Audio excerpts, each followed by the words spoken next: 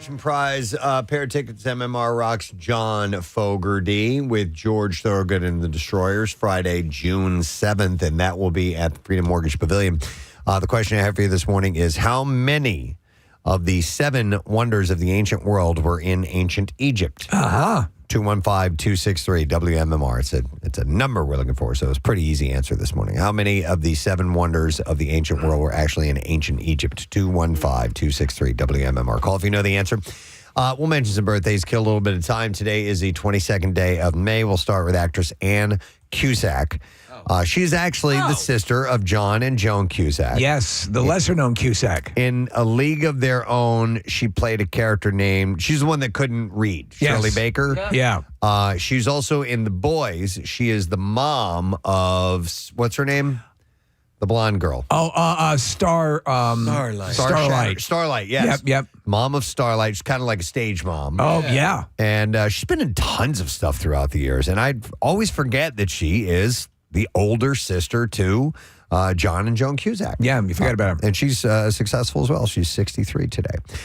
Sean Gunn, he's a character actor in Guardians of the Galaxy. He played a character named Kraglin, who you may not know the name, but he is Yondu's kind of second in command. He gets Yondu's. Yeah, he's James Gunn's brother. It's his brother, yeah. Oh, that's his brother? Yeah. Yes, yeah. Oh, well, he celebrates a big birthday today. He is 50 years old. Good actor. He's funny in the movie. He's great. In those movies, I should say.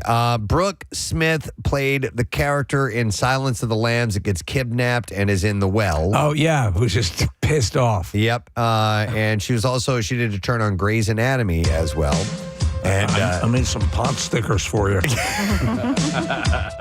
You're a big fat person. You'd like those. Get me out of here. She is turning 57 years old today. Morrissey has his birthday. Stephen Patrick Morrissey is actually his name. And, of course, he's had a successful music career for years and years. He's a bit of a moody individual. Very moody with the Smiths. In fact, the Simpsons just sort of eviscerated Morrissey in an episode. But either you like him or you don't. I'm kind of in between. Yeah, I agree. There are times where I'm like, okay, the number one melodically, this is a great song. It's a cool tune, but sometimes his voice sounds like this. And there's also a lot of, lyrically, there's a, tell me why I don't like to stand outside in the rain. Stop it! Yeah. Is there a comma in there somewhere? It's a run-on sentence. So he turns 65 years old today. Naomi Campbell has her birthday. The supermodel. She was just in a documentary I was watching. She seems to be not so inclined to be people with phones now. She seemed pretty happy. Okay. So right. Good for her. She also said, it says in May 2021, Campbell revealed she welcomed a daughter via circumstances she has chosen not to reveal. She has said that the child is biologically hers. Her and David Crosby. Wow. Didn't know that. No, that's not true. She is 54 today. Entrepreneur Dustin Moskovitz celebrates his 40th birthday. He is one of the 4 people that brought us Facebook, along with Mark Zuckerberg, Eduardo Severin, and Chris Hughes. So the big 4-0 for him today.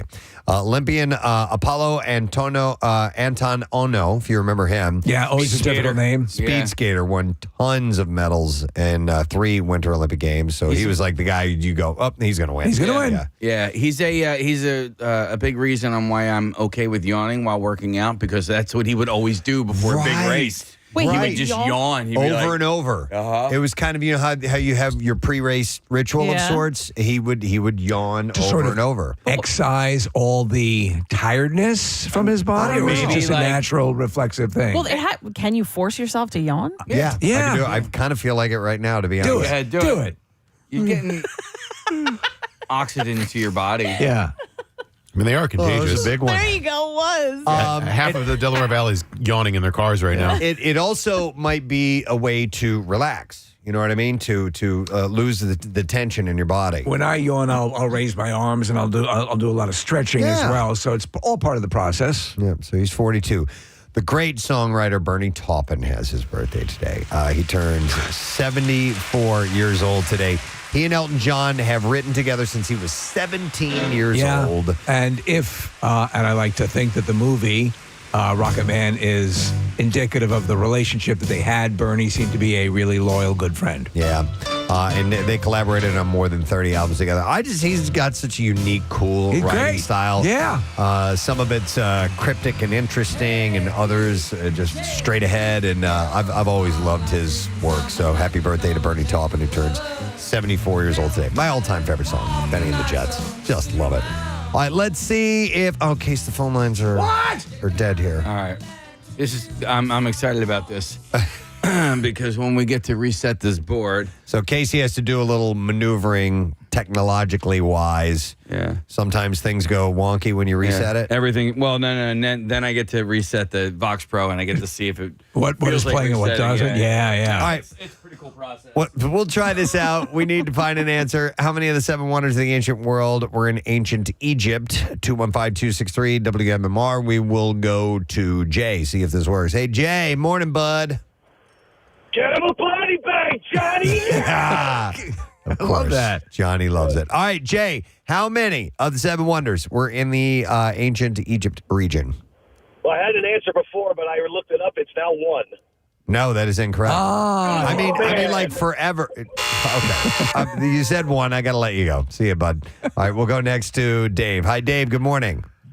Good day in the morning. Good. Yes. I'm going to try number 2. 2 is correct. The 2 that were in ancient Egypt were the Great Pyramid of Giza, which, of course, is the one that probably the first Right. guy was talking about.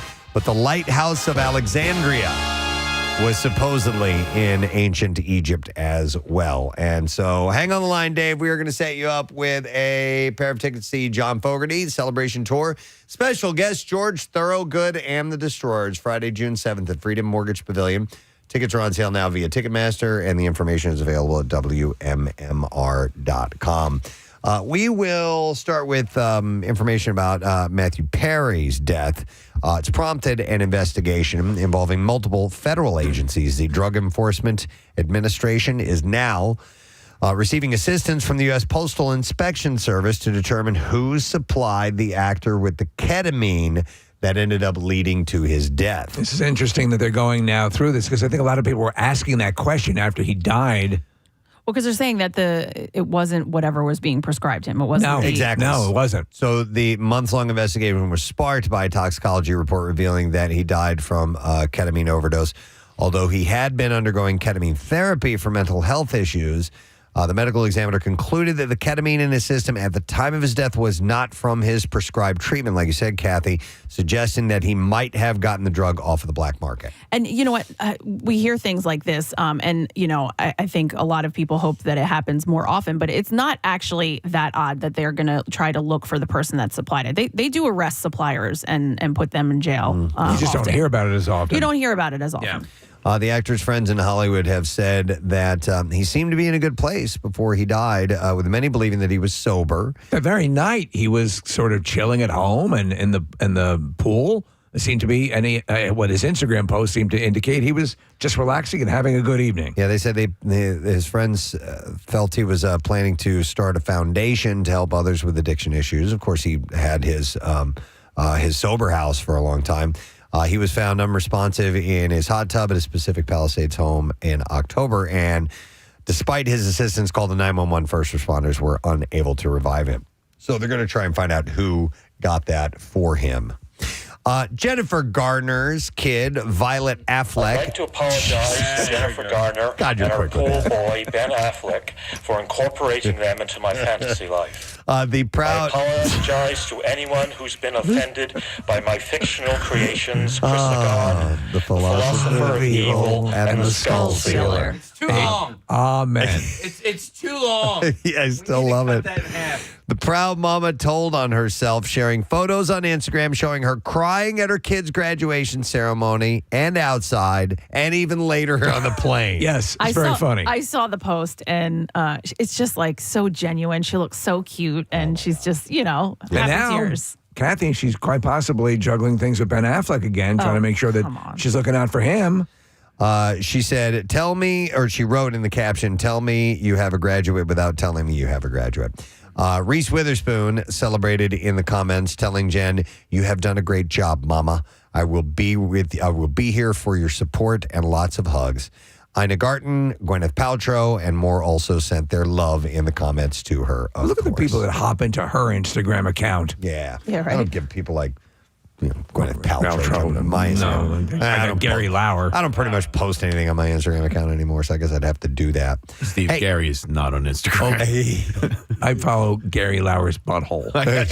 Gary's a threads guy. Yeah. It's a horror site. Wouldn't that be great if Hope Solo's butthole and Gary Lauer's butthole were dating each other? It'd be awesome. That would set Talk about a new Instagram power couple. on fire. All right, here, and this is where we are in the entertainment world. Here's a story about what's not happening. Travis Kelce does not have any plans to propose to Taylor Swift, at least at the moment. Oh, okay. Us Weekly says they have multiple sources telling them while the couple is happy together, getting engaged isn't on the horizon anytime soon. Anyone thinking that it was? No. I mean, it hasn't even been a year, has it? Exactly. No. Also, no. I'm thinking if there's any chance of this ending up in a proposal, you're going to look at a multiple year courtship. I hope so. As a matter of fact, I would say a majority of us are kind of waiting for the signs The of shoe the to end. drop? Yeah. Yeah. I tell you No, what, it's not though, gonna end. he knows. He's smart enough to know that he better, if they do end up breaking up, it has to be finessed in the best way possible, or else he's going to get 2 or 3 songs on the next album. Well, yeah, that's like, definitely a possibility. Right? So you're going to have It's to... probably a definite, actually, if they break up. But I don't think they're going to break up. You think they're going to go to the distance? I think yes. Okay. All right. I wanted to get your opinion on this. Yeah. Do you know what was kind of a strong indicator to that, Kathy? There was a shot caught without them being aware that the paparazzi were photographing them. They were on Lake Como. It was kind of a rainy day, and they were sort of sitting and very affectionate. You see the shot from the back. Body language, I think, indicates a lot. But who knows? And there was another one. I held out hope for Jennifer Lopez and Ben Affleck, and look what's happening. Yeah, you did. There was another one it was actually just surveillance video, I think, at a zoo in Australia, and same thing. Right. They had no without idea. their knowledge. Yeah. Right. All right. But they're in the honeymoon phase. Yes. So, Yeah. He hasn't ripped a big one in front of you. Oh my God! True. Dear God! A big NFL size fart. Sorry, babe. Yeah. Jesus Christ! But then he does that, and then next thing you know, they're playing Guess My Fart. Yeah. yeah. They're doing the Dutch oven. Travis has there's one insider says Travis has no plans on proposing to Taylor. It's not even on his radar. Marriage is something he takes very seriously and not something he would ever jump into without giving it some You gotta be kidding! careful consideration. The couple hasn't even officially been together for a year, so it's some say it's not a surprise that he isn't rushing to propose yet. Of course, it's not a surprise, people.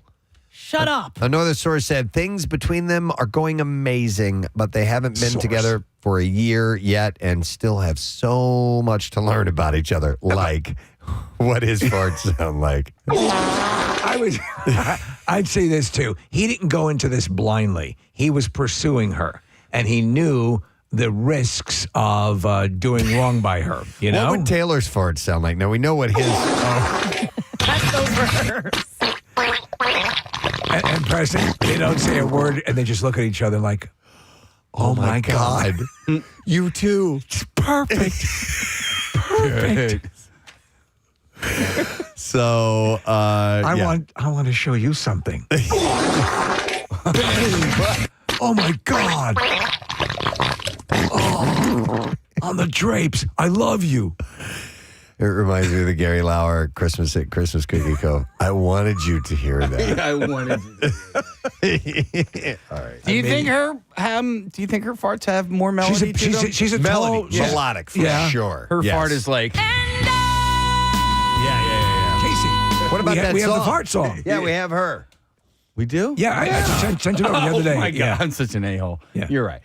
We do have This it. is her. I think we even played it. Didn't We did, already? yes, we did. This was, No, we did not Yes, play we it. did. Okay.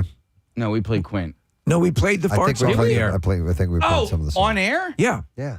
Okay. It was the one that I just found kind of sitting resident in a program I'm using.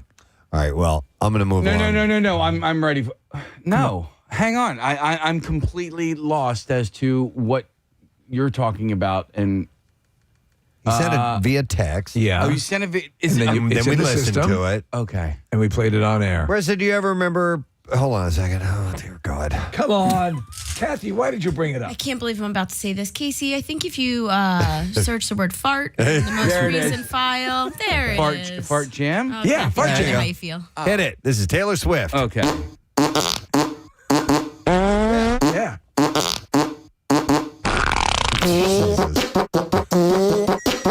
There we go. Okay. I think you'll agree it was worth the wait. Yeah, right. So,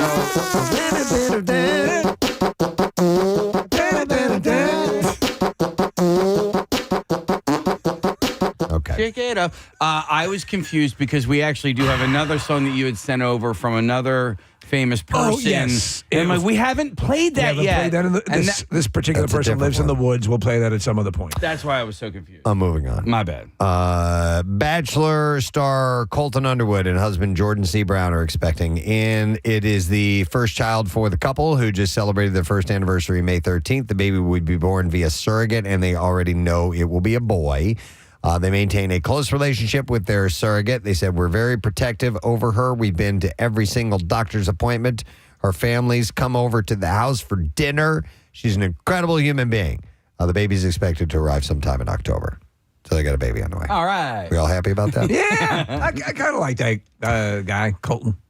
Southern Charm alum Catherine Dennis was arrested in her home in the state of South Carolina and charged with driving under the influence. Not good. Dennis was stopped by the Goose Creek Police Department Monday night, Where y'all going this evening? charged with a DUI for the transport of alcohol that had been opened. And one of the responding officers stated that Dennis was possibly impaired upon stopping her. Man, that's not how we do things in Goose Creek. And another officer wrote in the report that she had glossy eyes and an odor of alcohol coming from her. She was arrested for driving under the influence. I don't know if she had if they had a breath analysis done or not. But all right, we're gonna go back to Fart? No. Oh. Ben Affleck. Yes. Nikki Glazer has ripped into Ben Affleck after he apparently bombed during the Tom Brady roast on Netflix. She thinks he didn't prepare ahead of time, which came back to bite him when he finally got up for his term. She said he's someone who's famous enough. He probably thinks that it's beneath him to do this.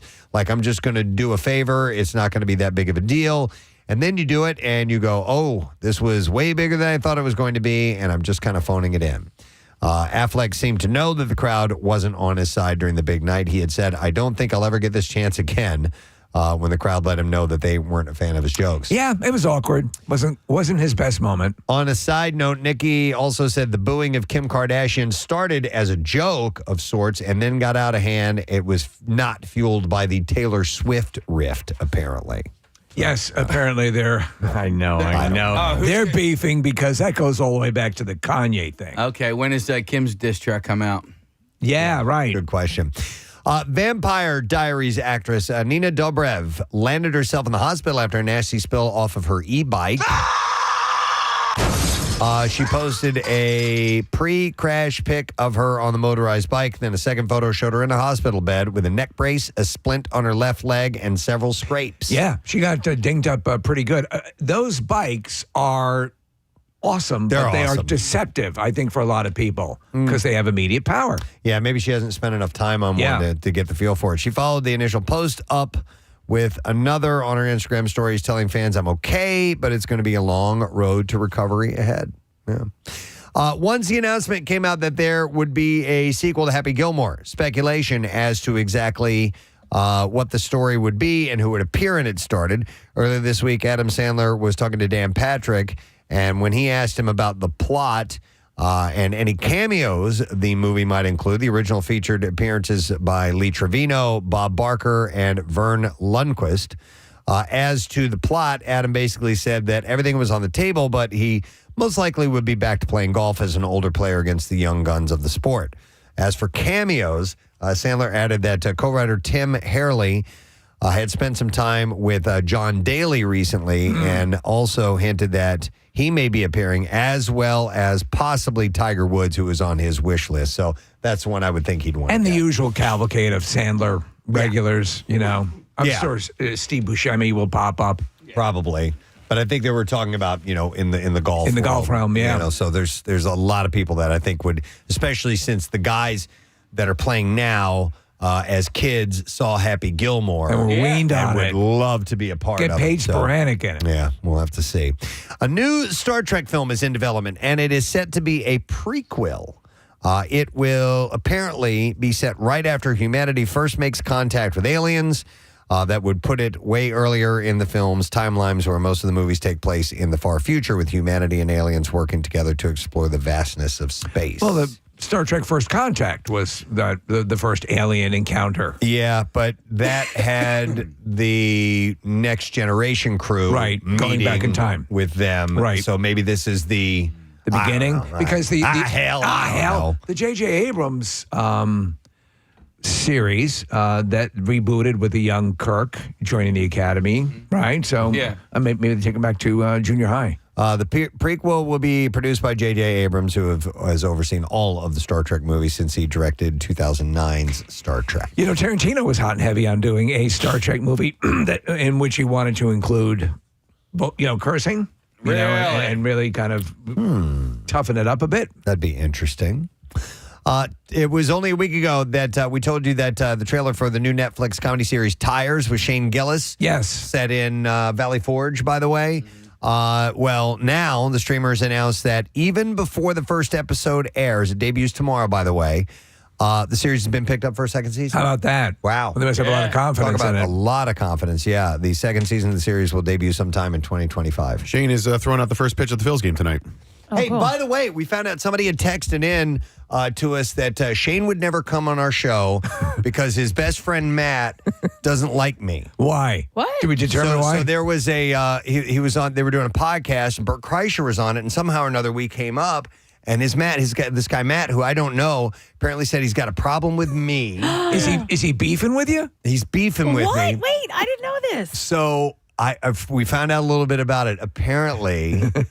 When Rochelle, this is before we even had kids. Wow. Rochelle was a volleyball coach for a high school. I don't even remember Or this. maybe it was even a junior high. Yeah. So she was a volleyball coach. Okay. And I guess we had a party for the volleyball kids. And somehow or another, this guy Matt was there. And I might have been rude to him or something like that as a kid. He was a kid.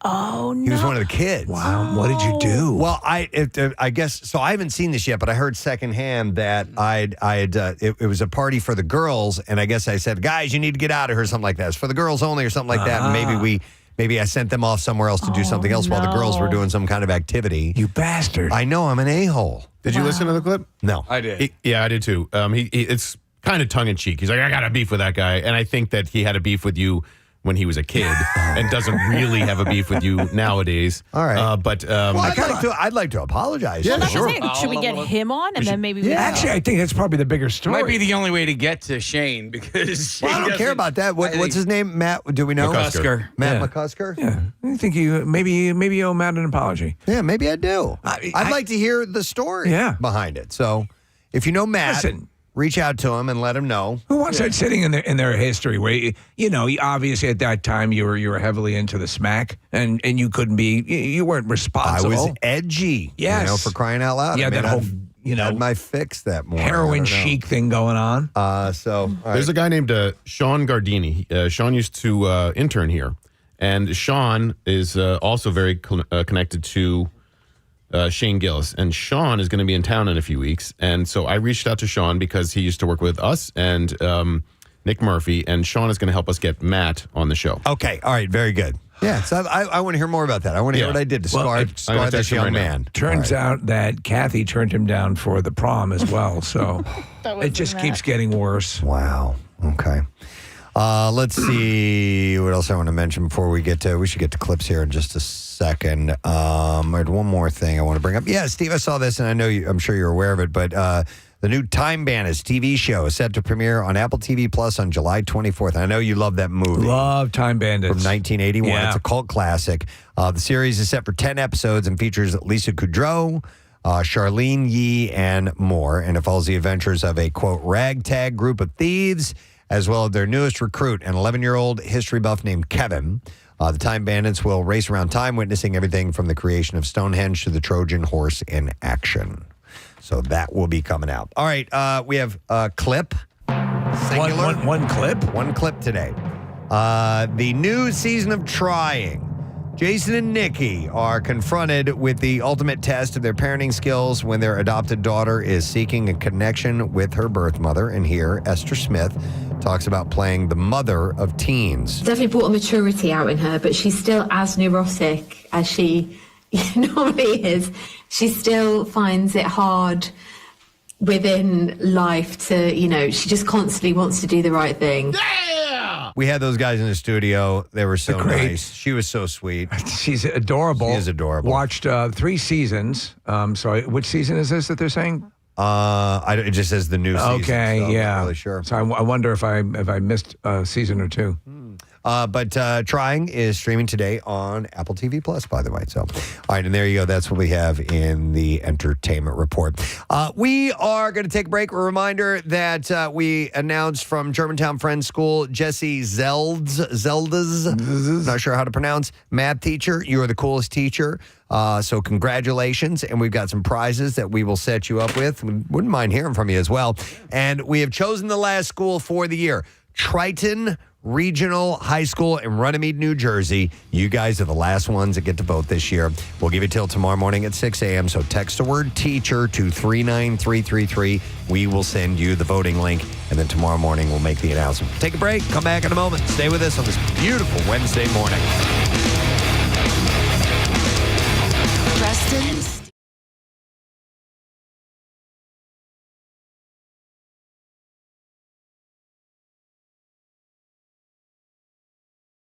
Anne Hathaway. Kathy, this is for you. You hate her. Yeah.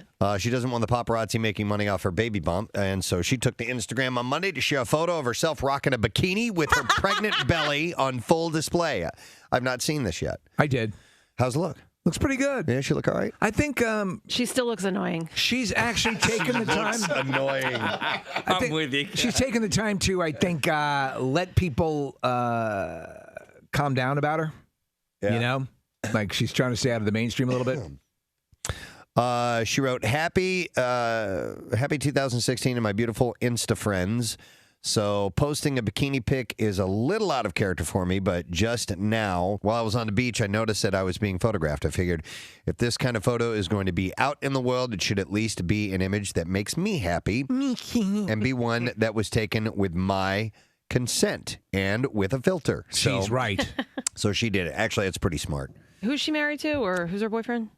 She is married to Adam Schulman. They got married in 2012. And what is he? Craft services? They've been together for 4 years, so before they got married. This marks the first time that Anne has publicly acknowledged her pregnancy since it was first reported in November. So You know what? She's really good in the Batman movie. She does a solid job. I didn't hate her. Yeah. But, Kath, I'm with you. She bothers the hell out of me. She really does. Yeah. Hey, but look at you hated Sandra Bullock, I know and now what- you love her. In fact, your whole lifestyle is now Well, she's Sandra Bullock based. She's taken over my my Sandra Bullock. Your ire? My hate slot. Your hate slot. I have a couple. That's a of those. that's what Dennis calls it. Yes. I see the hate slot. Yeah, I can see the hate slots out. We'll see how our luck goes with getting our lottery tickets. I have a good feeling about it. I do too. Are they saying that it could possibly hit $1 billion? Yes. Yeah. Okay, because that's Here, what let's see happens. what They it's up to. start throwing some targeted numbers out, and then that causes That fuels a surge. the furor and I'll be there. not that. I want to play.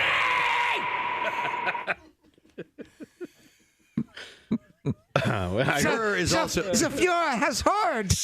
I hope he doesn't win. The That current would be bad. That'd be bad if Hitler won the lottery. You know what? I would quit. I would retire. Jeez. I would get. Then that would be a good thing. All right. I'd get a little place, go fishing. Forgive and forget? Yeah, You know what? I'll even hang out with some Jews. I'm wealthy. Who cares? Oh, man. Oh, my God. All right. Anyhow, the fervor. Yeah. Is that a better word? Sure. Yeah. All right. The Fuhrer has some bad memories. Oh, God. Penelope Ann Miller, who we had on the show when The Artist, that movie was nominated. Did you ever get to see that? I did not. You would enjoy it, really. Really? I know it's a weird conceit to have it, It's a silent fully movie. silent movie, but I've seen scenes of it, and it looks entertaining, looks Yeah, engaging. it's So well done. I would like to watch it sometime. she has a full-on bad shot in it, too, which is amazing. Full-on bad shot. Yeah, Wow. that's how they used to do it in the silent days. Nice beaver. When they needed extra dialogue, they would move that around, too. Warning. Book today to get 35% off all cruises and Move that around. Well, you see it move, and then a card comes up that says queef. Dude.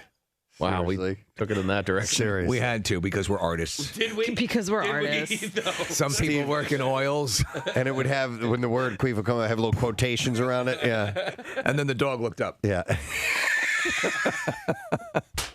Oh, my God. The way they used to do it in the classics. I don't know that. Somebody in the theater would be playing piano during that. Ding, ding, ding, ding, ding, ding, and then the music would stop.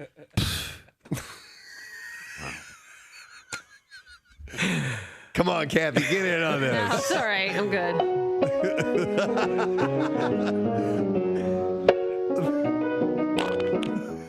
Okay.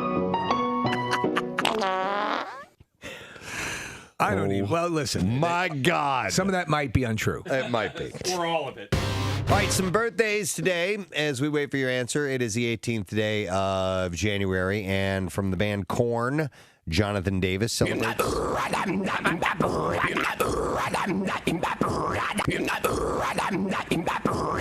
Right before he blows out the candles, it's all right, everybody, here we go. And That's their riff on Cha Cha Cha. yeah, right, exactly. Happy birthday to you. Happy birthday to you.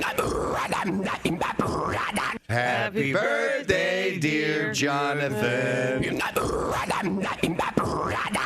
Happy birthday to you. All right. So sweet. Now, just how old are No, we're not going to do that. Jonathan is 45 today. Yeah. And yeah. it's also, I think, National Brothers Week. What? Yeah. What's going on? Yeah. Okay. So you're a brother. Yeah. Yes, I am. Right on. Is it brother, B-R-U-T-H-A, or No, brothers? You're a brother. If you have a sibling. I am the middle brother. I have an older brother and a younger brother. That puts me in the middle. I'm the only brother.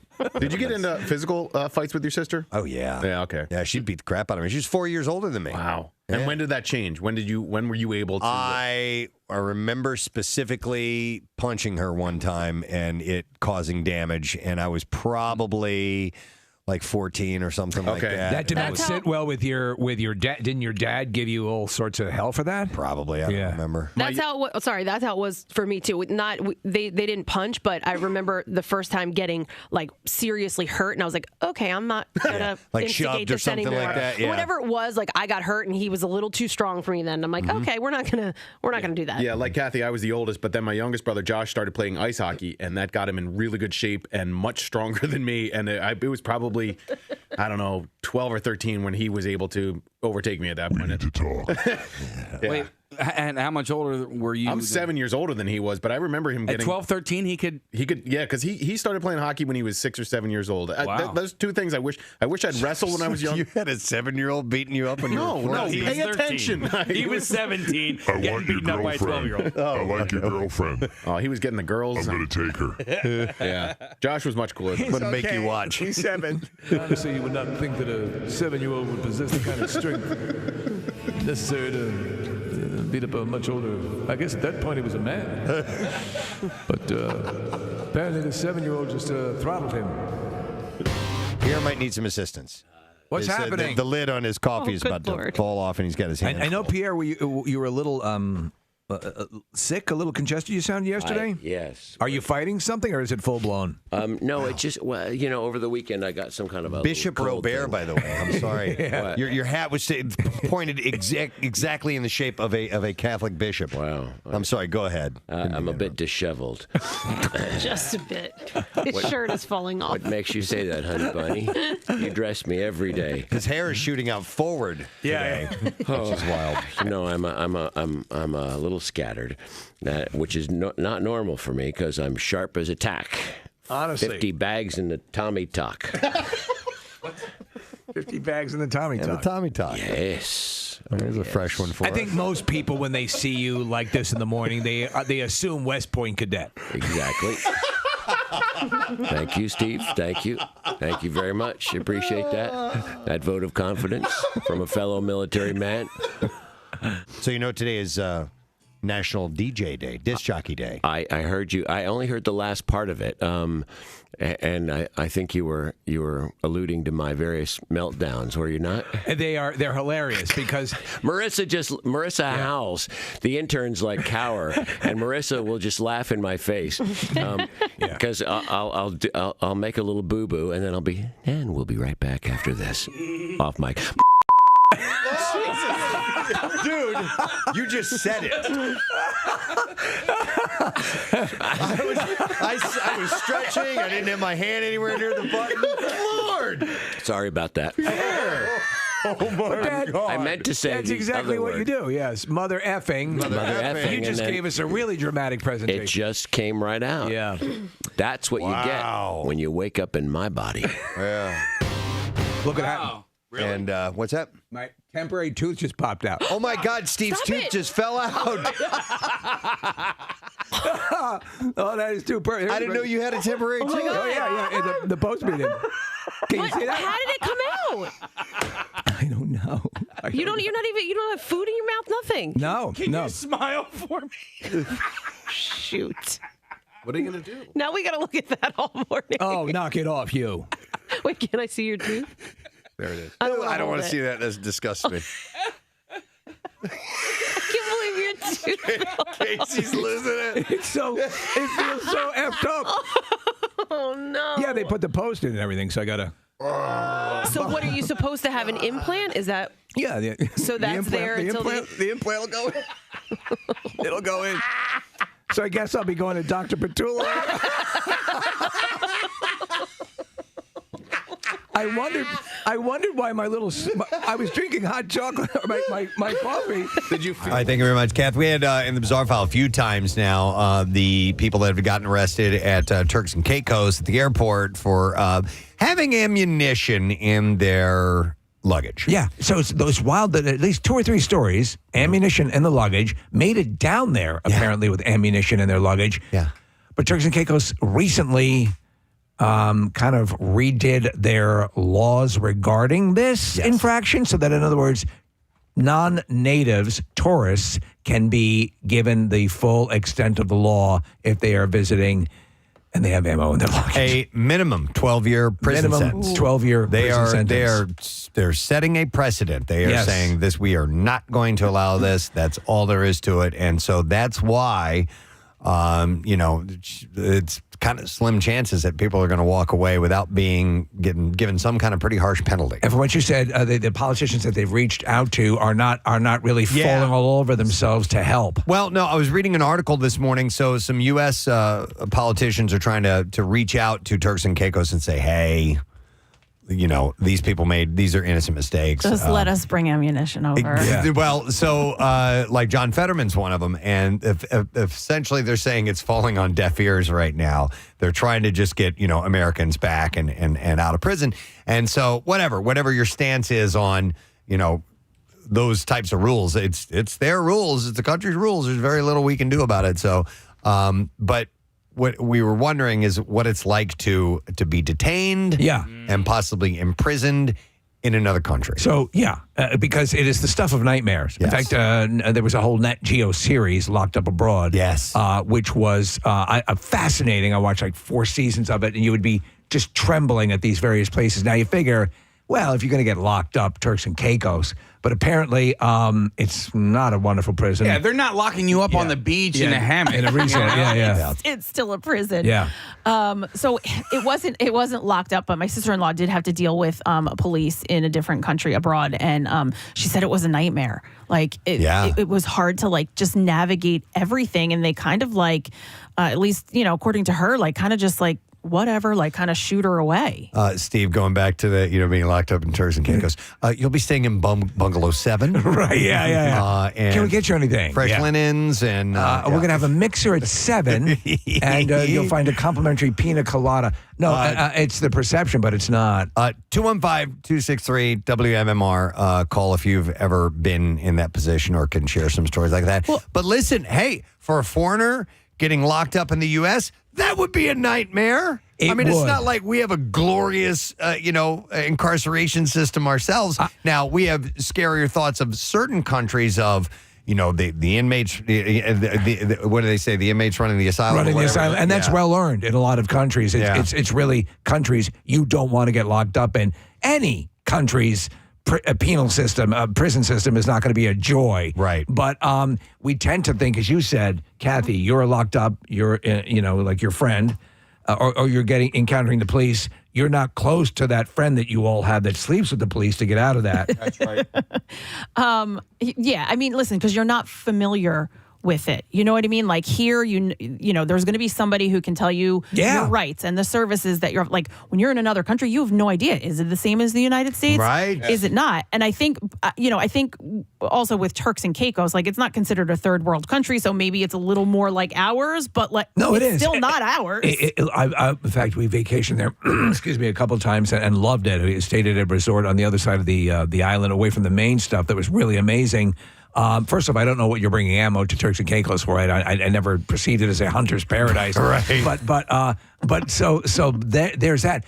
But any place where you're traveling for partying, for resorts, for drinking, for a little bit of unabashed hedonism can end up in a situation like this, As the text says, I was detained shortly in Dublin, Ireland for trying to bring a case of caramelized onions on the airplane. How dare you? Without knowing any of the rules. Wow. But being arrested is a whole different story. Let me go to Ron on the phones here, who has a story. Hi, Ron. Good morning. Morning. How you guys doing? Good. What's up, bud? Good. So, similar story. I was in Punta Cana. I brought a firearm lockbox to keep valuables, my passport in. Well, I ended up leaving the keys at home, never used the box. As we were leaving the airport, I hear my name over the loudspeaker. I get pulled aside in the little inspection room. There's my bag. They pull out the lockbox with something rattling in it. Ended up, they couldn't open the box. They put it back in the bag. I flew home, opened it up. What was in there? 2 bullets. Yeah, two bullets in a lockbox. A bullet, big time. I'm surprised. I'm surprised they let you get on.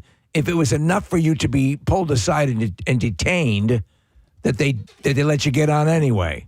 Yeah, they said they couldn't X-ray through it. They're like, just put it back in the bag. You're good. See you later. And I walked away. And I mean, my heart was pounding. I didn't know what was in there. I thought I checked it before I left, but why did you take the lockbox with you? To put my passport and valuables in. But you forgot the key?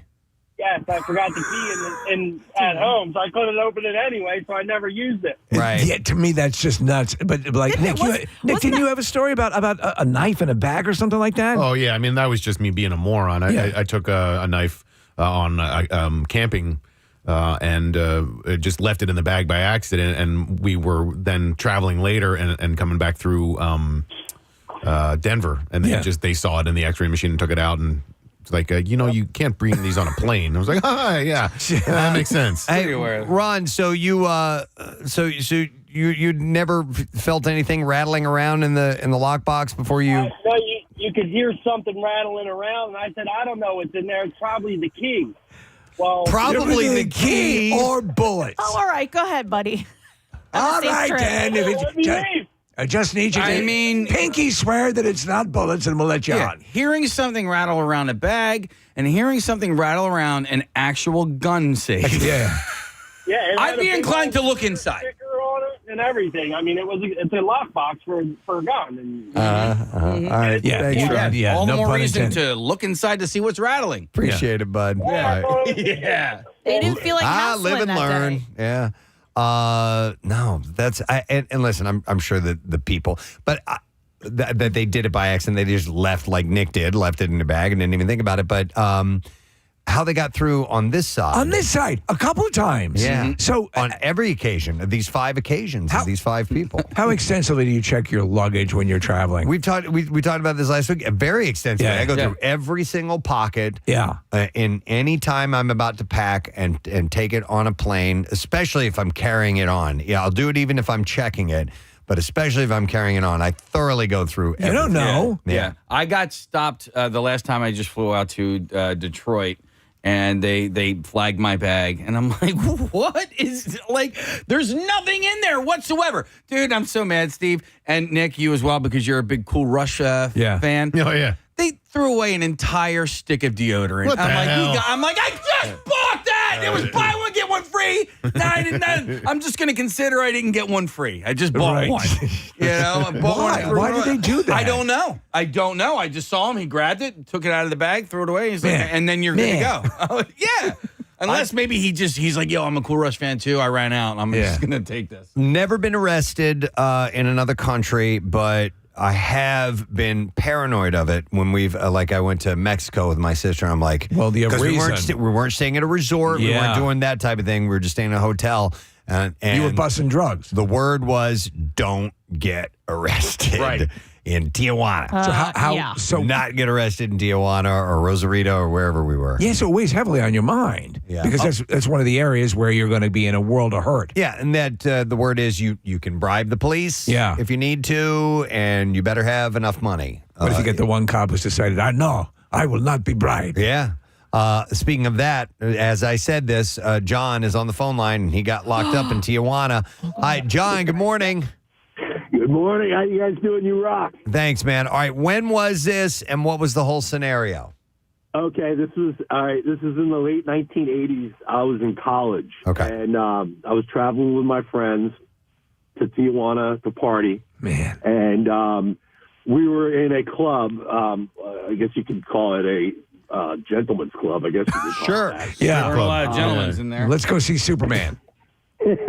Yeah, and we were having fun. We were getting pretty rowdy in there, and my buddy ended up doing something a little bit inappropriate to one of the employees. Jesus. And the federales ended up being called from outside. Okay. And they didn't even ask any questions. They just grabbed me and arrested me.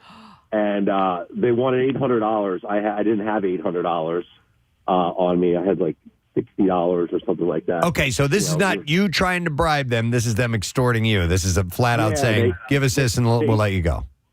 Yeah, they're like, how much money do you have on me to do that? We need $800. That's exactly what they So do they ask you for this money like still in the club or just outside the club, or did they take you back to the police precinct?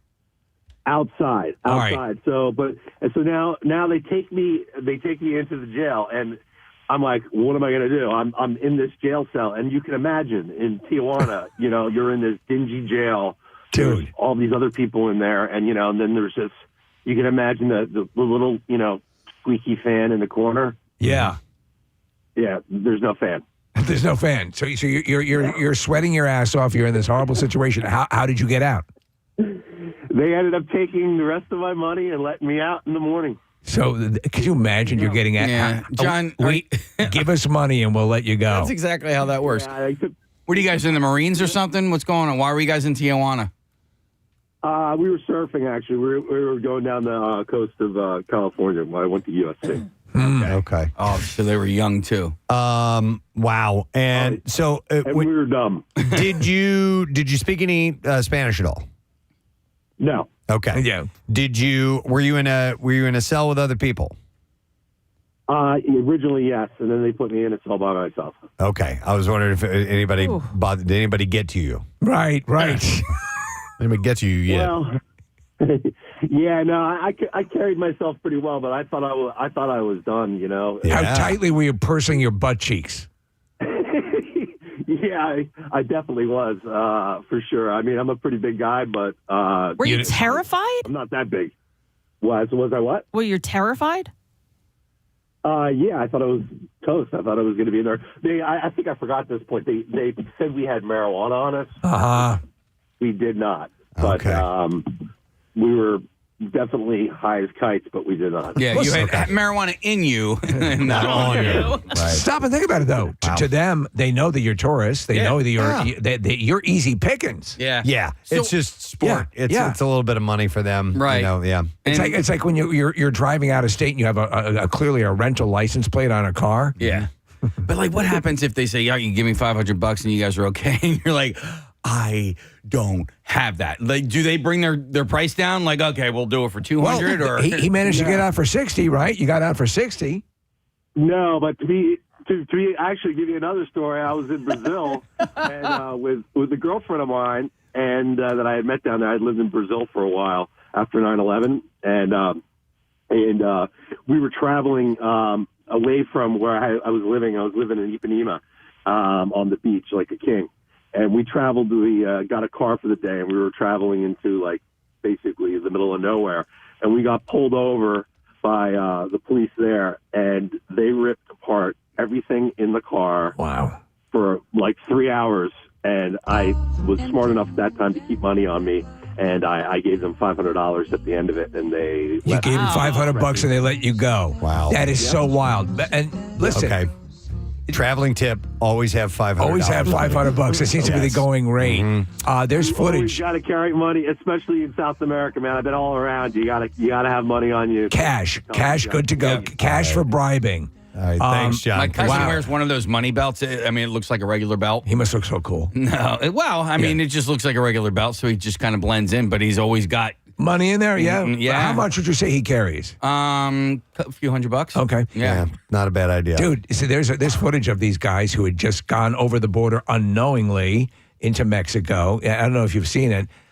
A cartel. Oh, jeez. Groups, guns and everything, stops them, and they are crapping their pants. Sure. The cartel let them go, eventually, but because one side is wondering, are you police? Right. And the other side is wondering, are you smugglers? Right. And so you're caught in the middle. Yeah.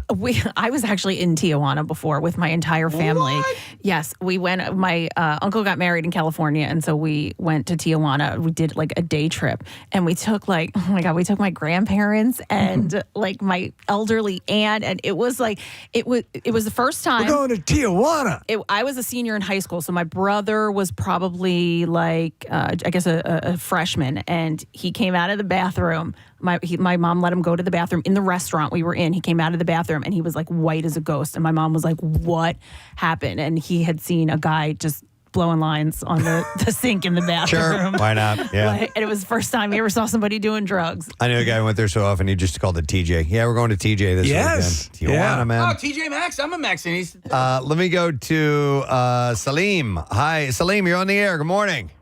Hey, good morning, guys. How are you? Great, man. What's up, bud?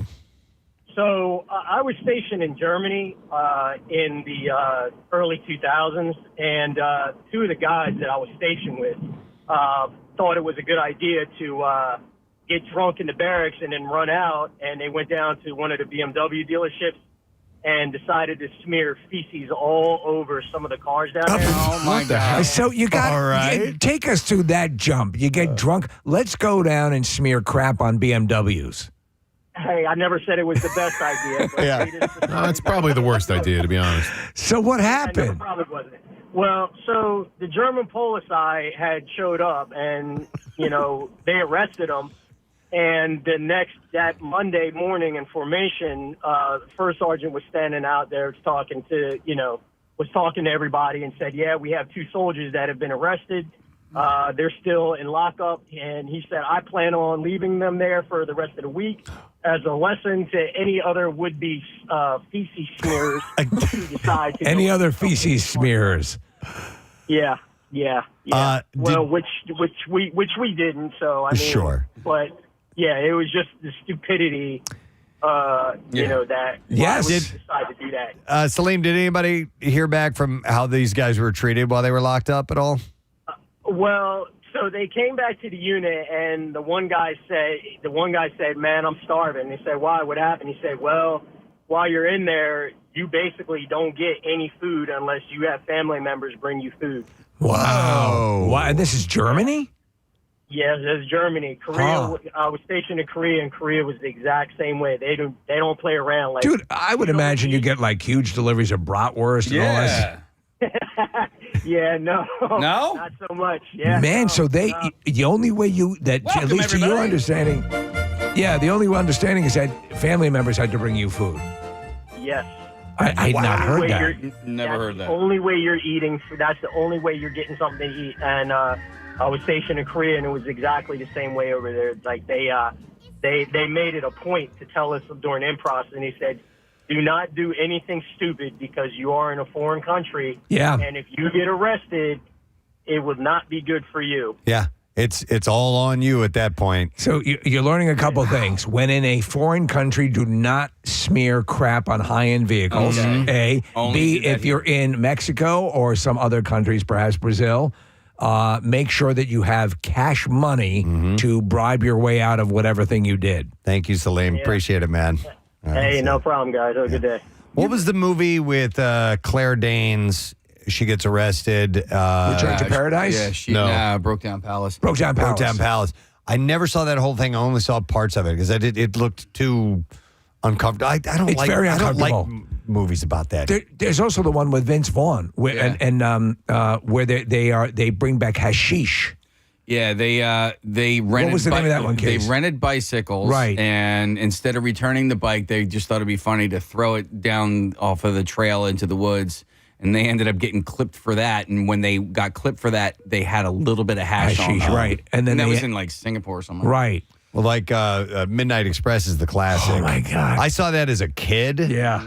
And I'm like, what in the hell am I watching? It was messed up. But Steve, that was in Turkey. That movie that we're talking about with Vince Vaughn, that's a true story. It's based on a true story. It's a true story. And it does not end well for him. He was put to death for having hash. Wasn't DiCaprio in that as well? I remember Vince Vaughn. Return to Paradise. Right. And so Nick, as I believe as the story goes, he goes back, and this is based on a true story, to allow a friend who's incarcerated to be released. Is that how it worked, Case? Yeah, Joaquin Phoenix, right? Is that who you're talking about? Yeah. Okay, yeah. I'm thinking of something else with DiCaprio. And then You're thinking of Titanic. And Yes. then they execute him? That I for didn't that remember. crime. Yeah. That's insane. They're serious about their bicycles. Wow, I guess so. All right, let me go to John. Hi, John. You're on the air. Good morning.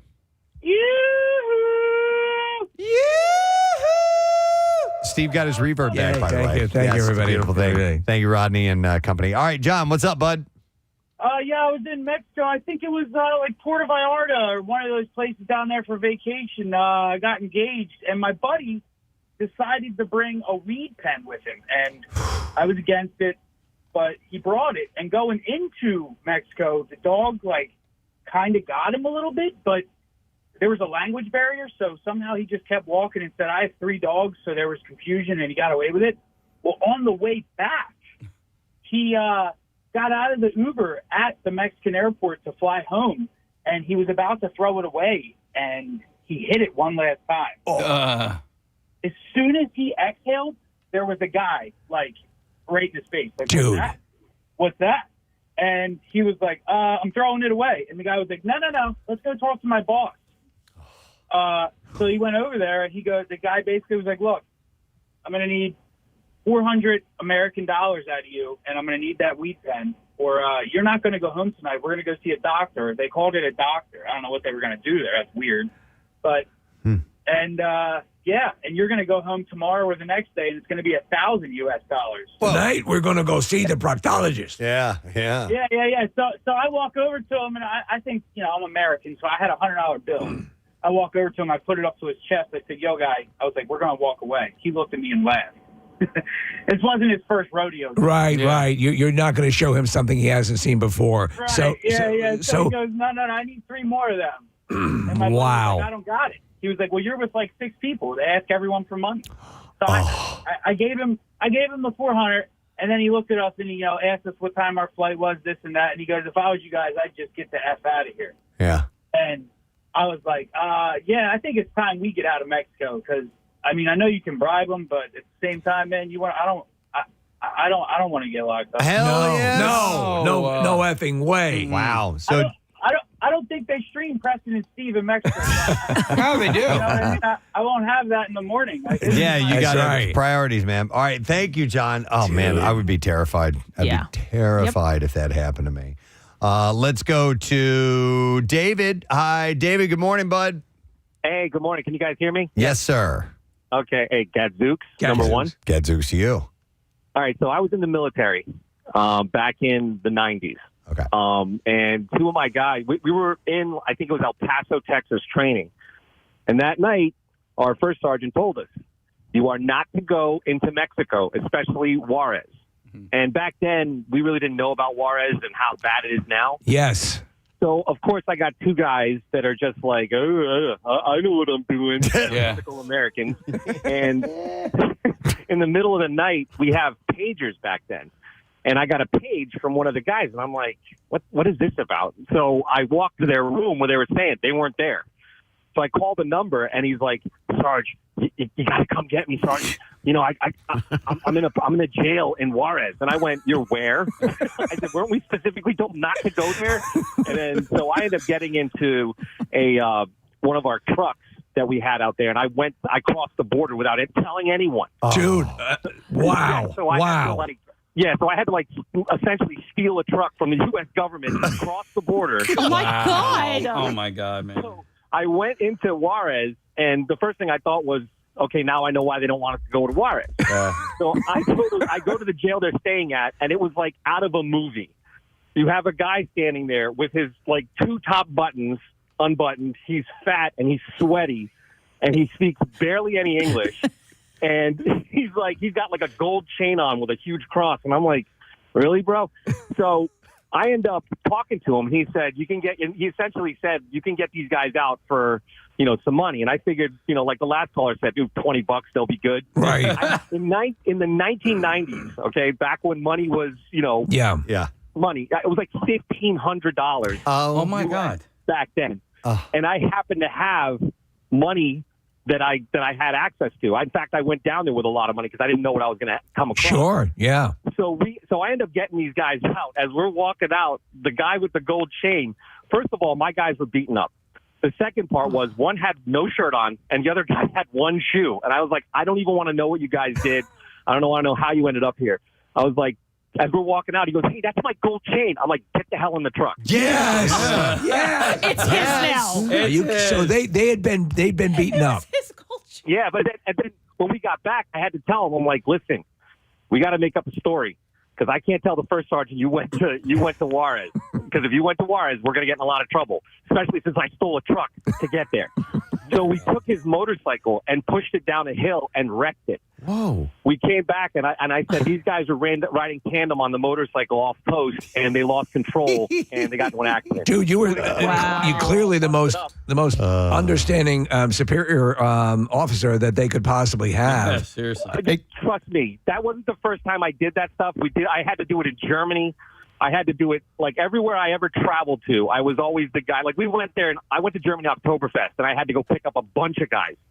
And they were actually nicer to us than the Mexican government was. Wow. I mean, I'm just telling you, that was one of those days. Jeez. Where I was like, are you serious? Like, David, David, I have a question for you. I didn't even punish them because I figured they went through enough. Yes. Hey, David, I have a question for you. A lot of times American students will go to Mexico if they're under the age of 21, and you can serve in the military if you're in between 18 and 21.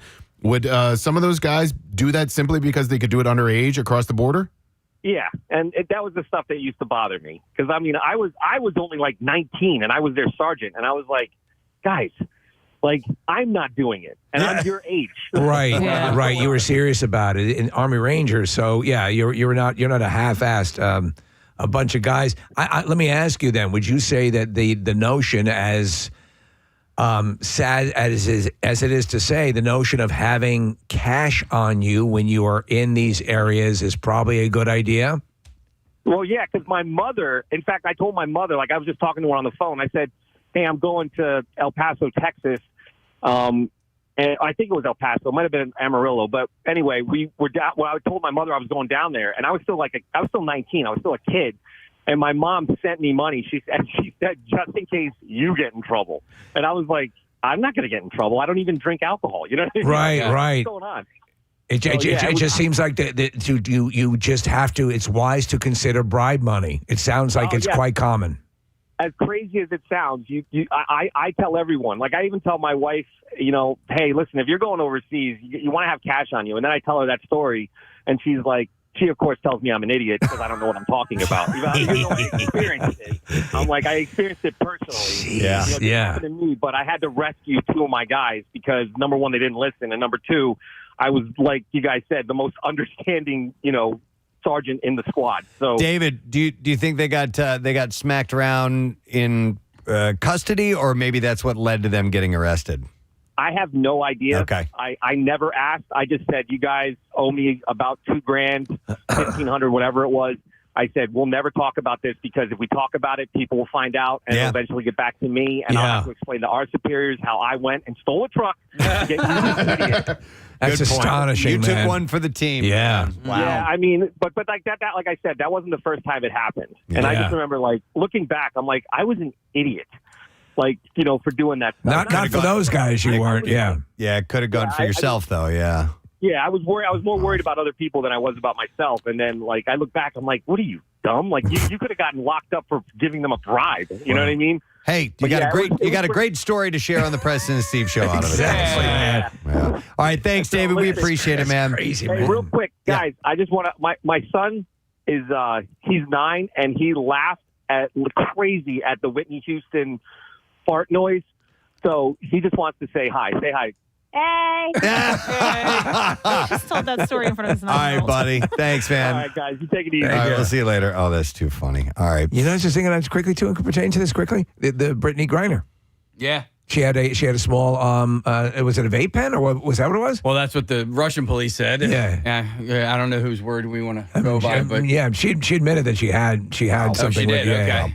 All right, well, be careful, folks. Take some money with you, all right? And keep that in mind. Stay out of trouble if you're in another country specifically. And check your bags before you travel anywhere. Go through every single pocket, no matter what.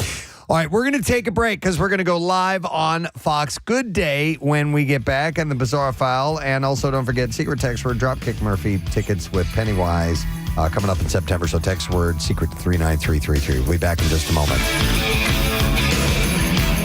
Preston and Steve. All night.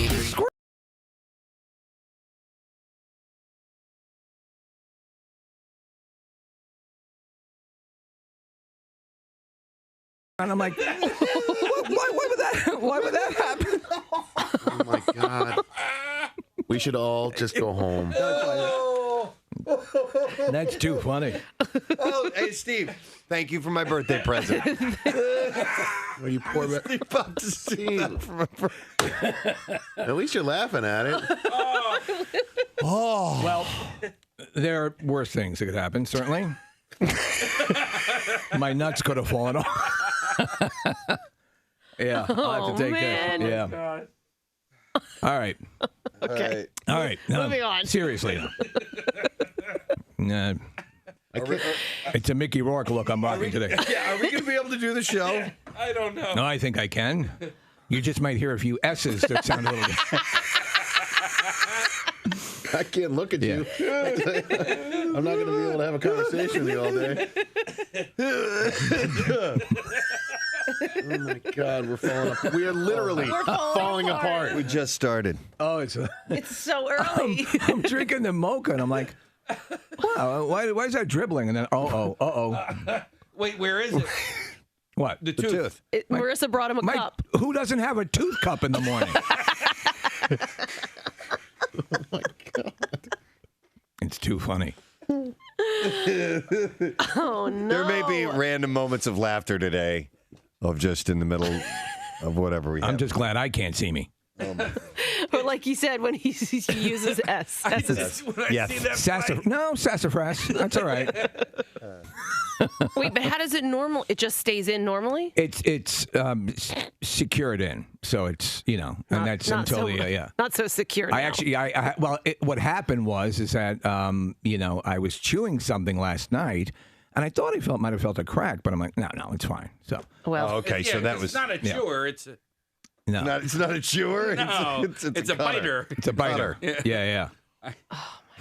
Do we need to maybe Cho's sells like denture glue or something? Maybe we could try that. All I know is that if I'm going to have any dental work done, I want it to be done through Cho's. Steve, I can't look at you. I can't see it. The microphone's in the way, so I'm good over here. I can have a conversation with him. You guys can look at each other. Steve finally saw it. Did he finally see it? It is pretty funny. Hey, I got some apples. Would you like some apples? You want an apple? It's like your Billy Bob teeth. Oh, God. Oh, you should put them in the You should wear those. I got some dentures for you. In case you came prepared. These have been in my mouth. I'm sure you don't want them. No. Yeah. Okay. All right. Let's try to do the show. Okay. Where were we? What? Gave away the. You did the stupid question, right? Crazy glue. No, I'm looking at some of these calls coming in. Yeah, we did the stupid question. So he gets Lego Marvel's Avengers, which is available for PlayStation 4, all platforms, PlayStation 4 and Xbox One. All right. So, dear God. All right. So at the box office this weekend, number one was The Revenant. Yes. 16. Yes. I know, man. It's sad. Your lungs are full of mucus. My tooth fell out. Our pets' heads are falling off. We're going to have to remind people of that all morning long. It's too good. Yeah. It's been a rough week for the ladies in Charlie Sheen's life following last week's revelation that his ex-wife Brooke Mueller is back in rehab. He's for now, the 15th time? 15th? All right, you have to stop. He's not going to be able to get through the show. I have to. Now I have to take it. I have to explore different letters. We're not going to make it through 7 a.m. S's are fine, but F's are a problem. Yeah. Farfignugan. Oh, my God. This is going to be the worst show we've ever done. No, it's not. No, that's saying it's a going to lot. be brilliant. I could never, ever, ever, ever do live stage acting. I can't even do it on camera when you get multiple takes. There's no way. We're hoping to one day master radio. I'm so self-conscious of don't mess it up. That I will mess it up. But when I was in high school, we started if you had a lead, you started in June, July, rehearsing your lines and everything. I guess maybe if you have enough rehearsal. I mean, anything I've ever attempted to do, I've had very little rehearsal on, and I'm like, yeah. Even when we, excuse me. Again, here we are, perfecting radio. Dude. That was. You sound like snots. I'm nervous.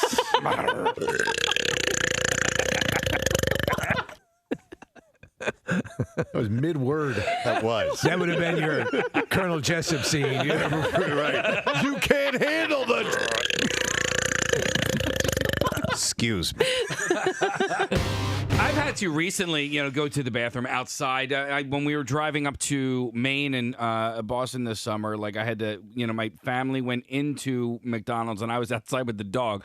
And I found it ironic that it was fine that the dog was peeing outside, but I actually had to hide the fact that I was peeing outside. But there are... Dogs get away with everything. They do. But there are secrets, so, or tricks to the trade of, peeing outside. All right. With this model, this life-size model that we have here. Mandingo's twin. We have two of them? Dan Dingo. Yes, we have Caucasian and we have... Yeah, there's Mandingo and Dan Dingo. So what you can't do is lean up against something you're clearly or hide behind a bush so you're clearly going to the bathroom. What you have to do is kind of be out in the open. You still want to shield your jump. You want to have your back Wait to a the second. people. All right, so describe the environment that you're in where you're pulling this off. This is where people are, right? All right, so people are there? Where are you? You are people. All right. You are people in a parking lot. And never forget parking it. lot. All right, and then behind me is not people. Okay. All right. So I'm on my phone. Junk out. You can Right. see my junk is out. I am Right. now on a phone. Now, no, there's no wires. We've never met before. Look, watch. I got one hand on the phone up to All my right. ear, not talking to anybody. All right. And then my other hand, which would normally be on my piece, aiming. On your bird. This hand is now up here, like. You know what? It works. Hold on, but don't you have to hold it? Won't it go wild? No, it's not like a hose that It's you not? turn on at high pressure, Kathy. Have you ever encountered one? No. Still waiting for that magical night. It's flipping all over the place. It's a little bit crazy. I walk a little bit. So you're like Chris Angel. Yeah, You're like an illusionist. A little bit. Okay. All right, that makes sense. I don't know if I could do that technique or not. I know what he's saying, though, because you're using the simple art of deception and distraction. I had something I wanted to bring up. Do we all agree that that Kathy's a beautiful woman? She is a beautiful woman. Very, very attractive. What are you bringing up? What? Nothing that I think is The odor? bad. The odor. No, you have Kathy's got a pretty face. Yes. No question. But do any of us agree that Kathy does suffer from resting bitch face?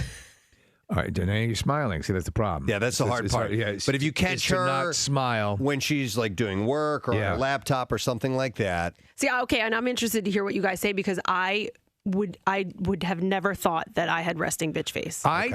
And I might. Yeah. She's I'm making a face. No. What? What? That's not bitch. I don't know what that is.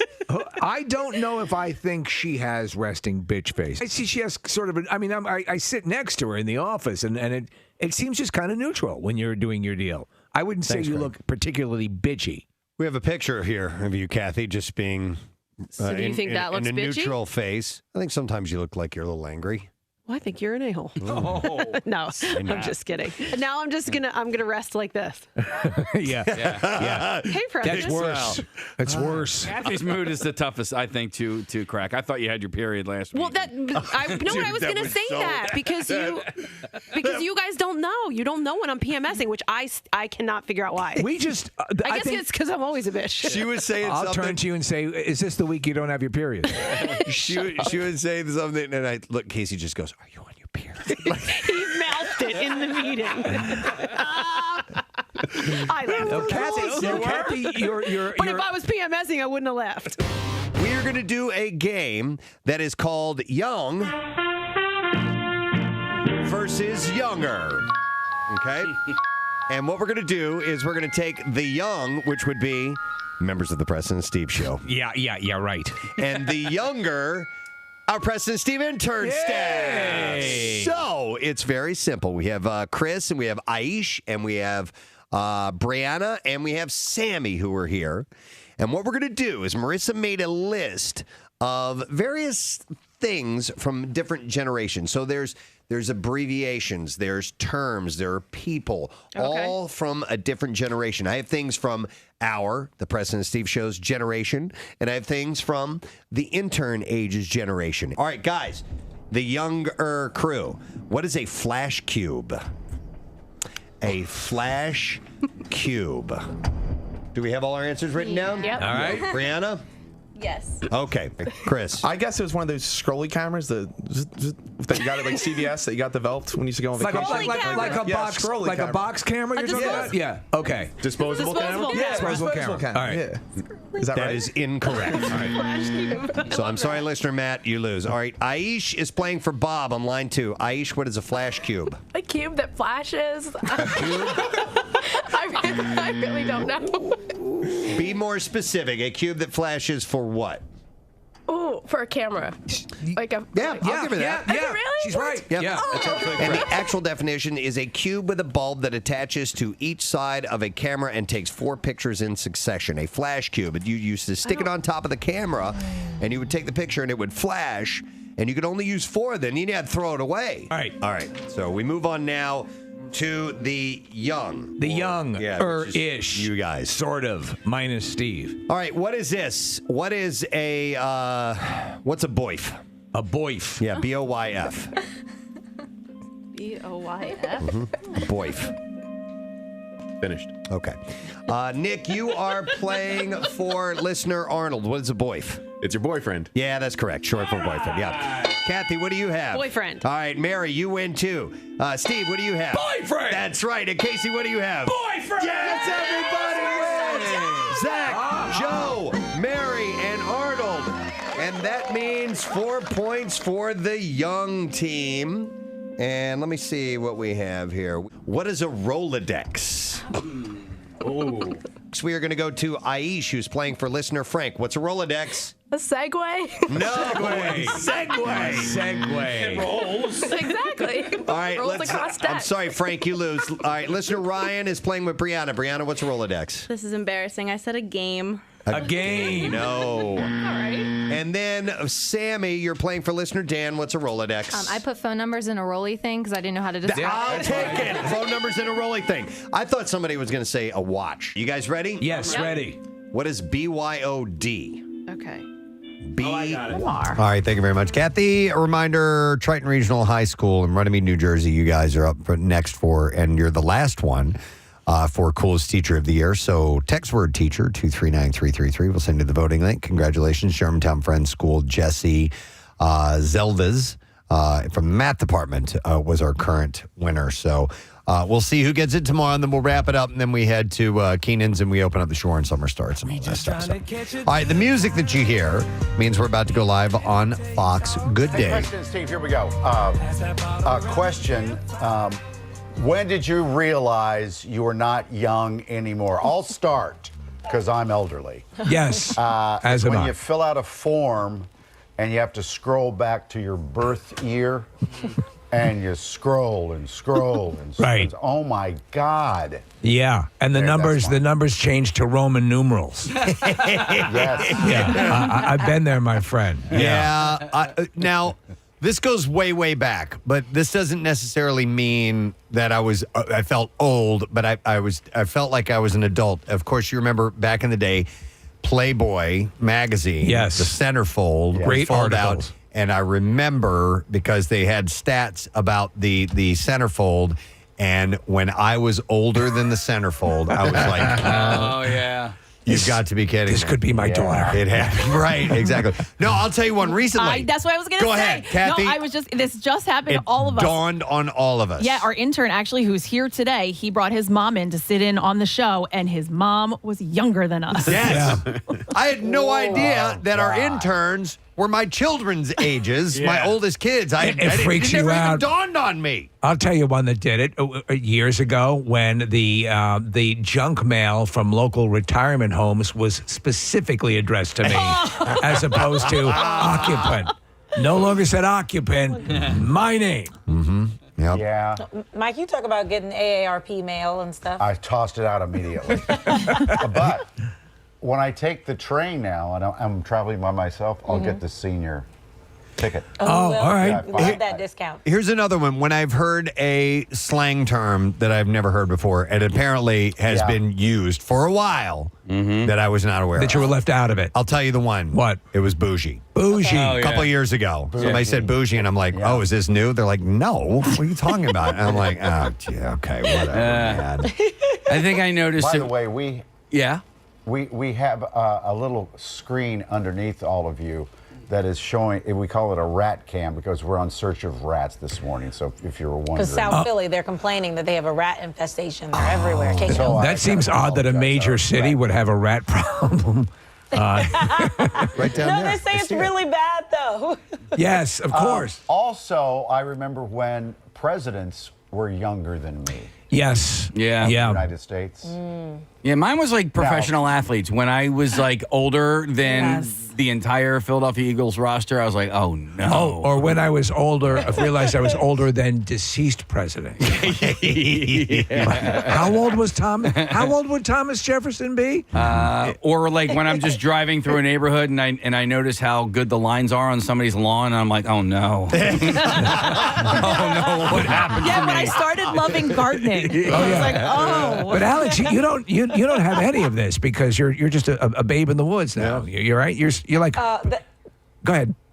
That's very sweet of you, but actually, for me, it was when one of the speaking of Eagles players, one of the Eagles players called me ma'am. Oh, no. I died a little inside. Yeah. Oh. It was Yeah, nice, but I was like, oh, I'm a ma'am now. What about Alex? Have you had the situation where you go to a club and they don't card you? Oh. I still get carded. There you go. Yeah. Yeah, so you be quiet with your So at old least there's story. that. But it was the moment that I had. It was embarrassing though because I went up and I saw somebody from high school who was like the popular girl in high school, and I was the loser. She said, she didn't really like me. And I went up to the bar and I didn't know I needed it because at this point I didn't think he was going to card me. And he goes, "I need to see your ID," and I didn't have it. So he was like, "Really?" And he didn't believe me. So I had to like walk away and go get my ID. And I was so embarrassed because it was just the wrong time. Try getting AARP mail. And then, that'll bring you around. It's a different animal. The time for me was I actually went out and bought a bird feeder and put it in my yard. Wow. When you start, when you start looking at plots, what tree do I want to be under? Do I want a babbling brook near my resting place? Babbling brook. I had that very discussion this weekend. My daughters asked me, "Where do you want to be buried?" It just came up in the comment. You want to be under a tree? You want to be in Kansas? Yeah. Where do you want to be? Yeah, it's troubling to think about that. Yeah, but listen, I guess it's wise to do that. But nothing says you're in the final stretch than burial plots.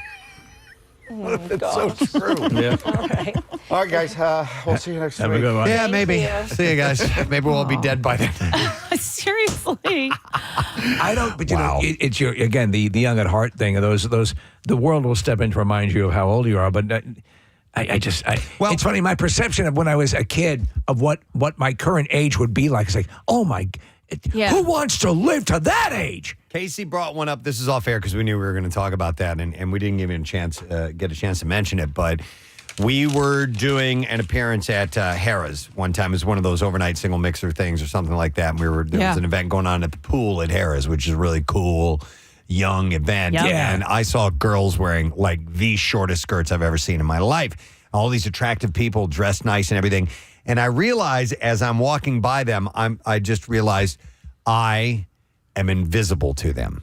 I do not exist. I am not in this world. I am invisible to them. But I also realized in that same moment, as I scanned across the casino, the older than me people sitting at the slot machines, they are invisible to me. Yes. Like I never stopped to take notice of all this humanity. They're just kind of they're like furniture. Across the room, the backgammon crew was looking at you going, "That's pretty nice." So there is a tier to your invisibility. Your invisibility. Oh yeah. When the concept and you have to reconcile to it.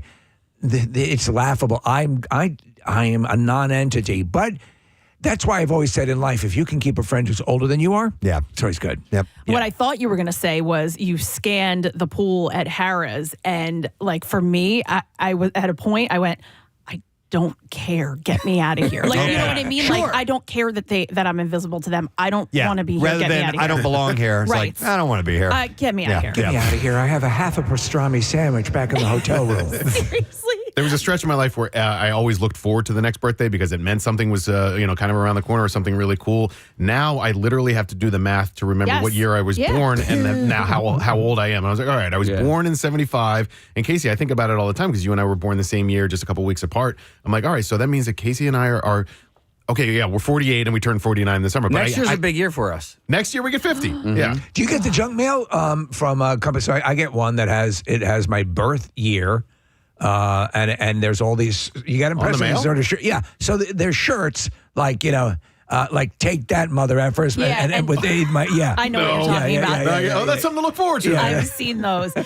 Remember years ago, Preston, we talked about you completely skipped a whole year. Yes. And it was so funny to all of us. But now, like same thing like Nick said, I have to do the math and remember how old I am. Welcome to the party, pal. There you go. And I'm only 35. I know, only. It's crazy. Yeah. All right, we have to do the Bizarre File. Let's do that right now.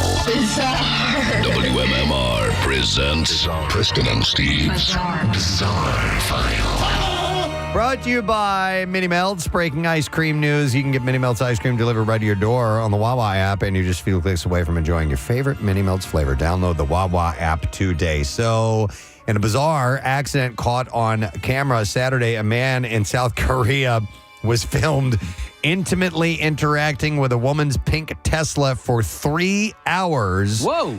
At a Hyundai store. I don't know why she had a Tesla. Sometimes they sell other ones. So he was humping it? Yes. There's no tailpipe. The unidentified individual was seen kissing, touching, and inappropriately engaging with the vehicle. You're going to be my regular Saturday night thing, baby.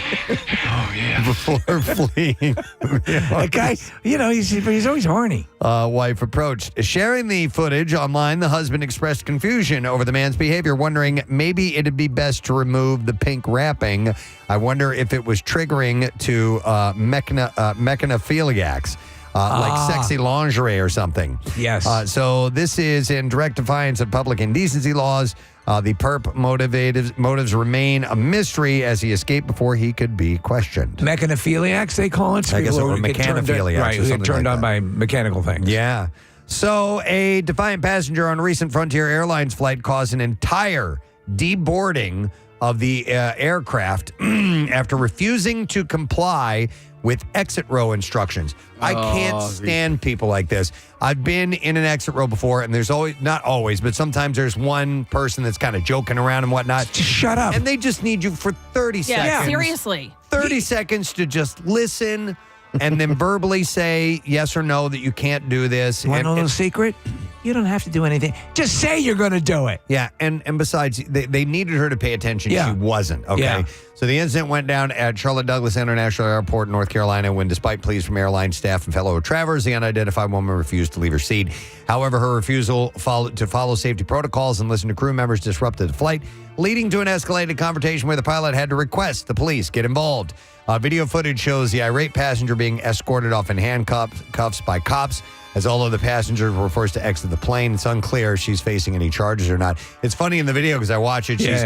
She's sitting there going, all these people around me right here, they saw what was going on. Yeah. And I felt like saying, and we're going to tell them you weren't paying attention. Right. And so, whatever, we'll see. You're just a big turd. Yeah.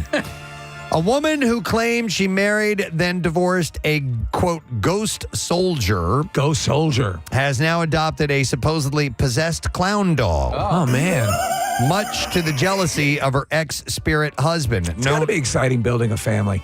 Known as Brocard, she says that she connected with the haunted clown during a stay at Nevada's notoriously haunted Clown Motel and felt compelled to take it home for paranormal research. I'm not familiar with the Clown Motel. Neither am I. However, her former ghostly beau Eduardo has been leaving the clown by the door, hinting at his displeasure over the new spiritual presence.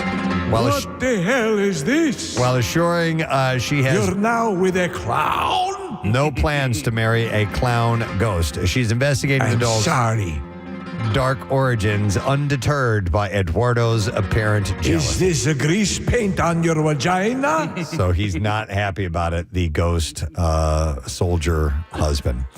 A guy named Greg went viral over the weekend for his extremely important research into the McDonald's ordering process. Basically, he wanted to see what would happen if he ordered a triple cheeseburger with literally everything removed. No bun, no patties, nothing. He placed the order on DoorDash, and shockingly, McDonald's accepted it. The delivery guy double-checked if Greg really wanted an empty box, and Greg confirmed. However, when it arrived, Greg, who posted real-time updates on his Mac project, was disappointed to see the restaurant had messed up his order, delivering to him an empty McCrispy box instead of an empty cheeseburger box. Turns out Greg had tried this experiment before in 2022 with a McDouble, but McDonald's straight up just canceled the order as a waste of time. But this time they brought him the order. So did they charge him for? They charged him as if. Yeah. It didn't say, but I would hazard to guess. There's no way they're going to deliver the box for free, right? Preston, when you're done with the beef, how can I say something nice about McDonald's? You certainly can. All right. Yes, Greg.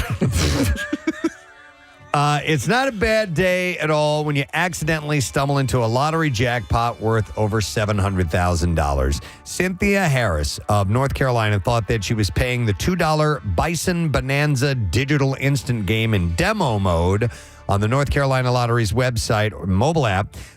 She wasn't. She ended up hitting the top-level epic jackpot, where the odds winning the Progressive Games jackpot were 1 in 15.5 million. That $2 wager ended up giving her a prize of $736,000. Nice. Isn't that awesome? Yeah. It is the largest digital win since North Carolina Lottery started offering digital games last November. It's the Bison game? Yeah. I don't know why it's Never called heard of that. it, yeah. With that money, Harris says that she can now take care of her mom. I thought that was a great story. I can put her in a home. Adela Koyab has a thing for cheese.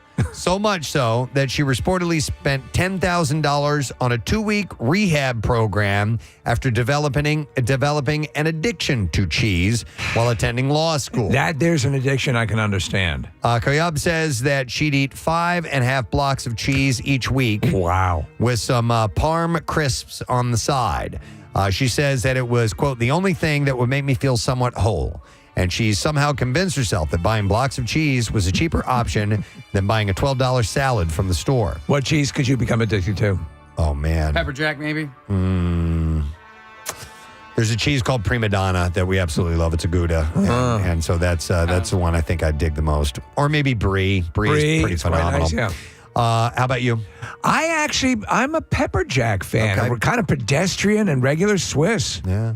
As a result, her cheese habit caused her to put on significant weight and came with several other health side effects. Eventually, Koyab's only recourse was 2-week wellness retreat at the Hilton Health in South Carolina, Hilton Head South, and it cost $5,820 a week. Thanks to the program, a diet change, and an Ozempic prescription, Koyab has now been able to cut the cheese from her diet. Cut the cheese again. And lose 50 pounds. Yes. Fart reference. All right, and then well, actually, that's all we have time for. We'll do some more stories later on. We got to try to stay on time. We do have a guest joining us a little bit later on this morning. Nick, you wanted to say something nice about McDonald's. So my friends Danielle and Pete had a baby. Congratulations. The baby's name is Hazel, and beautiful little baby girl. And Casey, the baby, was born in Riddle Memorial Hospital, which is where you and I were born.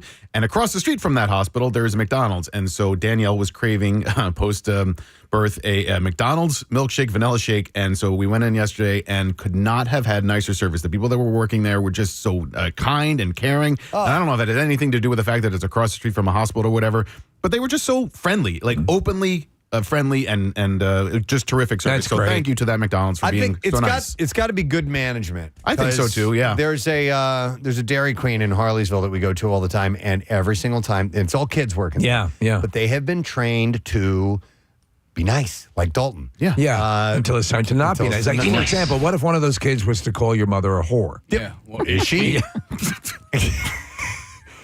Could you imagine? I'll have a small vanilla cone, please. By the way, is your mom a whore? Yeah. Yes, it's so great to see that and to see that sort of atmosphere fostered. It really is. And maybe we could send the people that trained those employees at McDonald's over to the place that I went to. Well, the other maybe day. we should come back and talk about that. Yeah. So Kathy is not going to give a raving endorsement. No, she had a service issue. So I tell you what, we'll take a break. We'll come back in a moment. Don't forget a little bit later on, Corey Glover. You know him from Living Color, but he's got a new side project, a band called Sonic Universe. And he's a great guy. We have a history with him. We'll come back in a moment. Stay with us. Preston and Steve on 93.3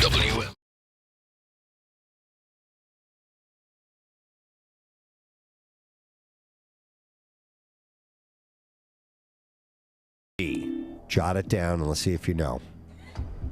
All right, let's go to, first we'll try Casey out, and he's playing for listener Alan. Casey, what is BYOD? It's bring your own... I wrote date. No, that's incorrect. I'm sorry. Alan, you lose. Steve is playing for listener Mike. Steve, what is BYOD? I wrote bring your own drugs. No, that is incorrect. Mike is out. Kathy's playing for Gina. Kathy? I got it. What? Bring your own doll. No. Kathy's a half. Cow got in there somehow. The cow. Nick, Or I have fat fingers. you're playing for listener Paul. BYOD. Bring your own dad. No. Is it drink? Hang on. No. Let's ask the interns. Brianna, you look like you know. I believe it's bring your own dog. No. Aish, you know? No idea. Is it bring your own dip? No. Bring your own dip. It's like a Super Bowl party. How like, bring come your own nobody knows these younger dip parties. phrases? I think because maybe Marissa's not as young as she thinks she is. It stands for Bring Your Own Device. An IT policy where employees are allowed to use their personal mobile devices and notebooks to access enterprise data and systems. Harper Lee, who wrote one of America's most enduring literary classics, To Kill a Mockingbird, of course, about a child's view of right and wrong, and waited 55 years to publish the second book with the same characters from a very different point of view, died at the age of 89 on Friday. Yeah, I was surprised to see this. Yeah. For many years, Lee, a shy woman with an engaging southern drawl who never married, lived We were pretty much allowed to go. lived quietly and privately, always turning down interview requests. She alternated between living. She ran a laser tag place. Oh, yeah. That was her thing. They got to do something. We were very fond of the game laser tag, which simulated actual combat without the actual casualties. Through the use of science and technology, you could stalk your prey and virtually assassinate them without causing any physical harm.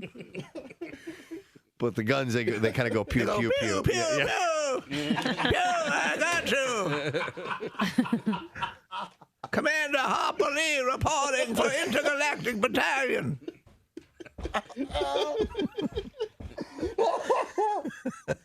Wouldn't that be the wildest thing? She ran a laser tag place. Harper Lee's laser tags on Route 14. No, she like did TV commercials for them and everything. Yeah, So it's intergalactic fun.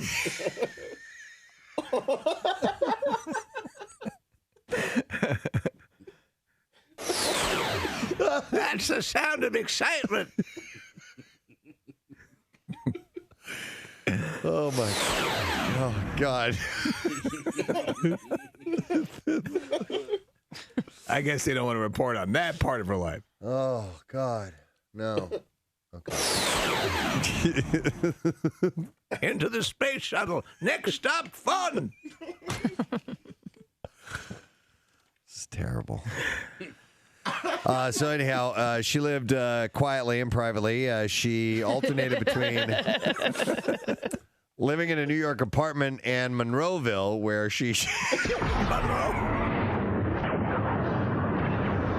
where she shared a home with her older sister, lawyer Alice Lee, who is the one That's this one. We were pretty much allowed to go. Any of you guys read Ghost Headed Watchmen, the second one? No. It's I heard, it didn't get stupendous reviews. It's too bad. Yeah. This is a terrible thing to say. What? She just should have done the one. Well, I think this was wasn't this cobbled together without her consent? That's sort of where. Well, she it was actually frustrating because she wrote this before, right? And then it takes place after, To Kill a Mockingbird. But I think it was one In of a those things. future society where laser guns rule. Takes a Tell turn. you what, just spotted a Death Destroyer.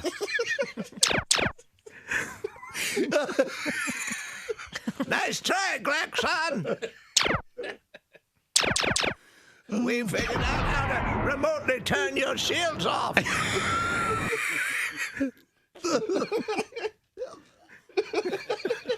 I want to live with this for a while.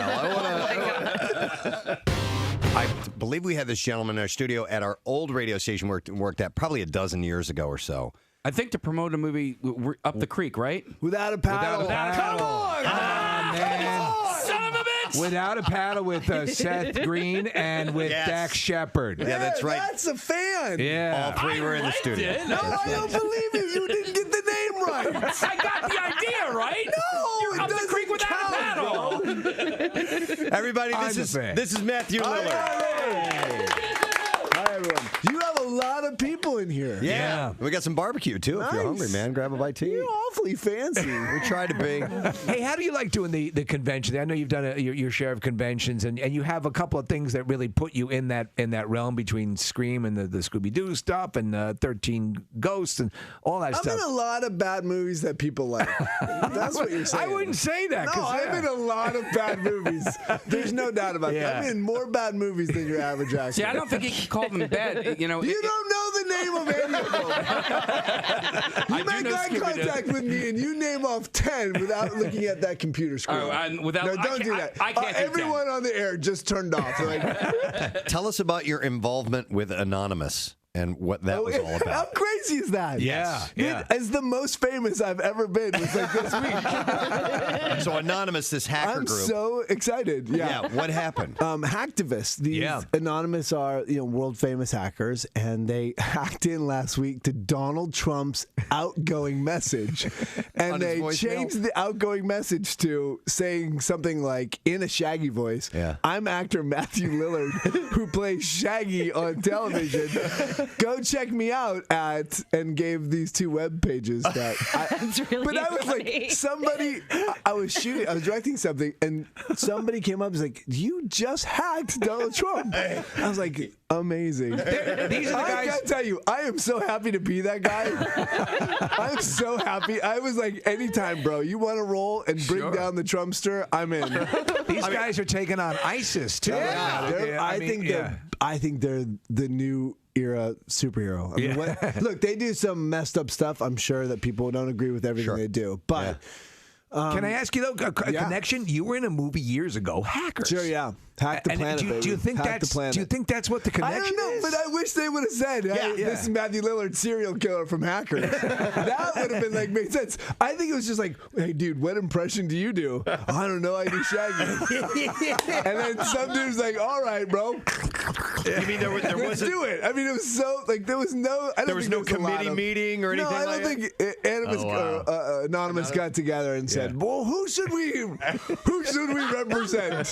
What about the great actor? I mean, I think that they were just a bunch of loaded up kids going, let's get it. A couple of quick questions because you worked with some of my favorite directors, Wes Craven and God bless John his Waters. heart. Yeah. Who just passed away recently. But you worked on Serial Mom with John Waters. Sure. He was my first. The first day of work I ever had by myself, the first note he gave me, he said, do it again, but don't do it so effeminate. But he didn't use that word. John Waters. Really? Yeah. Who's John Waters? From John Waters. Like, do it again, but don't do it so effy. And I was like, I wasn't doing effy. Bro, I was not doing it. That was the first, to come from acting school to in John Waters' set and not so effy. I was like, it was the most humiliating kind of moment of my life. Well, it's a great movie. It ended up being just It is. My mom at the premiere, I was like, my first film, and we're in the black tie because it was this thing for a fundraiser for kids. And we're in black tie. My mom's in the back of the limo. My dad's in the back. And I get in the car, and I said to my mom, I was like, so, what'd you think? And my dad's like, I loved it. My sister's like, I loved it. And my mom's like, nah. So to this day, the only thing I ever remember is my mom going, it was okay. Great to see you, You Matthew. guys, thanks. I thought I was going to be here for like 2 minutes. So thank you so much for revealing my life to the entire people Actually, of wait, Philly. real quick, we have your first grade teacher right out here in the green room. Bring him in. Bring him in. No. Thank you, Guy. I Matthew. Great to see you. appreciate it. Matthew Lillard, everybody. Ben Affleck and Jennifer Garner seem friendlier than ever on their family ski vacation with Tom Brady and Giselle Bundchen. Okay, again, I think they're going to get back together.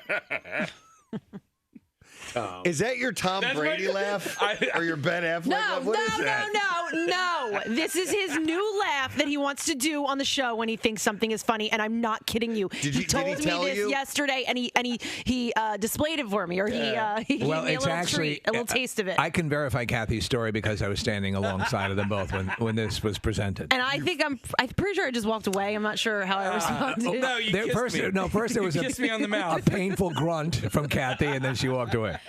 This is material you've been working on? He's jealous because he thinks Marissa came up with a new laugh, so now he wants one. Really? That's what I think. I'm not jealous. But is that why you're doing it? Is that Marissa's new laugh? Marissa. Well, actually, it's gone away for a little while. I think maybe Marissa was hanging out with some people who laugh like, and she developed that. Marissa has a supersonic. Oh my God. When you crack up, it is so loud it hurts. And that's all it is. Yeah. That's her genuine laugh. It's like just a squeal and then it's loud over. and convulsive and So, but it segued to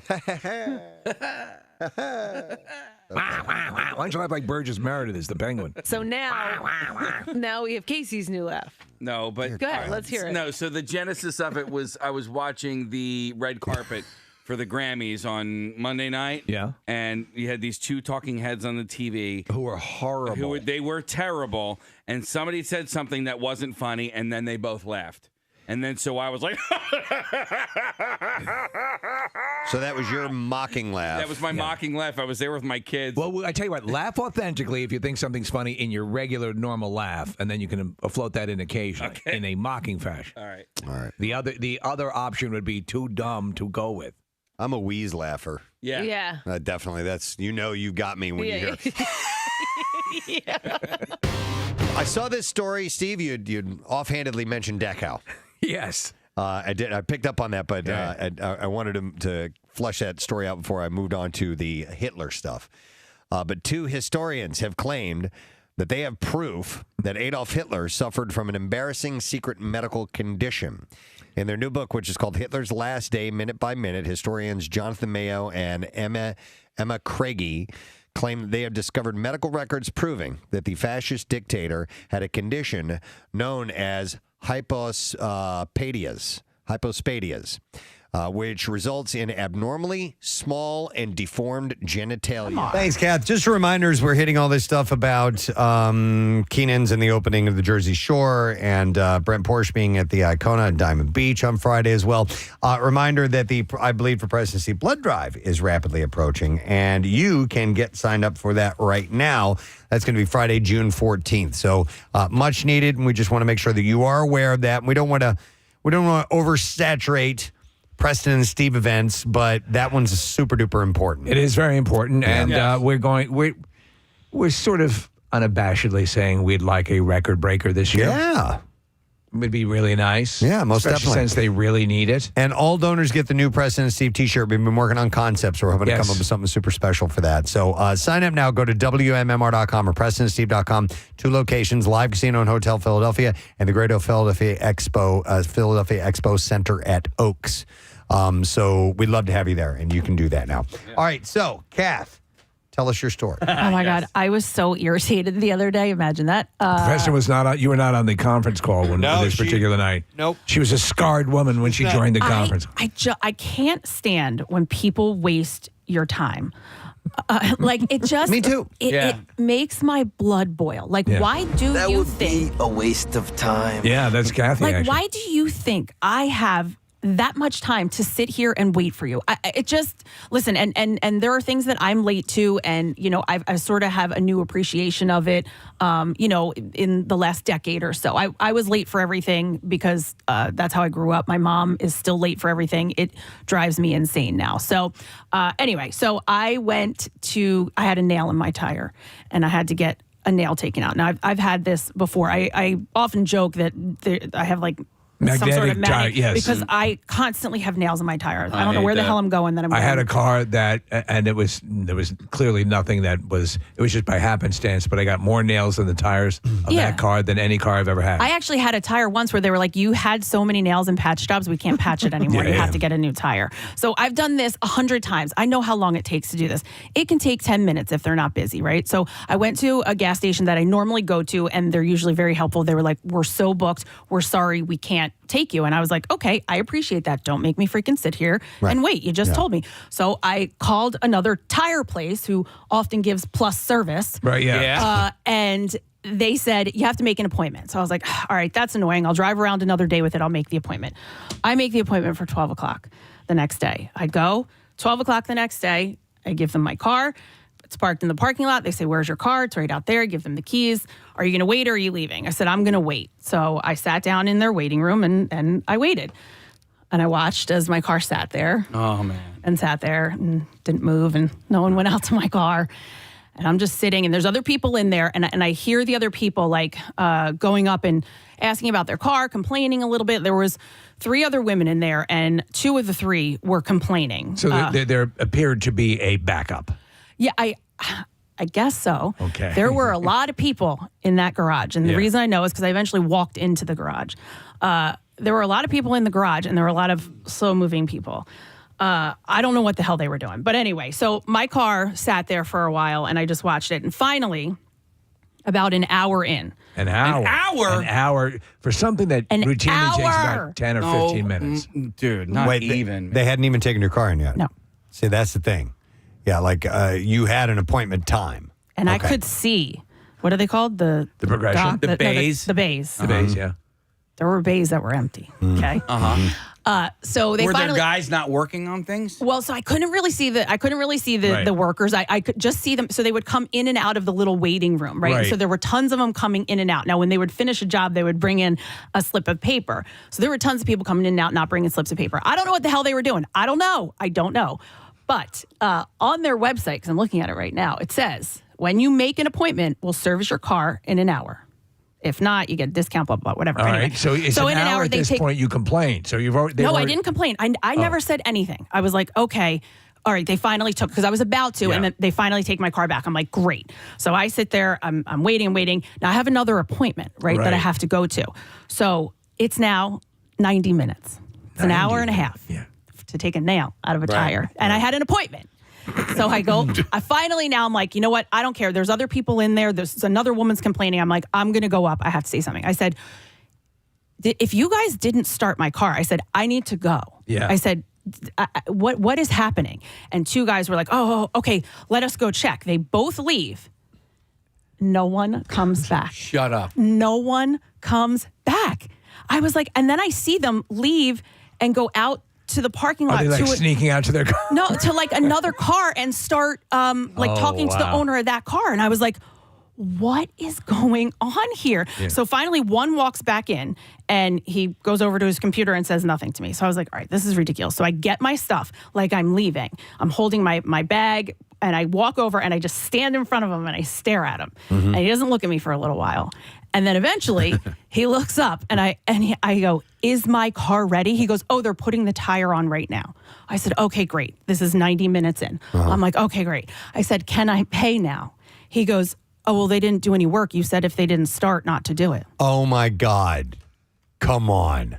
90 minutes and they could not pull a nail out of my tire. By the way, it was a small nail. Yeah. Okay. They Dude, I could don't care not how big get, it is. So Like, dude, okay, so 5 now minutes. so I say to the guy, what were they doing?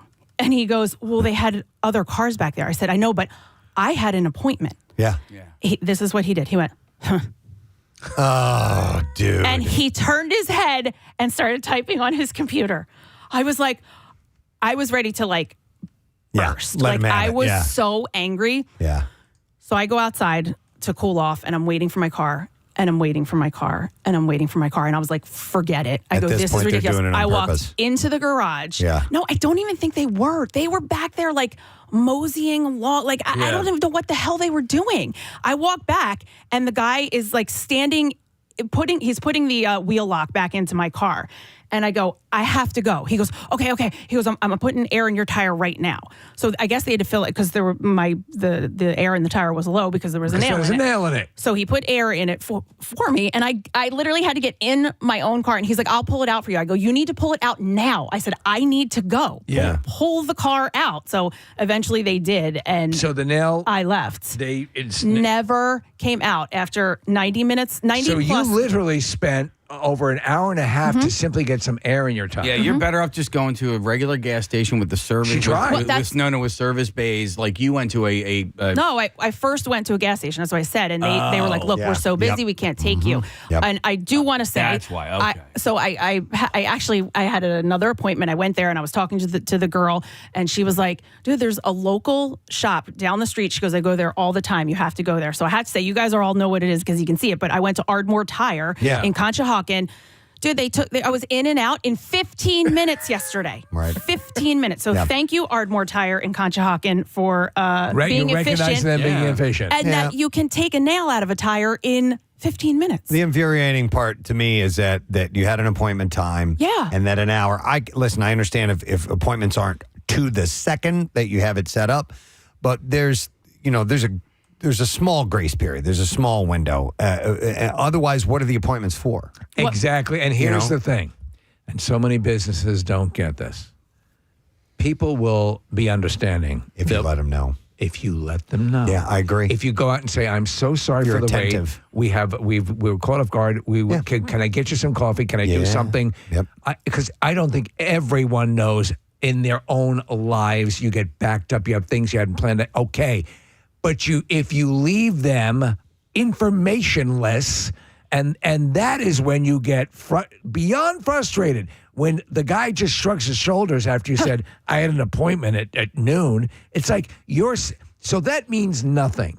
You're packed with your customer means nothing. It means nothing. And Steve, you're absolutely right, because I ended up getting a survey. Please rate us and how we did. Meanwhile, I don't even know why I got it, because they did no service on my car. Right? So I did, and that was one of the questions. Were they updating you on the progress of your car? Not one person said one word to me until an hour and a half in until I finally got up. And even after an hour, I was like, okay, they're busy. Like, great. They took my car back. It's in there now. They're going to get it done. No, an hour and a half. Never took the freaking nail out of the tire. It's such a simple thing. And yet I see so many businesses fall down. And that's why when they do it, I'm always absolutely understand. No problem. Obviously, it may be an inconvenience, but I'm going to play along, realizing that the person bringing you the information is probably not the reason why this is going off the rails. Right. But just make you part of the process, have the respect of your time to let you know what's going on. Well, and you guys talked about the customer service. Nick mentioned the McDonald's and how the people were, that's the thing. No, it was, the customer service was awful, was absolutely you should have skipped the tires and went and got a shake at the end. I would have bought it for you. I know, I should have. It's insane.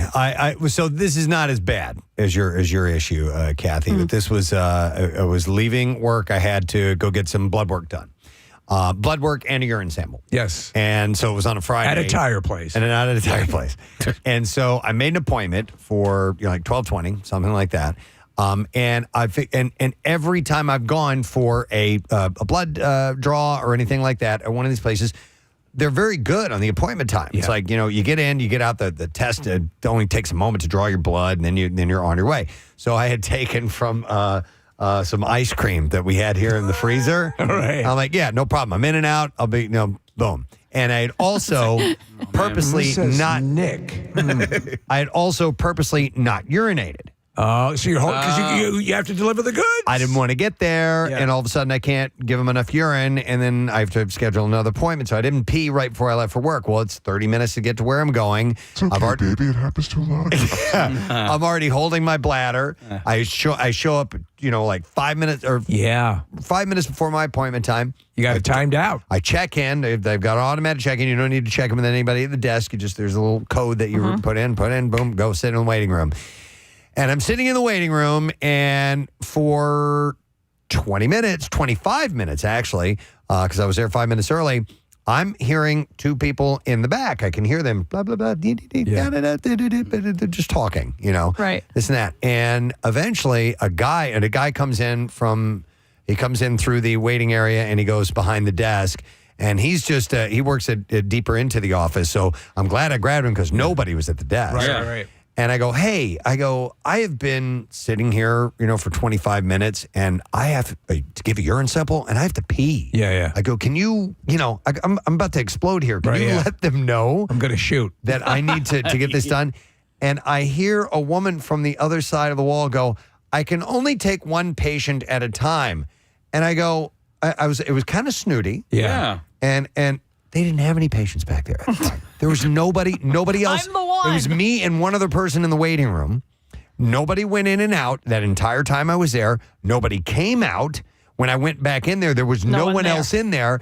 And I just said, well, how about you keep your appointments on time? And then lo and behold, they let me in right then. Yeah. So here are the mistakes. I was like, come on, man. Order. All I needed was somebody to come out and say, we'll be with you in a few minutes. We're running a little bit behind. That'll help me. We probably went to a similar place because I just had the same thing done. My wife and I went in, checked in through the digital thing. Yeah.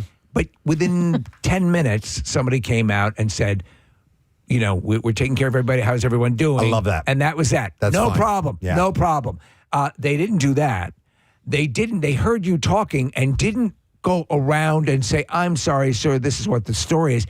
you yell through a wall. Yeah. Like it's a tenement building, you know? So at what point do you guys, in your mind, do you cross over from being like just being nice and trying to, cajole them that way to being the squeaky wheel and realize, there's no, like Preston, you were kind of, you had no options left at that point, right? Like Kathy could go to another tire place, but for you, you're in the doctor's office. You know that you're stuck there. So, right. Like, is there a switch? Well, I didn't want to be too snarky because we're talking about needles here. Yeah. So I was kind of, exactly. I'll Which, use by a the way, needle to she- get the piss out. She did a great job. I didn't feel it at all. Yeah. So I was expecting, this is going to be a fun one. But actually, they were very, very nice. But I was just like, I just needed a little, hey, we know you're here. We know you're here. That's all you need. Yeah. Listen, doctors' offices, they drive me nuts. I love them and we need them, but they drive me nuts. And Dr. Mike knows. And when I go, he's like, I'm going to get you in. Romano, I'm coming. I promise. I promise. He is the best at that. He is the best. Because he knows. He will come in and say, I love you. Stay right there. I got 5 things going on. I've not forgotten about you. He'll come in and let you know. And he is, obviously, he's the best of the best. But that little acknowledgement, example to other businesses, that little, I know you're here. I understand you're waiting. Just work with me. We're going to get this done. That means everything. Yeah, it goes a long, long way. Hang on a second here. We got a lot of calls coming in. I'm going to go to Cameron, who is an owner of a business. Hi, Cameron. Good morning. Hi, guys. Oh, my God. I can't believe I'm here. Welcome, Cameron. All right, what's up? What do you want to share with us? So this is crazy because when Kathy started talking, before she even said a word, I was like, oh, my God, I need to vent about something that just happened this morning. And I pray to God Kathy's story relates to mine. And it does, but I'm on the other side of it. So I'm the business owner. I'm the service provider. And I've been doing it for 20 years. And in the past, couple years, I'm sure you guys are aware, appointment etiquette has gone, way down the tube. Yes. So to mitigate that, what I do is when my client books an appointment, I send them a full thing that says, please read this. Here are my appointment policies. If you miss your appointment, you are charged a fee. So just make sure that you show up and all that. Then before the appointment, 2 days before, they get the same message. Hey, please show up to this appointment. If you don't, you're going to be charged a fee. Right. And so I had a client. She came in for the first time a couple weeks ago. I'm a seamstress, so I sew wedding dresses. And she came in a couple weeks ago, had her dress fitted. I took the time, many hours, to sew her dress, get it ready for her. She was supposed to come in last night and didn't show up.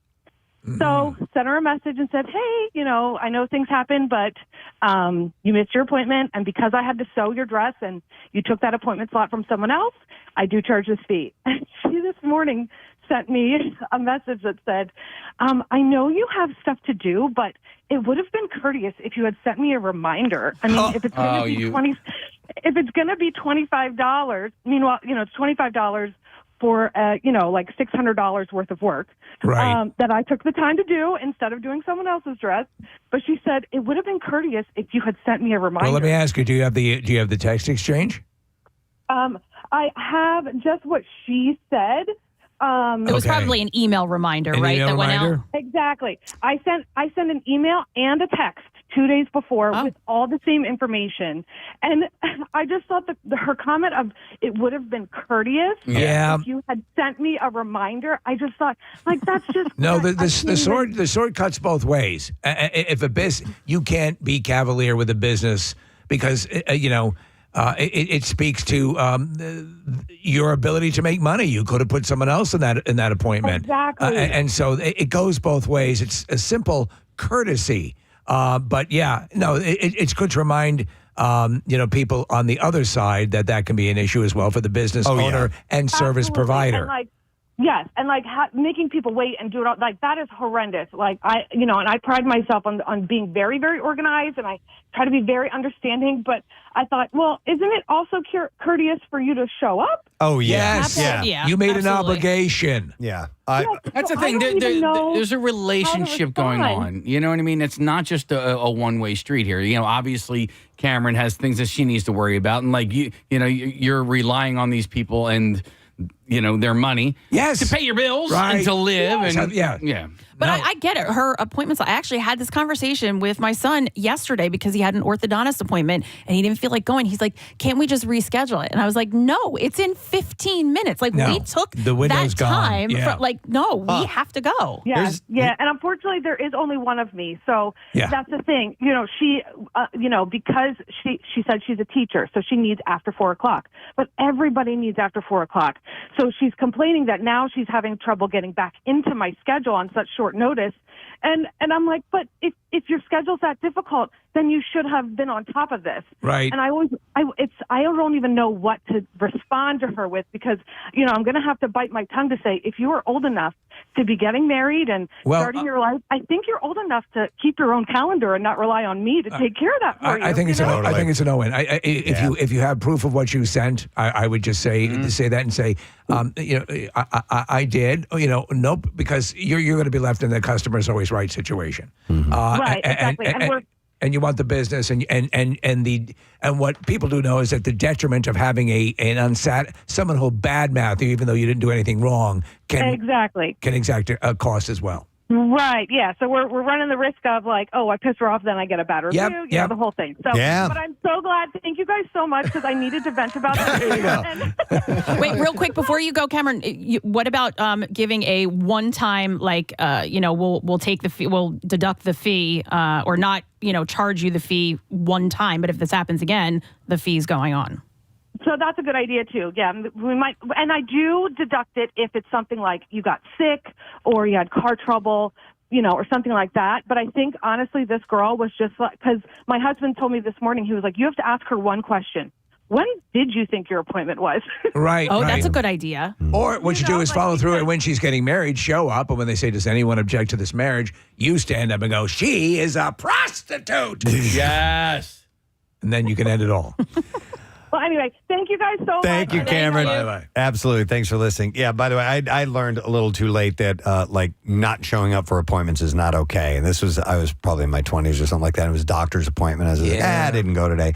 And my mom was like, "What do you mean you didn't go?" Yeah. You just there are other people that they will call who would like to get bumped up, who are maybe really sick, have an issue, need to get into the doctor. Don't ever pull a no-show. Yeah. I feel you always let them know you're not going to. And then occasionally, sometimes it does happen where you completely forget, and you're livid. But yeah, it goes both ways. Somebody texted in and said cancellation fees are hilarious. There's no chance I'm ever paying a cancellation fee. I agree. Any of those, like even restaurants sometimes now take your credit card, and if you don't show, it's $25 a person or whatever it is. But I make sure that I'm not charged a cancellation fee. So what pisses you off more, Kathy? Cancellation fees or shipping fees? Probably shipping because I'm still going to order the product, whereas like the cancellation's up to me. Like Gotcha. I'm responsible for canceling in a decent amount of time. Kathy, both your voice and my wife's voice were in my head because Dr. Mike, I've got the bug now for the RC, the planes and stuff like that. So there's one I'm going to order. It was a third. The shipping fee was a third of the price of the plane. And I'm like, what? No, not doing it. Hang on here. Trevor may have gone to the same place that you went to for the tire thing. Hi, Trevor. Good morning. Robert. What's up, Trevor? Yeah, so I got triggered by Kathy's story this morning because I think we live in the same area. We've seen our kids at the playgrounds together, and so it might be the same. So there's a shop right on the corner of my neighborhood. It is the most convenient thing possible. I had an old Jeep Wrangler, had a lot of miles on it. It started overheating. Now, part of this is bad on me for not being smart enough to recognize this earlier. But I wouldn't drive the car on a big highway because it's a Wrangler. It's not good on gas, the tires. So I wouldn't realize that the overheating problem was recurring for like months on end because I never drove it that fast or on a highway. So I had this shop fix it. Cost me, I don't know, $600, whatever. Months go by, it's overheating again, and I take it to the same shop. They convince me it's something different, blah, blah, blah. So, okay, I pay another couple $100. A third time it happens again, months and months later. It's a Friday. I am in the city. Now, I live out by Kathy in Conchie, Plymouth. Yeah. I'm in the city at a happy hour. I get a call saying, hey, your Jeep is ready. Come get it. So I Uber, and then take regional rail back home. I get to the shop before they shut down. The Jeep is on the lift in a shut garage. And they say all the mechanics are gone for the weekend. You can't get it. Oh, and no. What? And I said, what? Come on. So what? Monday- It's a bitch. What's that? No. Nothing. So, Continue on. Monday, I go in. They charge me another $700 for the same thing. I raise What? a big stink. I raise a big stink. I scream at them in front of a bunch of people.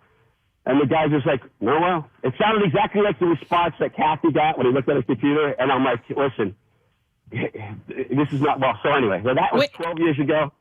I have not gone into that. We used to get both cars gassed there. right. I mean, whatever they charged me, they've lost in triplicate over the 12 No, years. and that's for the business, for the service provider to remember that. By doing, you will avoid at all costs going to that place. You will make sure that you spread the message that that place gave you inferior service. And in the long run, simply, I don't know why they would have you come back when the vehicle was still up on the lift. It doesn't make any sense. So that was inaccurate. So did you end up paying that extra fee for the same work? I did. I had to get my car back. I hadn't had it for like a week, and I was the morning. I feel like a fool for that part of it. Yeah. But here's the thing. I kept getting customer service responses from them because their owner is like really hardcore into marketing. Yeah. And how are you doing? I finally responded, stop effing texting me. And it said, well, you don't need to do that. And then they called me. I said, do you know who I am and what you've done to me? And first of all, if you go read the reviews on Yelp, it's so clear that she made her own positive reviews. Like over the top. I'm talking like 50.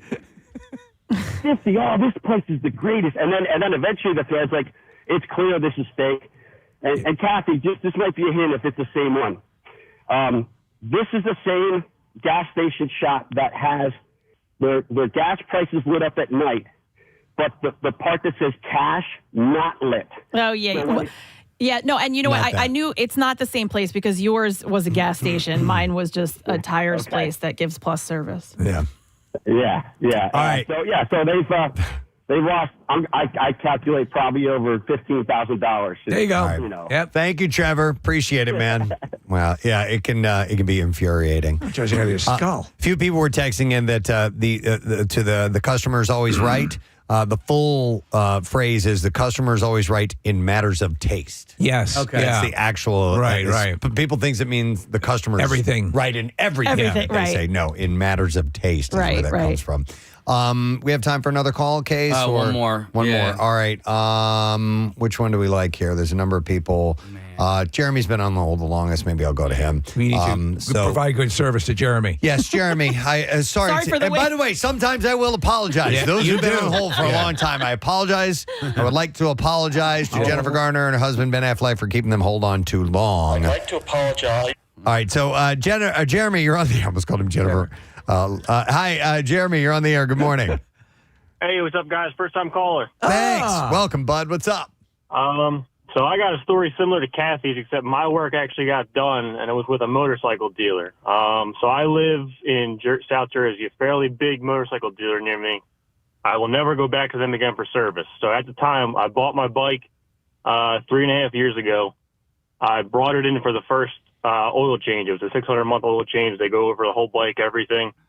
I dropped it off, or I waited. I was actually there. I had an appointment for 11:30. I was not done there until like 3 o'clock. And the only reason for that is because they didn't tell me the work was done after it was done at 12:30. Oh, my God. No. I sat there for pretty much 2.5 hours. Okay. Ready for my bike, and they didn't tell me it was done. So here's a quick question. At one point, I'm asking the room here, when you're waiting for something, at what point do you go and say, hey... For an oil change? Anything going on here? Half hour. Half hour? Yeah, I was going to say, 25 minutes to 30 minutes. That's finally when I did walk into the back, and I was like, hey, what's going on with this? Yeah. Well, Think of the people who walk around. Oil change, they do oil change, coolant. They pretty much go over the whole bike and make sure everything is still good to go from the start. Somebody should have gone out to the room where you were waiting. It should be standard procedure to go out and check the status of people who are waiting for work to be completed. Yeah, so you waited that 3.5 hours before you went in and checked on it? I did, yes. Wow. And I kind of blame myself for that. Yeah, well, yes, but now you know better. Don't listen. You don't want to be harping on everything they're doing. You want to be respectful of their time, but also they need to be respectful of your time. And if no one is apprising you of what's going on, you need to take action. Did they apologize? No, they did not. I apologize. When I got the paperwork, because they charge, I forget the rate per hour, but the hourly rate, it was only for like an hour, hour and a half. Wow.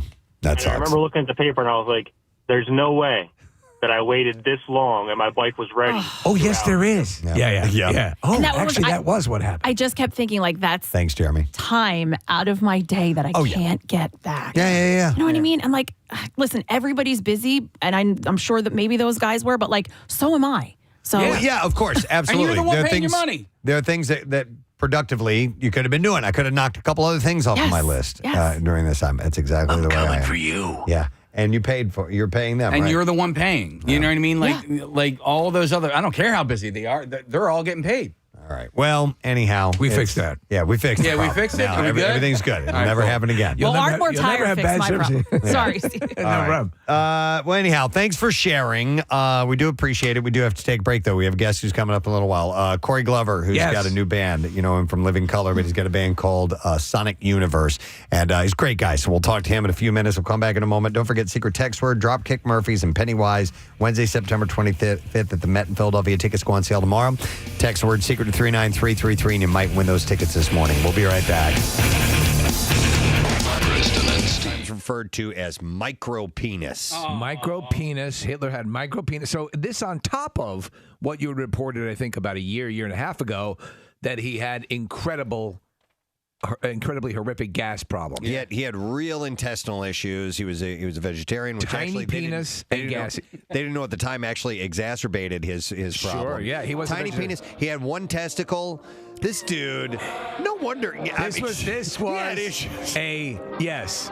a despot in the it's a perfect mix of what goes into making a completely deranged lunatic. I honestly wonder how much of his demented view on the world had to do with the medical problems he had. You know, I mean, he obviously had mental problems as well. But he was just, but it was all listen, if this is all as true as they're saying it is, that's certainly a stew that creates this kind of lunatic. Hitler himself is believed to have had two forms of genital abnormality, an undescended testicle and a rare condition called penile hypospadias, in which the urethra opens on the underside of the unit. What? Yeah.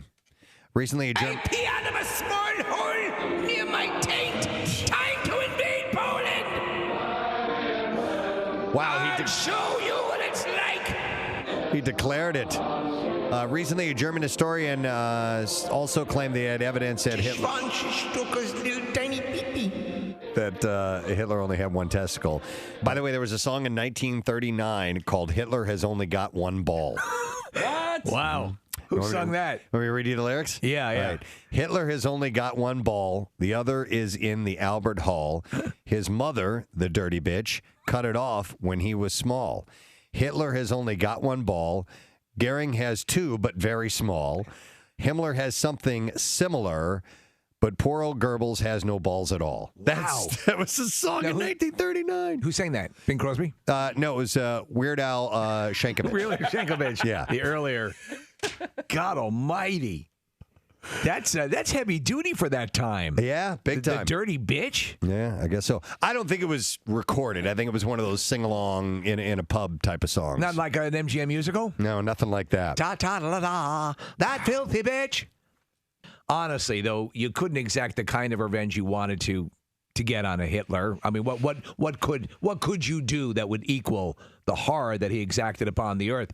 But it's also a little comforting to know he had microphallus. Yeah, it is. It's kind of comforting to know. My son the other day, who I guess is learning about some of this stuff in social studies, had came to me and he said, you know what, there was a guy that apparently saved Hitler when he was a child from drowning. And he lived with the guilt later on with the fact that he saved a mass murderer. But how would you ever know? And how would you ever know? And you would be living with the guilt that you let a child die. And you saved at that point, which is probably, we don't know if all the things that were in place to make him what he would be were there at that point. You could have saved a completely innocent, which is probably the case, child at that point. Yeah. And then the influences of life, realizing he has a super tiny dong and farts a lot. Right. Yeah. I've got issues. Yeah, apparently.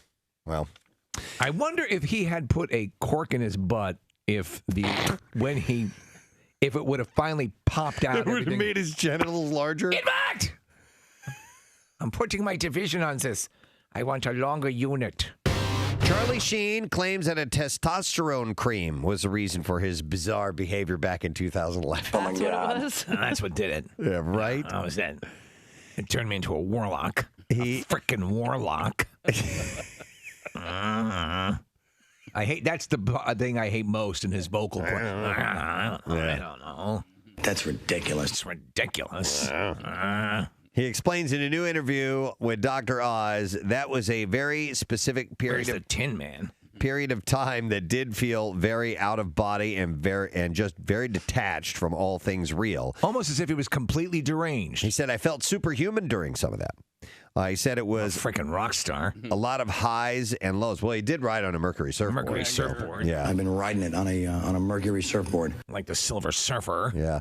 He said, I was taking Fantastic Four. I was taking a lot of testosterone cream, and I think I went too far with it. It was kind of like a borderline, not roid rage, but roid disengage. The former 2.5 Men star also addressed his violent torpedo of truth, defeat is not an option tour, saying, that's the stuff that I do look at and cringe a little. Oh, good. It was nice to give people a bunch of slogans and T-shirts and all that. But the rest of it was a lot of work. There were things about that person that were empowering, that were vibrant, but I didn't like the anger. I tend to be victimized by my anger at times. It was, I felt embarrassed watching that stuff, watching him implode like that. And then, You're embarrassed for him. Totally. That was it. I was embarrassed for him. When his first night at the Tower Theater, one of the first shows was at the Tower. Might have been local, yeah. And it was just like, apparently from what I heard, it fell apart, it didn't have any direction, and it was just embarrassing. Jeff Ross told us he stepped in and did one. Yeah. He would have this touring sort of group of people, and then when he went to every market, he would bring in locals, and he would, for a large portion of the show, just sit in a chair on the stage and talk and ramble. Yeah, and not really have an act per se. So, and it's not comedy and it's not drama. It's just rambling. Yeah, it's like Lake Wobegon days. Yeah, exactly. Frickin' Lake Wobegon. We need to do a letter of the day. I understand, Casey, you are the keeper of said letter. Yes. Here we go. Preston and Steve on 93.3 WMMR. Now, the Daily Letter. All right, in the Preston and Steve. Holy crap! I thought he fell. Yeah. Wow. It's hippie Terminator. Faster than a speeding bullet. Busting through that door. Hair all slicked back, shades on, looking crazy cool in his black jacket. Oh, my God, he's about to pass out. Quick, somebody. Stand behind. Hold that man up. Help me, Jesus. Help me.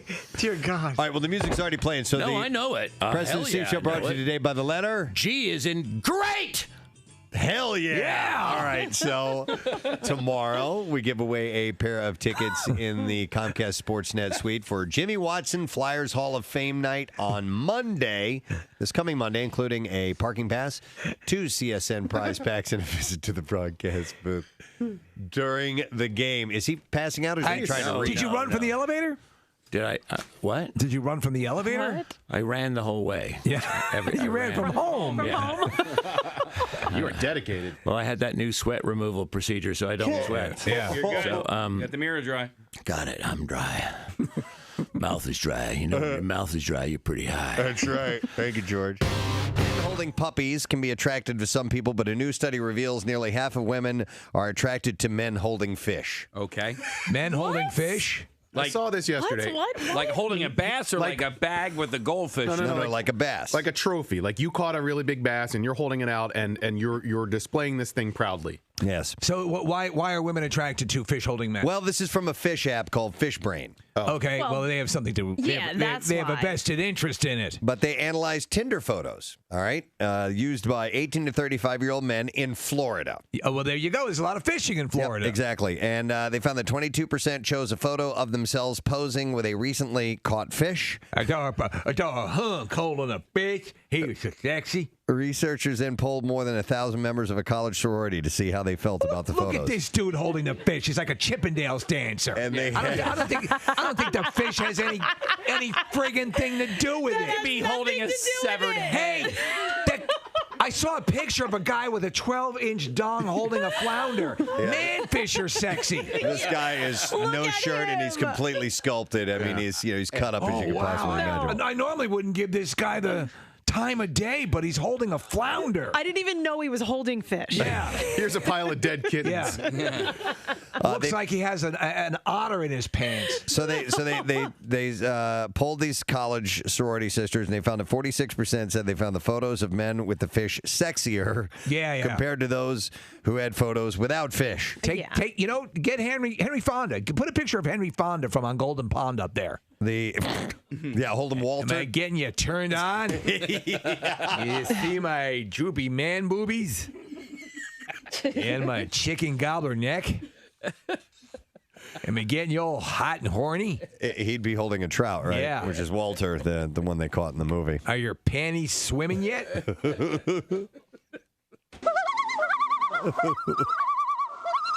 me alone, you crazy old bitch. I'm going to go turn on some chicks. See him with his shirt off and the jeans. The study was... I pooped myself. I had a bran muffin and the motion of the power boat made me defecate. Loosen my bowels.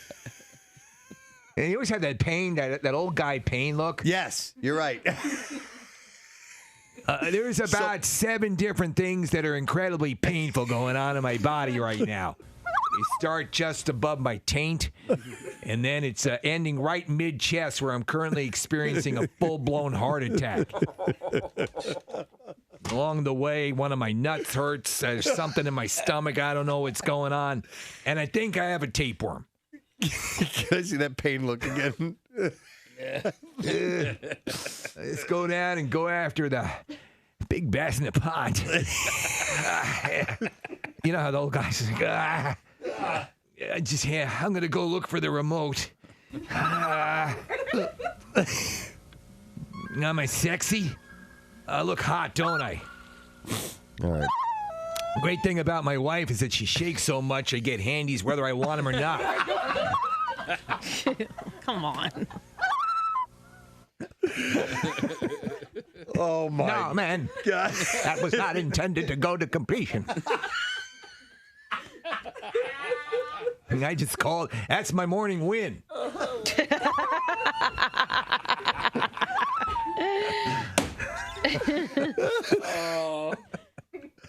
An unintended handy is this morning win.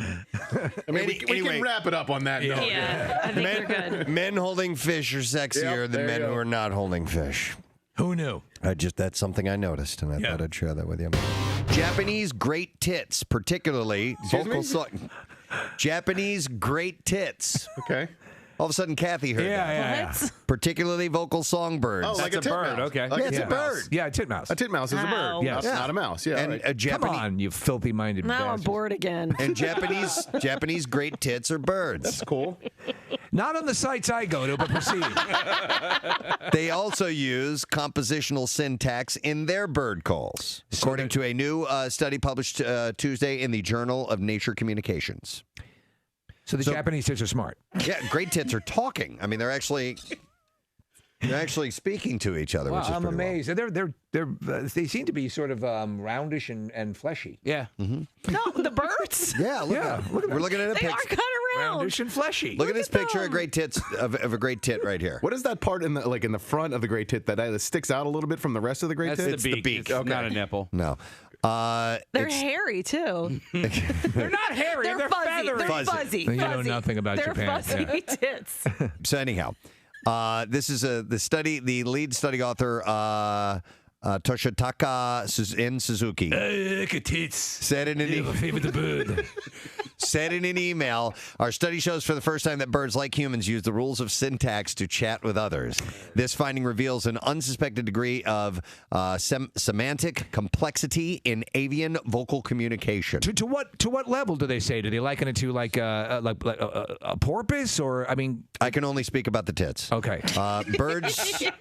Birds twitter, chirp, peep, warble, and sing to communicate the location of food of a food source, to warn the danger is near, or to woo mates. Oh my God. That was.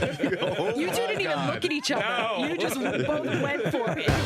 Please welcome Patrick Warburton to our program. Preston, Steve King, thanks for having me here. Good to see you, sir. Thank you for being Good to be here. But I love. I'm a fan of your voiceover work. I mean, I have kids, and they're turning into teenagers now. But from time to time, the TV will be on, and I'll just hear your voice pop up. And I mean, in Mr. Peabody, you were hilarious in that as well. You get quite a bit of work in that field, don't you?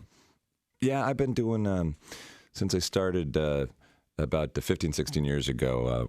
I had two great opportunities. One was to do Buzz Lightyear in the TV series because Tim Allen wasn't going to do it.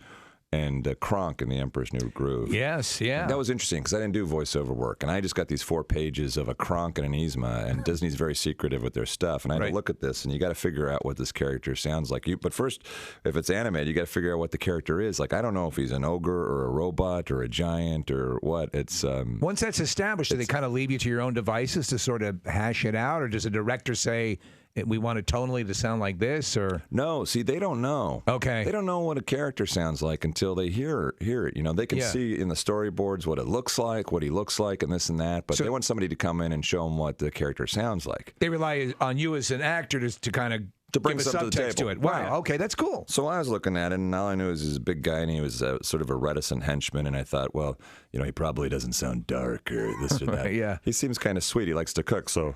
You know, it all kind of came down here. And this became a little goofy. He likes to talk to squirrels. You got to be well versed in all the woodland creatures, not just the squirrels. Squeakity squeak. It's great. I can actually now. There's like 40 characters going in my mind that pass through. Can I ask you one question about putty? Okay, so we're going to have Corey Glover on from Living Color. He's got a new band called Sonic Universe. They are intense. Oh, you were playing it. It's like, oh, my God. It's like progressive metal. Yeah. It's wild. And we'll play a little clip of it in a little bit. But I figured we had a tiny bit of time to kill because he's going to be in at 9:30. And in honor of the return of Steve's reverb unit, I thought Totally Presbo might be a way to go this morning. So Totally Presbo. Is that good? Do you need a little bit more? we need more reverb. They need to tweak it just a tiny bit more. Totally Presbo. Yeah, so we'll have them come in It's good. and tweak that. It's pretty good. They worked it hard. And what about this? Check 1 2. Check 1 2. Yeah, it's a little better. We're getting there. They worked hard on it. So thank you. Did I get my high Presbo? Thank you, Getty. Totally. Oh. So let's see. So this is a variety of different things. Let's see. Oh, I wanted to. This is stupid, but I wanted to share this story with you. Leaf blowers. Oh my God, I love them. Well, they make a lot of noise. I'm not allowed to say I love them. Yeah, I know, but give me a second to set the tone here. They make a lot of noise. I have to wear headphones, ear cans, my sound canceling stuff because you need your cans. The hearing issues that I have. A team of engineering students at Johns Hopkins University has invented a kind of silencer attachment. That will radically reduce the noise, which could be on shelves in a couple of years from Black & Decker. They have actually bought the technology. They bought it. Isn't that great? Well, there you go. Then it's been verified. Yes. Gas leaf blowers ended a friendship in my family. So I'll give you the short version of the story, but there are gas leaf blowers that landscapers use in California, and they are noise polluting. And Preston, this is exactly what you're talking about, and how loud they are, and also they are air polluting because they're gas and diesel and whatever.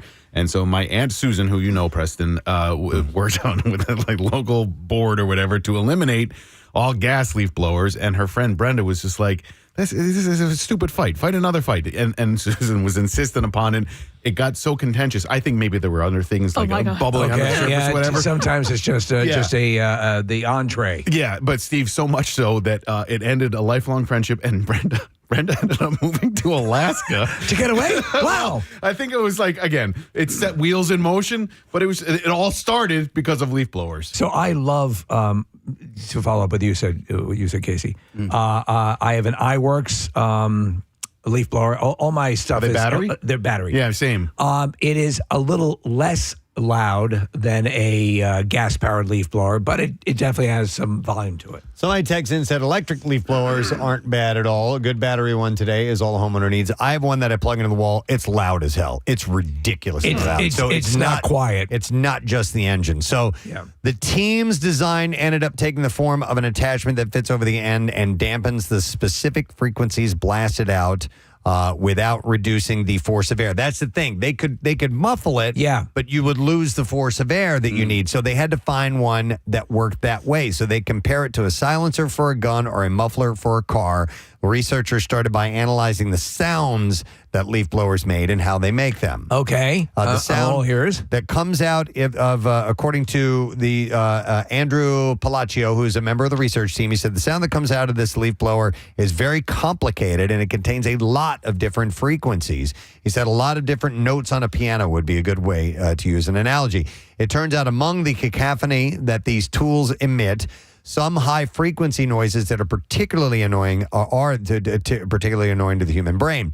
The team designed their attachment to specifically dampen these frequencies by reducing them by around 12 decibels at 50 feet or 94% quieter. The overall noise has come down by about 37%. That means that there's still some noise, of course, but the device should take the edge off of it. 40% is pretty substantial. Yeah. And they're saying at nominal loss of velocity, wind velocity? None, yeah. None. So they said that the new design from the Johns Hopkins team is poised to become a commercial product within the next 2 years. How further out does it extend the leaf blower?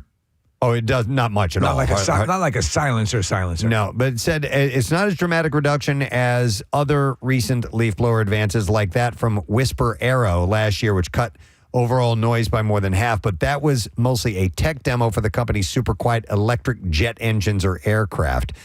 Nate Green, the senior product manager at Stanley Black & Decker, said it's not just some cool theoretical thing that will sit on a shelf and never be heard from again. This is ready to be mass manufactured. Interesting. So it's pretty wild that engineering students will come up with things you never think of. Yeah. A product that can be useful like that. That's the real bane of a lot of suburban people's existence is when the neighbor is out like at 8:30 in the morning with a leaf blower. Case, do you own a gas or an electric one? Electric. And you prefer that? Yeah, for me, it's easier. And what do you love about a leaf blower? It's kind of like playing, kind of like with a power washer type of thing? Yeah. It's like a toy. It's a giant toy. I use it all the goddamn time. And also, for other things too, like cleaning off towels or cat beds. I use it to clean out the garage. Yeah, the garage. That's one of the main things. Or the car. Yeah, the car as well. Yeah, we do that. And pollen. I literally just used it last night to get the pollen off of the deck. Or sit on an office chair and spin in circles. Yeah, that's right. I forgot you could do that. You know what? Okay, so I actually was thinking of this the other day with my leaf blower because we have this giant beach ball that we're going to use at Keenan's on Friday. So I went to go blow it up the other day, and I used essentially, like one of those compressor? air mattress. Yes. No, because I didn't have a hose for my compressor. Okay. But I was like, man, if you took a leaf blower and just, basically made an attachment. Narrowed and it down. Yeah. I would think it would work because you're just simply pulling in air and cycling it out the end of that. Right. I just would need to either find or create some sort of an attachment that went smaller, honed down. Do your leaf blowers have the vacuum option on it? No. Yours doesn't. My one does. I actually have 3 leaf blowers. One is... You might have a problem. Yeah. Well, no. I got... I have 2 homes. So I have a leaf blower for down the shore and a leaf blower for up here. And then I had one of those. It's full on electric. They're LBs is what they... I don't like it. I don't like it at all. I've got mine converts between blower and vacuum. Sucker, and the thing works. Like I was a little skeptical of it, but it picks up giant piles of leaves. It's pretty awesome. So I have one that is specific to that, where it goes out to this pouch that you put over the top of a garbage can, and it puts it all in there, and it's wonderful. All right, so I thought that was that's what my life has become. I thought that was kind of strange and interesting, so I added that along. All right, let's. Hi, Presbo. Yeah, totally Presbo. All right, let's bring Kathy in. Kathy, Target has slashed prices on more than 1,500 popular items beginning immediately. I saw this. Ranging from butter to laundry detergent. Yeah, they're dropping their prices. I think they did it. Walmart did it as well. Yes. And would you ever use butter as laundry detergent? This is for because of inflation issues. Prices have dropped effective this Monday with thousands more price cuts amounting to 5,000 items being reduced over the summer. The lower prices will aim to collectively save consumers millions of dollars, according to an announcement. This is also in response to what Walmart just did. They did the same thing. Yeah. So the changes affect name brands like Clorox and Prime Energy drink, as well as its house brands. Although prices vary depending on city. Target highlighted some of the examples with a 75-count canister of Clorox wipes being reduced from $4.99 to $4.99 from $5.79, and 1 pound of unsalted butter from its Good and Gather brand from $3.79 to $3.79 from $3.99. Now, there was another story that tied into that, and Stanley's latest summer collection of 30-ounce tumblers has just been released at Target. Oh. Featuring 6 vibrant new colors. So how many ounces is the one you have right here, Kathy? I think this is 40. Let me see. Yeah, 40. Okay. All right. So the tumblers are equipped with double wall vacuum insulation and the Flow State 3-position lid to keep your drink cold for hours and prevent spills. The 6 new bright colors are Do tell. Poppy. Okay, hang on. Marigold, Well, what color is the flower? I don't know. So is that like red or something? Well, poppies are red. So marigold, sunshine, cobalt, aquamarine. Did I say aquamarine? You said aquamarine. Aquamarine and amethyst, making them perfect for summer. The new tumblers are available both online and in store, so there's no need to wait in line to purchase them. And what are they going for? But based on the popularity of Stanley's previous drops, they'll probably sell out fast. It doesn't say, so I'm not sure how much they're going to cost. How much did that cost, Kathy? That honkin' beer barrel you got? I forget. I'm looking here. That's the 30 ounce. I have the 40. I don't know. The 30 ounce of what I have is $35. So obviously 40 ounce is going to be a little more. Okay. So that stuff's on the way from Target. Just a heads up on that. Exciting. All right. Here, let's go to another one. Hi, Presbo. Totally Presbo. So, with a potential TikTok ban coming in the future, influencers count on the platform for income are concerned. Some of these creators have made millions on TikTok, and they certainly don't want to have this come to an end. But how much are people really bringing in from these videos? So the Daily Mail did a list of the top 10 TikTok stars and how much they make. Right. Yeah. Did you see it? Yes, I did. I saw the list. Yeah. All right. So people like Mr. Beast and who else? All the ones. Yes. I'm having a brain fart. So they've only got a couple of them on how much they make reportedly per post. The number one TikToker of this year is Cabby Lame, who you might have heard of before. No. Anybody heard of Cabby Lane before? Cabby? Khaby. Cobby, maybe? Cobby. Comedy videos, are they not? I don't even know.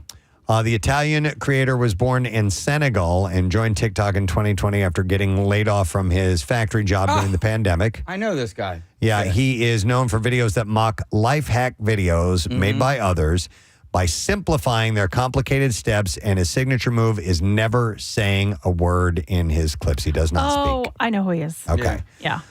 He makes up to per video. Anybody want to guess? Per video. I have to recuse myself. I mean, if he's got 81 million followers on Instagram, right? And I don't know what that translates to on TikTok. On TikTok, he has 162 million. Per video, 40 grand. Anybody else? I have no guess. $750,000 per video. I was close. Shut up. I was Are really you kidding close. me? Yeah. That's insane. $750,000. What? Has anybody here actually ever really gone into like any sort of research as to like what we could make for? So my cousin gets paid for her Instagram videos. How many followers does she have? I'll look her up right now. But she's Balloons by Victoria. Well, I don't. Oh yeah, Balloons by Victoria. I guess I can say it. Who cares, right? For the story. Yeah, she's a client. So no, I just meant like I don't know. she has wants done stuff for people us. to know, right? But who cares? I guess it doesn't matter. More people will go. So she has 134,000 followers. What? Okay, so and I know she says it all depends. Like she doesn't know what she's gonna get. Like she just will create a video, and sometimes she gets a lot, sometimes she gets a little, sometimes she'll get a lot of traction on videos, sometimes she won't. And like she It's knows all a crapshoot. Yeah, like and she said there's real like she knows what music to use, what not to use, this, that, whatever. And like themes and things like that they're looking for, but she said there'll be one that she thinks is something that they're looking for and they're really going to want it because they liked one similar before, and it's not. She'll get like a check for like $30. So what would be if she's okay? Did she suggest what a beefier check might look like? I know she's gotten like a few $100 for one post. I don't know. This was like a while ago when we had this conversation. I don't know what she's making from them now. So successful, like some moderately successful YouTubers, I've seen them talk about what they bring in, and it's not as much as you would think. You have to be playing the numbers, the promotion, the all of that stuff in just the right way to have a consistent. You almost the comedian we had, Ian Bagg, in. She has now a staff of people that help facilitate maximum exposure for all of this stuff. So it ends up being in a way a second business for him. Yeah, I mean, you need like a true professional, like someone that really knows what they're doing. Right. Case, have you ever gotten the option, like the alert to? Yeah. Okay. But my thing is, I'm just too lazy to like really pursue anything. You're talking about boosting? Yeah. No. Just it says like get paid. Like they will target, I guess, certain videos, right? Yeah. And they'll say, "Do you want to get paid?" And I went through it because I wanted to look and see what it was. But then I got to the point where I was like, "Enter your social security number," and I was that's where I stopped too. No, that's always an issue. Yeah. Casey, Marissa is smirking on the other side of the glass. But go ahead, Nick. I'm going to go to her in a second. Okay, no, I was just going to say, Casey, you're not too lazy. You just have another full-time job. I mean, you have a life outside of doing this. And if you're to dedicate yourself to Instagram or YouTube or TikTok, that's how you end up making the money. And I'm sure that's what this Cobby Lame guy did. Yeah, I'm in the same boat as you guys. I got to that point of signing up, and then I thought, once I sign up, then they are like looking at my account and they are saying, and then they have the power pretty much to make you successful or not. So like if you're not posting enough, they can sit on it. Yeah, they'll ding you. So what I wanted to see what the process was like behind boosting a bit to pay to have it boosted. So I selected one of the videos that I'd done. It was a little short comedy video. It did pretty well when I first put it out there, but I said, okay, let's boost this. And I really negligible. Really? Yeah, I wondered really with that. Negligible. Because I looked, because I was like, I wonder what it costs to boost. And I actually looked yesterday. I've never boosted. It was like almost $40. And I was like, what am I getting for $40? And so over the course of like 2 weeks, it would tell me each day it was like $5, $6 a day. And I said, whatever the story was, just to maintain the boost, quote unquote. And at the end of it all, I'm like, I know. I never go through with any of it. I know. Yeah, the story with boosting is you kind of want to do it like a little bit longer, like boost for a week or two. Yeah, and I did. And then sometimes you can do like up to like $1 or $2 a day, or you can do $40 or $50, whatever you want. Interesting. It's all a game. Yeah, it seems like it. So further down the list, Nick, the only other one that it shows that gives it starts showing totals for what they get per video is number 6, Zach King. He makes about $44,000 per video. Any idea who he is? 82 million followers. No, that's all I know. What's his name? Zach King. And then you have Kimberly Loaiza and Barack Ozdemir. I mean, it's international, so...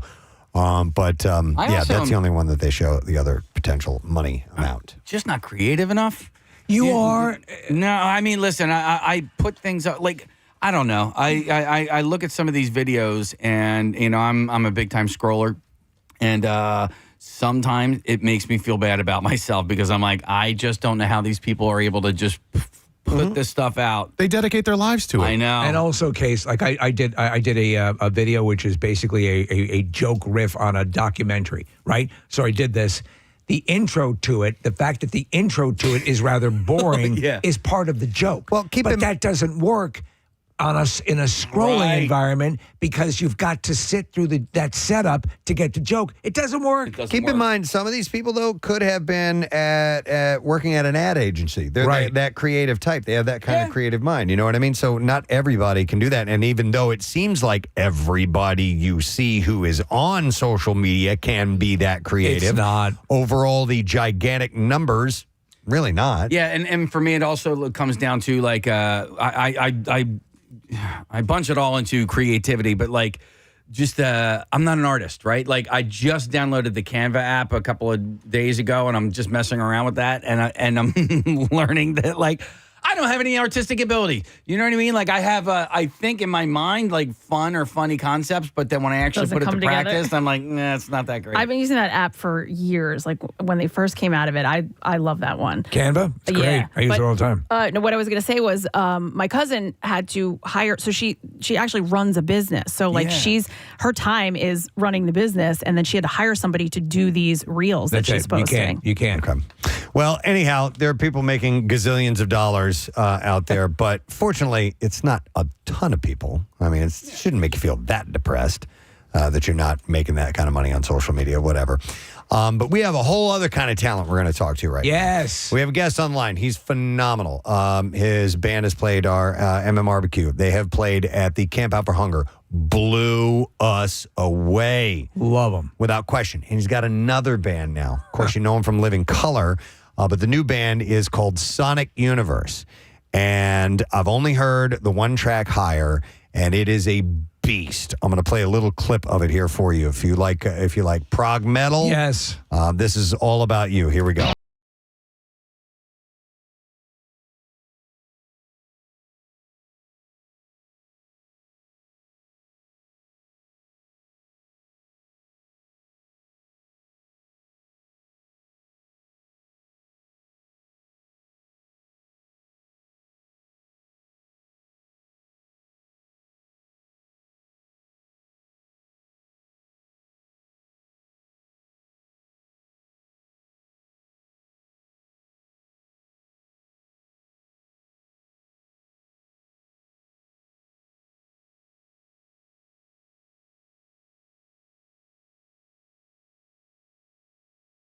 A force of nature in the studio and on the stage. On the Xfinity mobile guest line, our good friend, Mr. Corey Glover. Hey, Corey. What's going on, folks? How you doing, man? So tell me, how do I make money again on the internet? Yes. There's. We don't know. I don't know. We can't figure it out. I have no idea. Hey, man. So, I mentioned prog, a little bit of prog metal type of flavor. You've got some veterans in that world. In your band, Sonic Universe, Mike Orlando, who is with Adrenaline Mob. We're friends with Mike Portnoy, who lives not too far from Philadelphia, and he was in that band. And so I didn't know that. I listened to the music first, and I'm like, oh, Corey's got to have some. This band is unbelievable. Tell us about these guys and how you assembled them and Sonic Universe. Well, Mike Orlando is the heart and soul of this band. I have to say that. Okay. He wrote most of the music. He produced and mixed and mastered this whole record. He is the genius behind all of this. I'm just the guy screaming at people. Okay. Yeah, it was him. I met him a couple of years ago on the Shiprock cruise, and I saw him play, and I was very taken by him, and so I yelled at him about we got to work together. Finally went to his studio, and we got together and we started writing, and the writing was good. It wasn't derivative. It sounded original. It sounded familiar at the same time, and we just hit it off. And when it came time to put the band together, Booker has been in my band Vice, forever, and he's played with everybody. Solid dude, knows what he's doing. And Taekwon is from one of my favorite metalcore bands. Metalcore bands, Sworn Enemy. And I just love him. And I love him as a drummer. And so we got together. It all meshed. It all worked. And we went off, and here we are. You know what, Corey? And it's a funny thing with stuff like this, and whether it be like Dream Theater or say Tool or any of the other bands that you mentioned. There are points where I love this kind of music. And the thing is, I think sometimes to the casual listener, it's like, well, they're just going nuts and banging stuff and just, but there is such an intricacy to this. And I would imagine when you're putting together a band, just a band, that's one step. When you're putting together a band that's doing this kind of music and looking for synergy, it's got to be extra difficult. It is. Well, because it's like, I don't want to get too far in the weeds, but it's like jazz. Really, it is like jazz. Yeah. And we are trying to find that sweet spot. Always trying to find that sweet spot. And so we spend a great deal of time just making these parts and making these parts work. So you're looking for people to that are willing to go on that ride with you. And sometimes it's difficult. Some people don't want to do that. Fortunately for us, we found people who did. Yeah. Does there ever come a time with this? There can't be of this level of musicianship where somebody plays something, the other guy goes, "I can't do that." That's too much. I've had some folks who, when they heard it, and they're like, that gives me a headache just listening, thinking about trying to make those parts work. So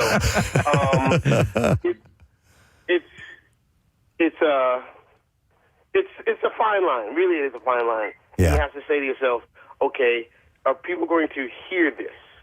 How are people going to listen and be objective about it? I understand. Let alone the musicians, this one thing. But it's like, if people hear it, will their head continually bob? Sure. Will their foot continually tap? Yeah. Sometimes they will. I would imagine as a musician, you and all the other ones want to challenge themselves to some extent because that makes it fun and interesting to play for yourself. But outside of that, you have to go, okay, but is an audience that we're searching going to connect to this? Are they going to be able to follow this? Are they going to be able to enjoy it? I mean, it comes down to songs, Right,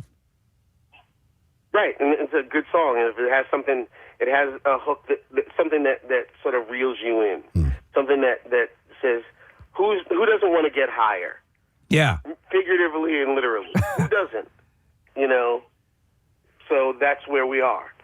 So it's interesting. A number of the artists and musicians that we've interviewed over the years, they'll all tell you, and we'll talk to them. And the question about how you experience this, how do you put this to the litmus test, comes up, and a lot of times it's listening to how it sounds in the car on a car setup. With something like this, is that where your mind is thinking in the mix? Are you thinking someone who's in a dark room with a top-level pair of headphones on absorbing this? No, I want somebody with the crappiest pair of headphones just grooving along. Okay. They could be listening to it. They could listen to it on some crappy, transistor radio. As long as if it translates, it translates. That's what you're looking for. I do play it in my car, and it sounds pretty good, and I'm blown away by it. Every time I hear Mike Orlando play his guitar, which, by the way, for those of you who are into that kind of thing, it is an incredible thing to watch and hear. Yeah. So I'm just like, how the hell does he do that? Yeah, it's amazing. I'm standing in front of him while he's doing this. Like, this doesn't make any sense. Yeah, no, the level musicians of that level is an incredible feat to behold when you see it in person, for sure. The song that we played, Higher, that's the only one that I've heard off of the album. Which, by the way, I love the name of the album, which is "It Is What It Is." Right? You had mentioned grooving. So this obviously has a lot of octane to it. What the rest of the album? How does it play out? You go through a few different tempos,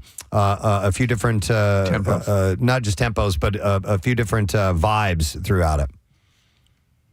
I like to think that we do. I mean, basically, for me, this is a testament of how bad a boyfriend I am. That's what the song is. To a large degree. And it's personal in that way, and it's much more emotional in that way. And there are things that one could consider calling a ballad or mid-tempo kind of thing, but it's pretty much. It is, again, I can't say enough of what an amazing band this is and how amazing Mike Orlando is. And just to hear Mike Orlando do his thing is incredible. And he'll tell you, yeah, just watching Corey scream at people, that's a joy within itself. Not for me, but it is fun. That's the best way I can describe it. I love it. This has been and it remains to be a lot of fun. Nice. Is the band going to tour behind this, or is this just studio stuff? If someone will let me get out of the house and do something else other than Living Color, yes, Okay. indeed, we will. But by the way, Corey, your dreads have gotten so long now; they're way down below your ass at this point. Can you still swing your head around like you did in that Cult of Personality video, or is that a long time gone? I can, and I try not to hurt myself while doing it. But Yes. yeah, I can still do it. You could hurt other people with your hair. Yeah, I know. It's not as long as it was since then. So Okay. it's fine. All right, all good, man. No, we've had a chance. We've had the pleasure of seeing you on stage, and you really feed off the audience, and a lot of times direct the audience to get up and get going. You know. Well, that's my job, isn't it? Yeah, most definitely, and you do it better than anybody, man. So, well, listen, we're stoked that you got this new music and that you've gotten together with these guys because you have a hell of a team behind you. And we'll just remind people that the debut album from Sonic Universe is called It Is What It Is, and it is available now. You can find it on digital platforms everywhere. So, Corey, we hope we'll see you in the flesh sometime soon, man. You will. And I just want to give a shout out to my friend Tim the Eskimo. Yeah. All right, you Done got and it. done. Done and Excellent. done. All right, thank you, Corey Glover, guys. Right there. Sonic Universe.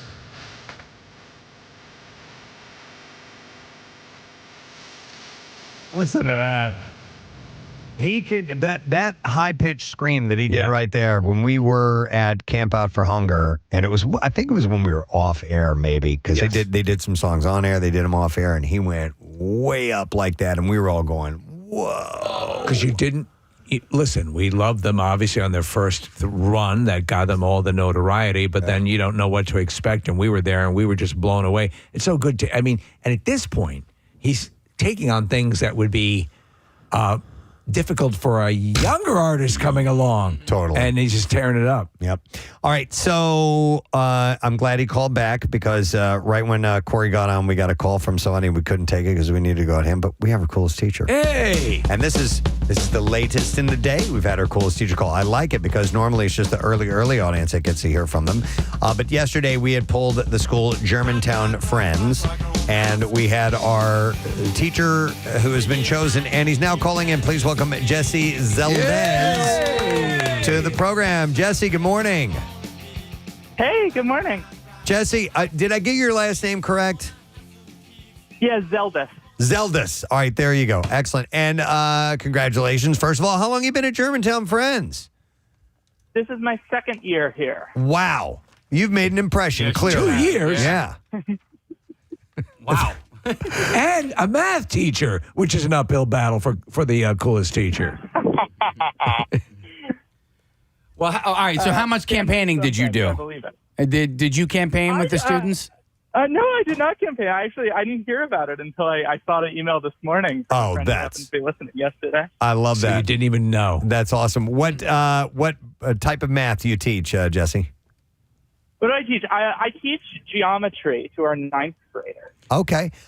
You know what? I enjoy geometry. As did I. You guys use a protractor. It was one of the few math classes that I enjoyed. Algebra, not a fan. Yeah. Only made it to algebra 2, and then I was done. But geometry was an enjoyable one for me.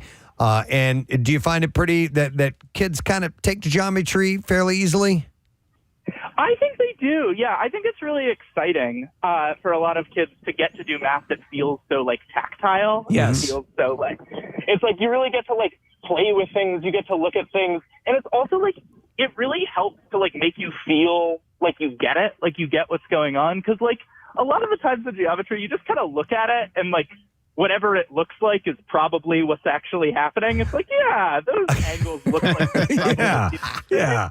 Yeah, they are. Wow, look at that. I could tell already I would love you, Jesse. You've got some energy behind you. My algebra teacher, Mr. Kirby. Oh, my God. That old fart. Oh, exactly. Yeah. That's exactly what he was. I couldn't stand it. You at least sound, energy-wise, like you try to keep the kids engaged and keep them awake and get them going. Is that right?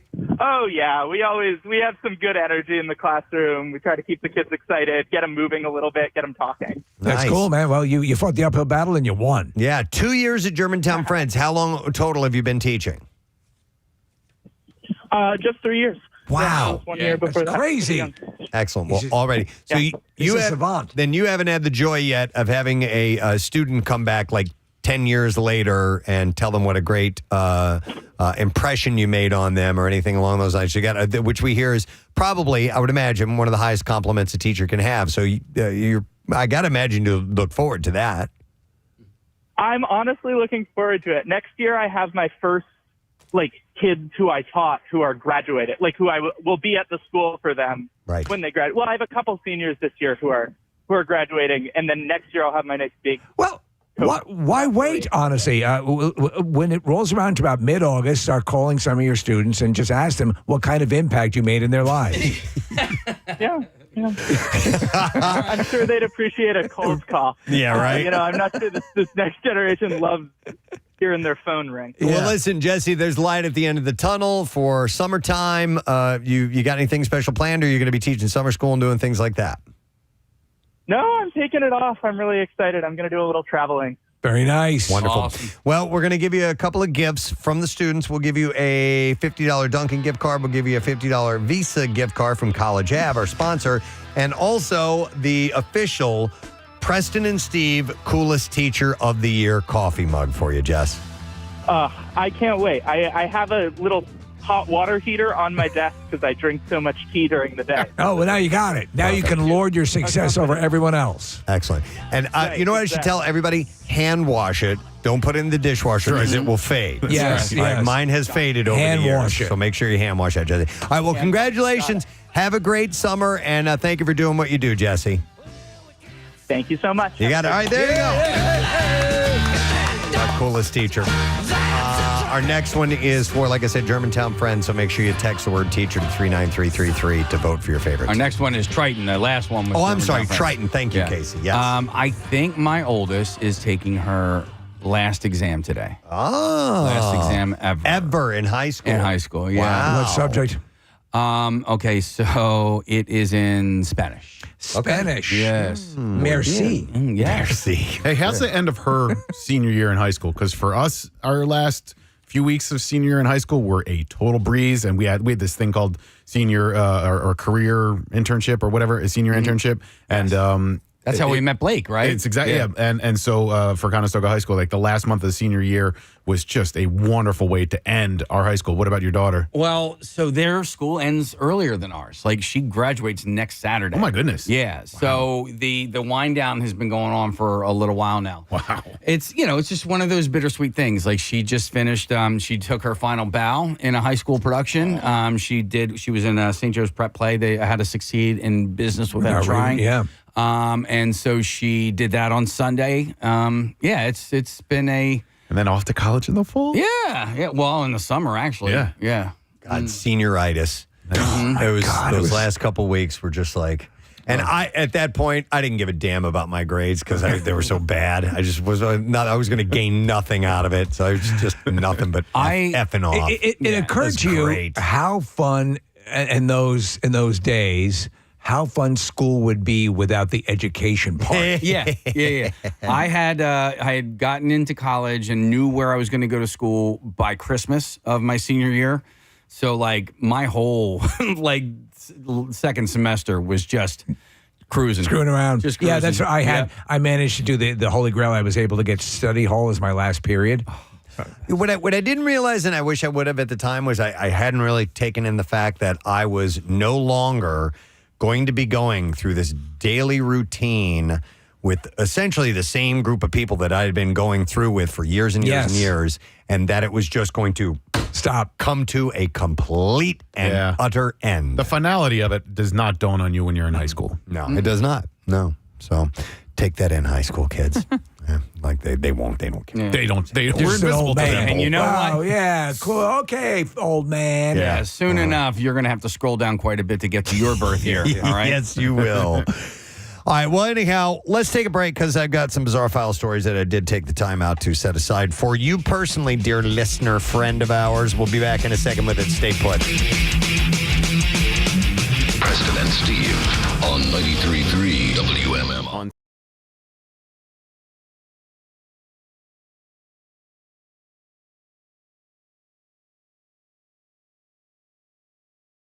Whose direction was it, or was it your idea to just stare off into the distance? Because you got so many laughs without even saying a word some of the time, and it just was, you just sit there and be kind of a brain dead idiot.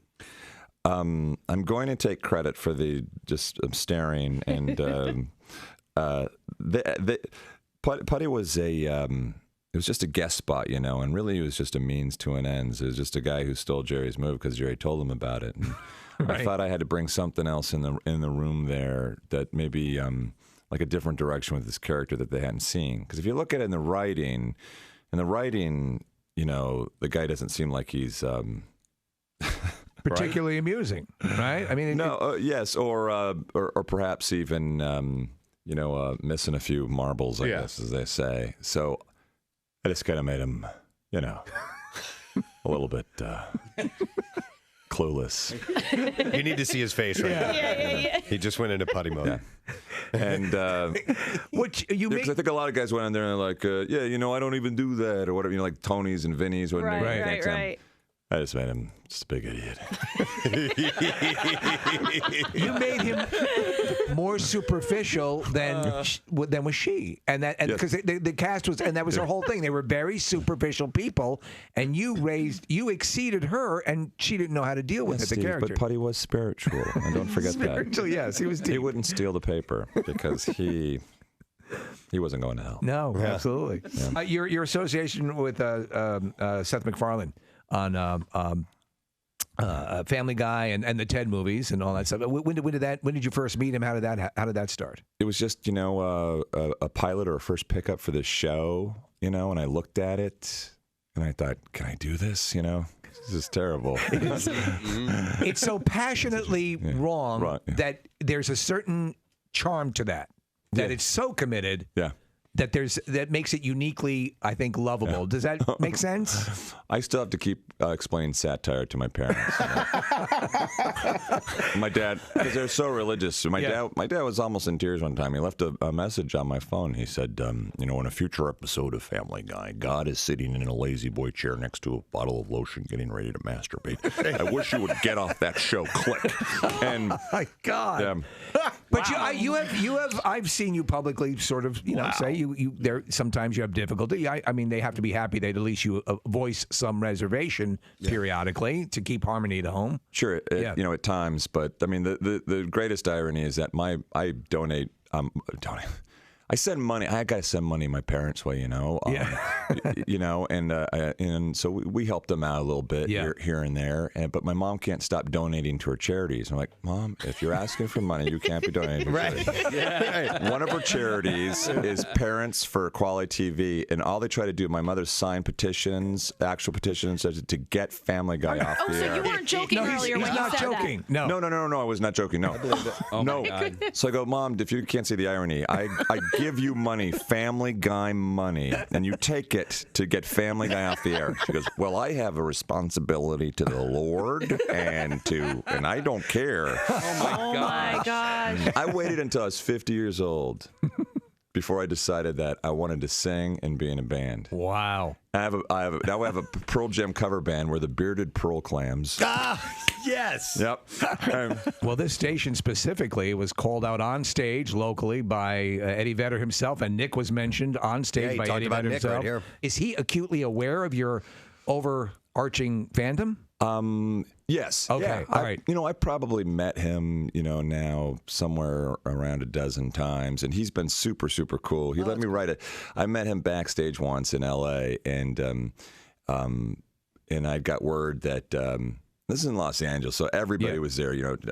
Sean Penn and John Krakauer, and there's 200 people backstage. But somebody grabbed me and said, "Eddie knows you're here. He wants to see you." So.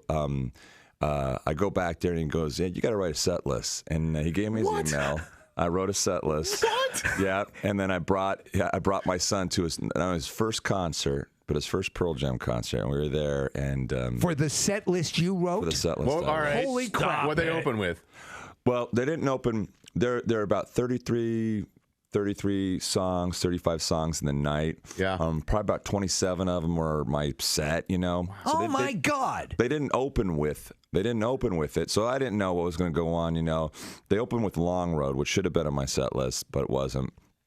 And then I forget what the next song was, and then they did Alone from Lost Dogs. I was like, oh, wow, was on mine. And so then, you thought maybe? Yeah, maybe. Yeah, and then a few more started rolling out. And how much time and effort did you put into writing that set list? I mean, did you think it out, oh, this will flow great into the next song, or did you just put a bunch of songs you liked on there? I just put I pretty much just put a bunch of songs. Okay. And I had some friends that I know that are, hardcore, So did you weave the rest of the show is courtesy of Patrick Warburton. Did you weave in hits and rarities and Yes. All right. So as a Pearl Jam fan, you had it in the back of your mind. I got to I when they were in town, I asked him to open up with "Release," which was my favorite Pearl Jam song, and he said, yeah. right, but he said no. But Who do you think you are, Patrick Warburton? right. But he asked later because he was crafting the set list when he came in and did the interview with us when Eddie did that, and there's a song called "Comeback," which was on the last record, and I asked him to play that, and they did. So I don't know. This is I'm totally geeking out when talking to you about this, but I'm really glad you can appreciate it because as a Pearl Jam fan, it means a lot. I was at a show one time. Well, this is the show when because my wife just knows how ridiculous it is, and we're backstage and Eddie gave me his Social Distortion T-shirt, and we're walking back to the car, and I haven't said a word. And but my wife knows I'm just beside myself. He just gave me his email. I'm going to write a set list. He gave me his Social Distortion T-shirt. And right when we got to the car, I just looked at her and I held the shirt up and I sniffed it. Of course. and then I looked at her with this terrible frown on my face and I go, "It's clean."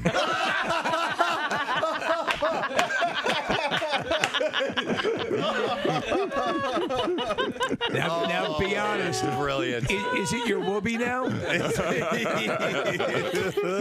great. Ladies and gentlemen, Patrick Warburton. Yeah. Thank you for being here.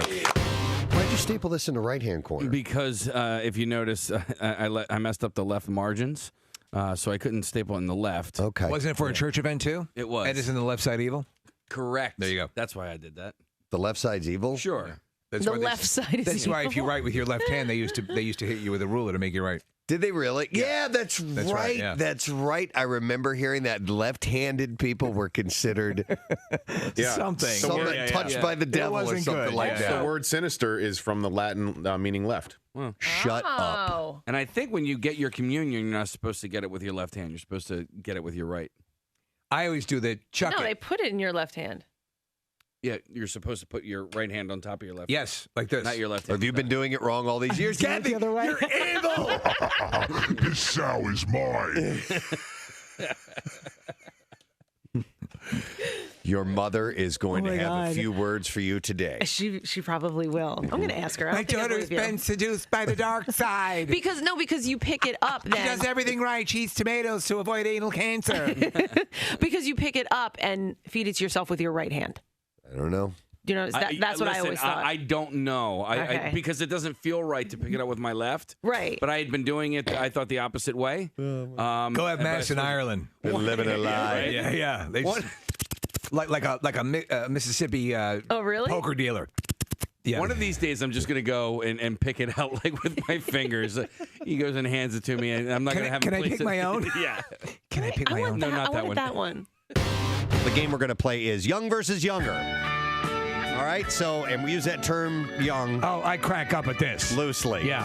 I don't fall anywhere within the realm of younger-ish. Marissa came up with a list of terms a while back that pertain to different generations, okay? She did a good job. She did a really It's good hard, job. yeah. So there are some terms on here on the younger list that might be a little fresh and new for us, the show members of the Preston and Steve Show, to know exactly what they mean. Now, vice versa, we have a list called Young, which is really old. And it's a list of terms that are kind of from an older generation. Not going way back, but something that we here, the members of the Preston and Steve Show, would definitely know what they are. But we want to see the younger members of our family, the Preston and Steve interns, if they know. Our interns playing this morning, we have intern Aaron. Yay. Hello, Aaron. Hello. How you doing today? I'm great. How are you? Excellent. And Aaron's just learning how to use a microphone. She's a video chick. I wasn't thinking about it. How long have you been here, by the way? Since August. Wow. Okay. All right. So she had the microphone like backwards. Not quite backwards, that but it was bad. pointed the wrong way. Then we have intern Sam. Hello, Sam. Hi. Sam, you're one of our, I guess, amongst this crew, one of the newer ones, right? How long have you been here? Since September. Since September. All right. Just shortly after Aaron then. And then we have intern Chris, or 11, right? Yep. And where did you get the name 11 from? At the Camp Out for Hunger at the Papa Shot Challenge, I scored 11 points. That's all he can get. Which I think is like an all-time low. Yeah, 11 points. Stephen Hawking got 13. And Chris, you played this game last time. I did. You did pretty well. Well, we all stunk. Yeah. All the interns stunk. I guess I was the least stinky. Okay, so and we've done this only once before, and also joined us last time. We have intern Brianna. Hello, Brianna. Hello. And how long have you been here? Since January. Okay, all right. So you're the newest of the crew. Correct. Okay. All right. Well, we're going to try this out. And we're going to see how it goes. I have 8 callers on the line. So here's what we're going to do, guys. Because playing for the Preston and Steve Show will be Steve, Casey, Nick, and Kathy. I have the answers here, so I cannot play, and Marissa's in the other room. For the same reason Alex Trebek doesn't play Jeopardy. Exactly. So I'm going to throw out a term. You're going to write it down. We'll give you a few seconds to write it down. Then I'm going to have to ask for an answer, no matter what it is. Okay. Mm-hmm. All right. Let's go with this one. Butt chugging. Butt chugging. Yes. Butt chugging. Yes. BUTT. Chugging. I wrote drinking beer through your gaping anus. Ah, and you know what? You're correct. Yes. Alcohol enema for faster intoxication. Yes. That is correct. Nick? Drinking a beer after it was poured through an ass crack. Ah, incorrect. So Steve's the only one that got that right. Okay, let's go to our interns, and it's Younger. 33 WMMR. Steve, real quick, do we want to? We just had your reverb tweaked a little bit. We weren't on air. We want to try it. I would really love see to. how it sounds. Totally Presbo. Casey, hit the sound. We'll see if it cuts through or not. We're Totally Presbo. That's better. Yeah. I like that a lot better. The trick is, one more time. All right, go for it, Casey. Totally Presbo. Yeah, we're about 90% there. Yeah, maybe just And let me try this. A nudge more. Okay. All right. All right. It's still, we still needed a little bit more arch, a little bit more high pass. Yeah. It's a little muffled because it's the loan as well. That's true. So a little bit more high end. Yeah. All right. All right, we're working. And Don Don is the man. Don's the man. He's Don watching is us. the man. Don is the guy who, when we have live bands in here, he mixes our audio, which turns out fantastic. And precision. Do you want to come? He's standing right there. You want to come in? Come on in. Come on in, Don. Take a bow. Don. Hey. There he is. Let's try the high pass. All right. Don, give it a little more high end on that on that pilot All right. Test 1 2. Test 1 2. phone voice. And this is you live, ladies and gentlemen. Yeah. How's that sounding to you? Is that a little bit better? A little more. A little more. Yeah. Yep. Little arch. Yeah. A little. Yep. That's almost there. There we go. Yeah. That's yeah. Perfect. Now we're in the ballpark. Don, everybody.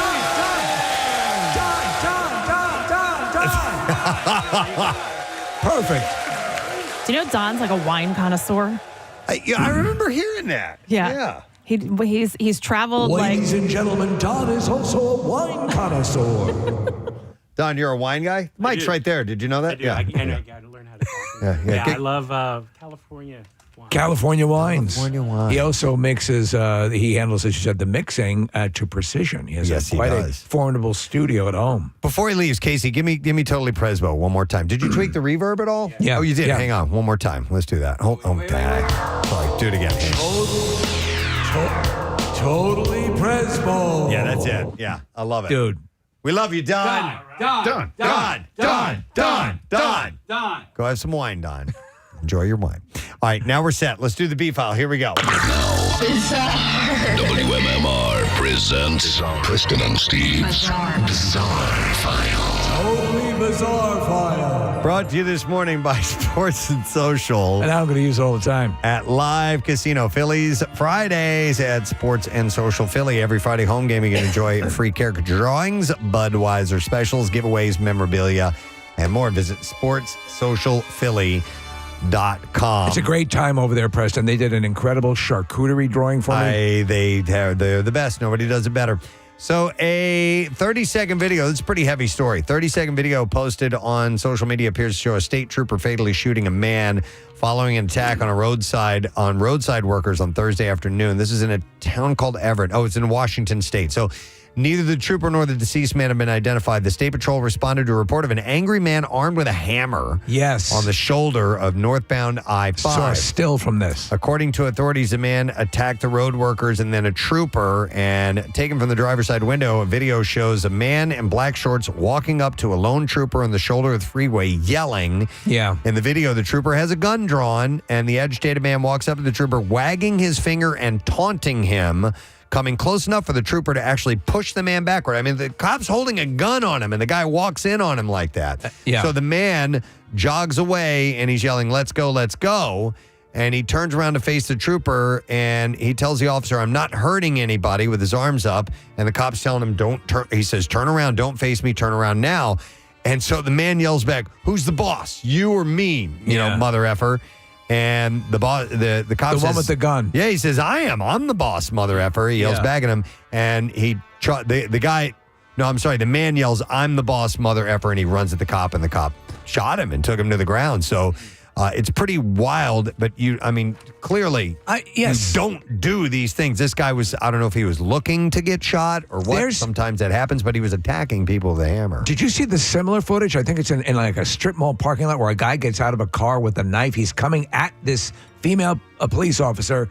Body cam. He keeps coming after and keeps coming after. Yeah. And eventually she has to shoot him. Yeah. He's closing distance, and they got it from another angle, but sometimes it's suicide by cop. Yes. But I don't know what the case was in this particular messed up video. All right, how about this? An Indianapolis man has been charged with 2 counts of robbery after allegedly robbing 2 businesses. 55-year-old Alonzo Sansbury was arrested after the police used license plate reading technology to track him down from the robbery of a Dollar Tree at a Big Lots. It's interesting what he decided to take.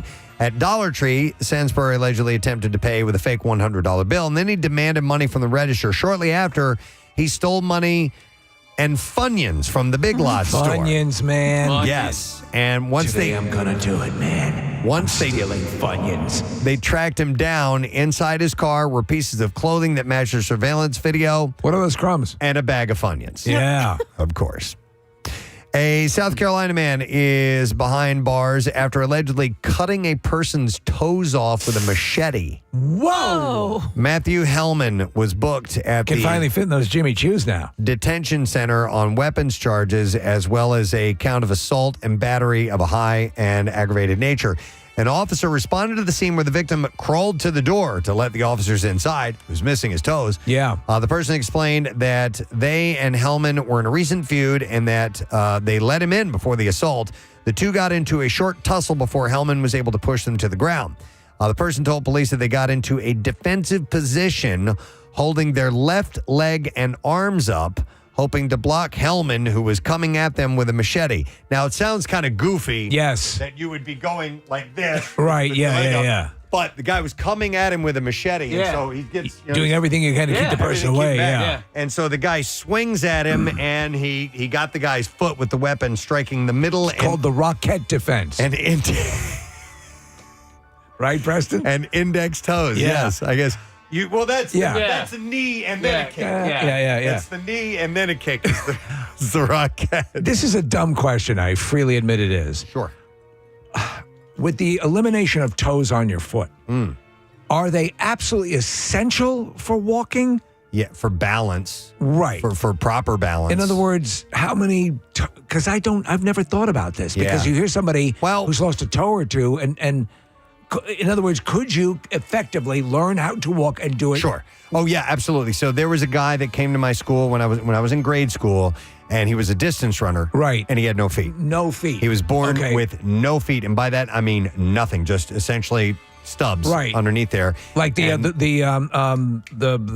Roadrunner. What are they? The guy who had the attachments who killed his girlfriend. Yeah, the Blade Runner. The Blade That's what Runner. they call them. Yeah. No, this guy had no feet, and he had run up Pikes Peak. He had done all these distance running things. Yeah, no feet. Okay. It was wild because he had a deformity.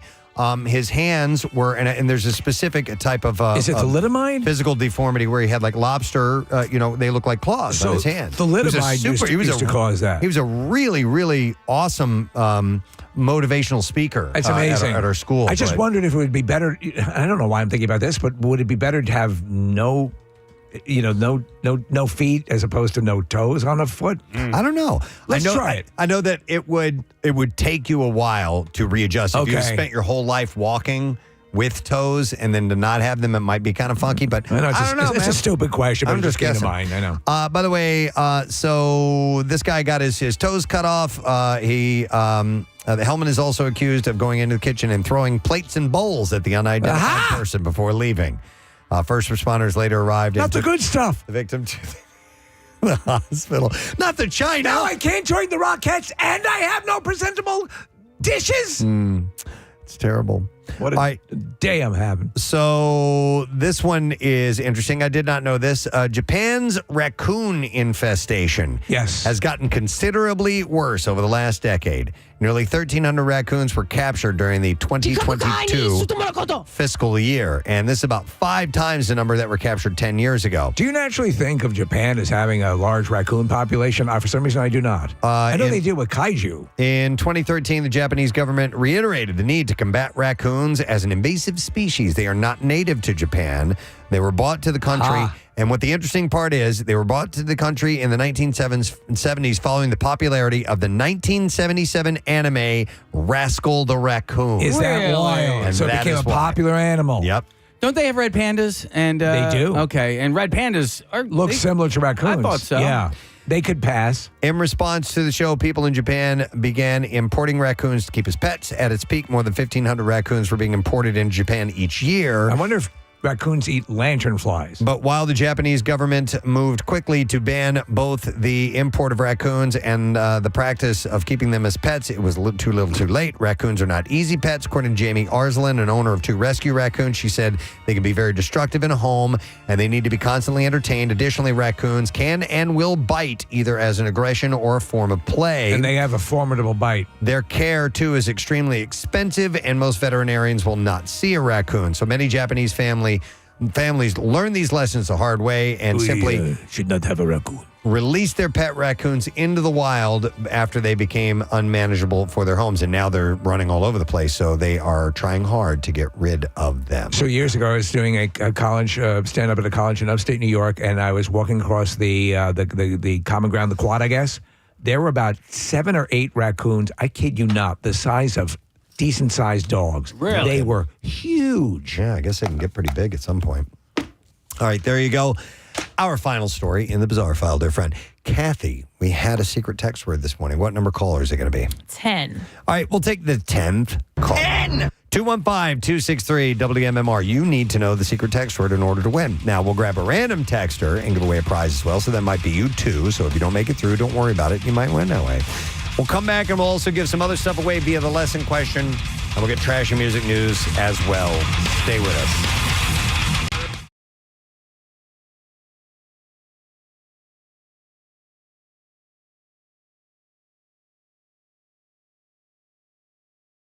from a previous generation, and let's see if you can figure out what this means. Malarkey. Malarkey. Let's go to Aaron, who is going to be playing for listener Fred. Aaron, what do you have for malarkey? I put bull crap. Bull crap. Yeah, we'll Yep, accept that's that. right. Yes! It's meaningless talk or nonsense. That is correct. So that means that listener Fred wins Big Short on Blu-ray, I believe. Yes. All right, and then let's go to Sam, who's playing for Ed. Sam, what do you have for malarkey? I also had crap. All right, yes, we'll go along with that too. Let's see, Chris, what did you have written down? I put nonsense or crap. That's it. Yes, absolutely correct. They're rocking it today. We'll get a prize for Matt on line 7. And then Brianna, let's see if we can do a clean sweep. Brianna, what did you say for malarkey? I'm the only one that got this wrong. I said nickname after a famous actor. Nickname after a famous actor. You know, Malarkey? No. Do you remember an actor named Malarkey? No, it just kind of sounded like a famous last name. I don't know. Okay, all right. No, that's incorrect. Oh, very Malarkey-esque in that performance. Let's see. We're going to do an acronym, okay? Okay. Thought. T-H-O-T. Oh, I know this one. Thought. T-H-O-T? That is correct. Oh, man. All caps. T-H-O-T. Thought. Do you guys know what it is? I didn't Don't know say it. I didn't know it stood for something. I do. Okay, all right. So I think I know. A couple of the youngers know I'm what thinking this is. through this. Let's go then to Steve first, and this is for listener James. Steve, what is thought? Touching horse ovaries tactfully? No, that is incorrect. Sorry. Oh, man. I will not tell you what the answer is until I get a correct answer. That is incorrect. Sorry, James. We got to let you go. Hold on, Casey. All right, so Casey is playing for Alec on line 2. Casey, what is yours? Thought? Too hot ovaries testicles. No, sorry. Incorrect. That is wrong. Buzz. Wrong answer. All right. Preston's like, go camera 2. Ready, Exactly. I'm just going to direct. Kathy, what do you have for thoughts? T-H-O-T. The hell out there. The hell out there. You're actually the closest. Yeah, you actually got one word right in that. So that means that Chris does not win. Is that who Kathy was playing for? All right, so for listener John, we go to Nick. Nick, what does thought stand for? That hoe over there. He's correct. That How do you know that? Over there. Twitter. Yeah. Like a lot of these Bay and Thought and that kind of nonsense. Yes. Chris, did you know that that's what it meant? Yes, I did. Okay, all right. So fair enough. Write this down. Hepcat. H-E-P-C-A-T. There we go.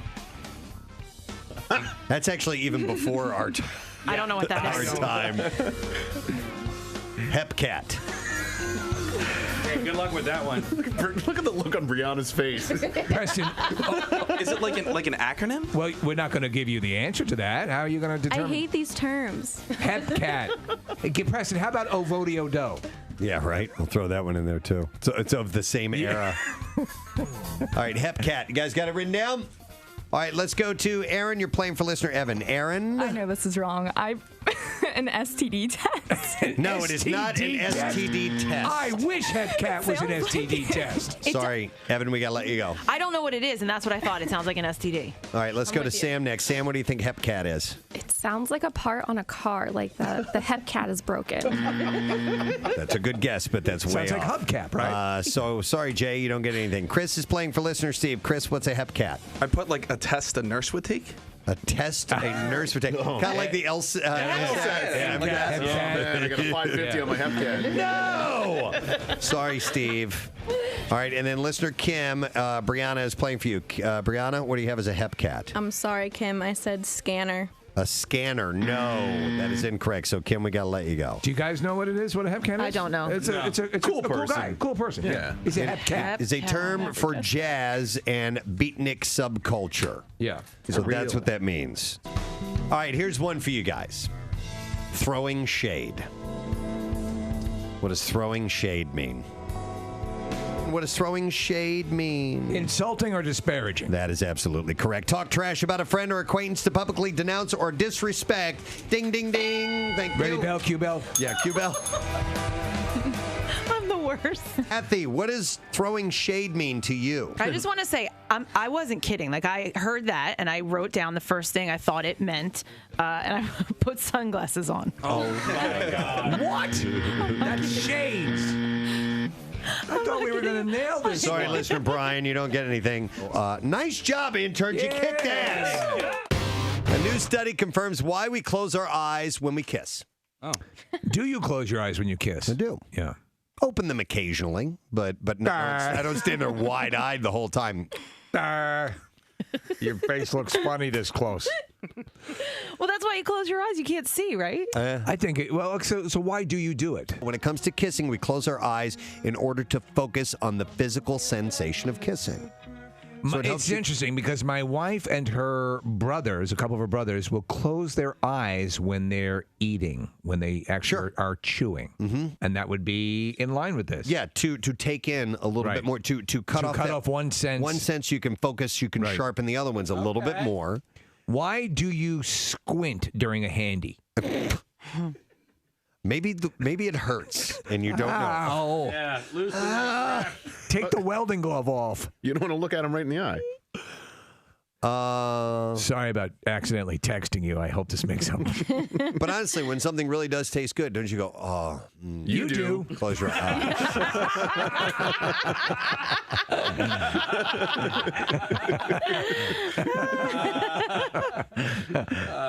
I'm a sensual eater. Oh, God. Dude, yesterday you were doing it yesterday with that chicken.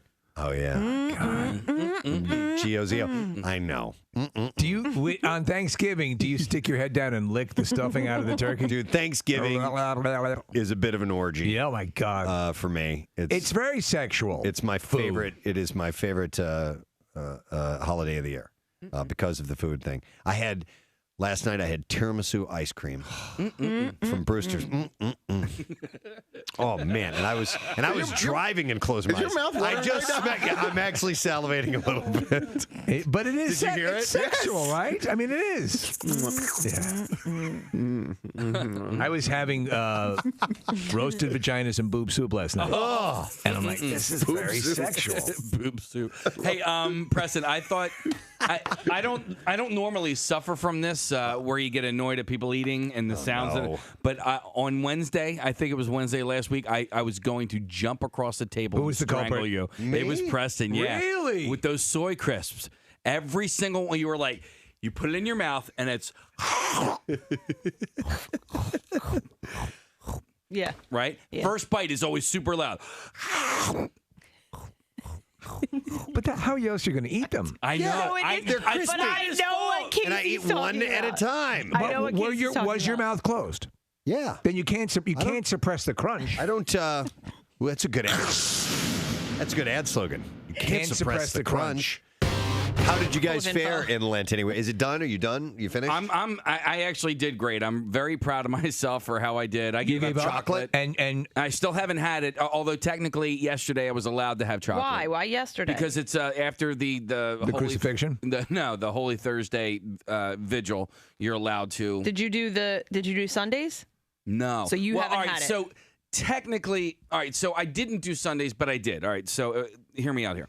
Okay. I bought Skinny Cow ice cream cones, and the kind that I bought it on the box, because everything Skinny Cow had was chocolate based, except for these one ice cream cones. It was an ice cream cone, vanilla ice cream with caramel drizzle. All right. What I didn't know was that the cone was laced in chocolate. I'm seeing a whole new business here, Preston. Relent lawyers who can argue your case. Yes. But luckily, it is. There's Dear Father, my client was unaware that the drizzle was, in fact, chocolate on the box, and I want to enter into Exhibit A. It says caramel.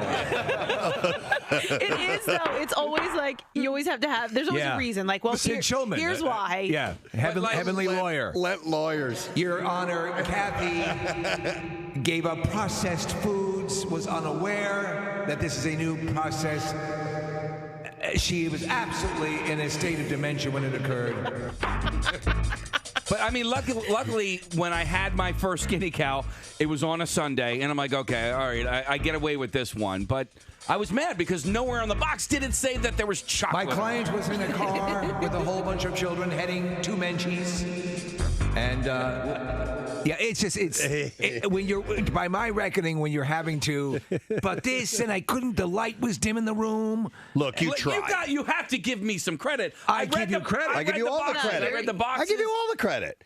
Now, did you, after taking that one bite and you realized it was chocolate, then you throw it away and get rid of it? No, it was on Sunday, so I got away with it. The whole thing. All You right. can't throw it away after you start eating it. Thank you, Kathy. You probably did better than Kathy I did. will represent Case. you. Yes. I'd like to call Kathy Romano as a hostile witness. If the soul doesn't fit, you must acquit. Yesterday, we had a conversation with our assistant program director, Chuck D'Amico. Where is he? Is he in here? Let's get him down here, Chuck, if you're in the listening area. He had told us this before the break, that there are several foods that through his life he had never even tasted. That not only does he not eat these foods, he has never tasted. And these are not, like you said earlier, Steve, escargot. This is not foie gras. These are not these exotic things. It's the never tasted thing that blew us away. Yeah. I could see I don't eat it because I taste it, I don't like it.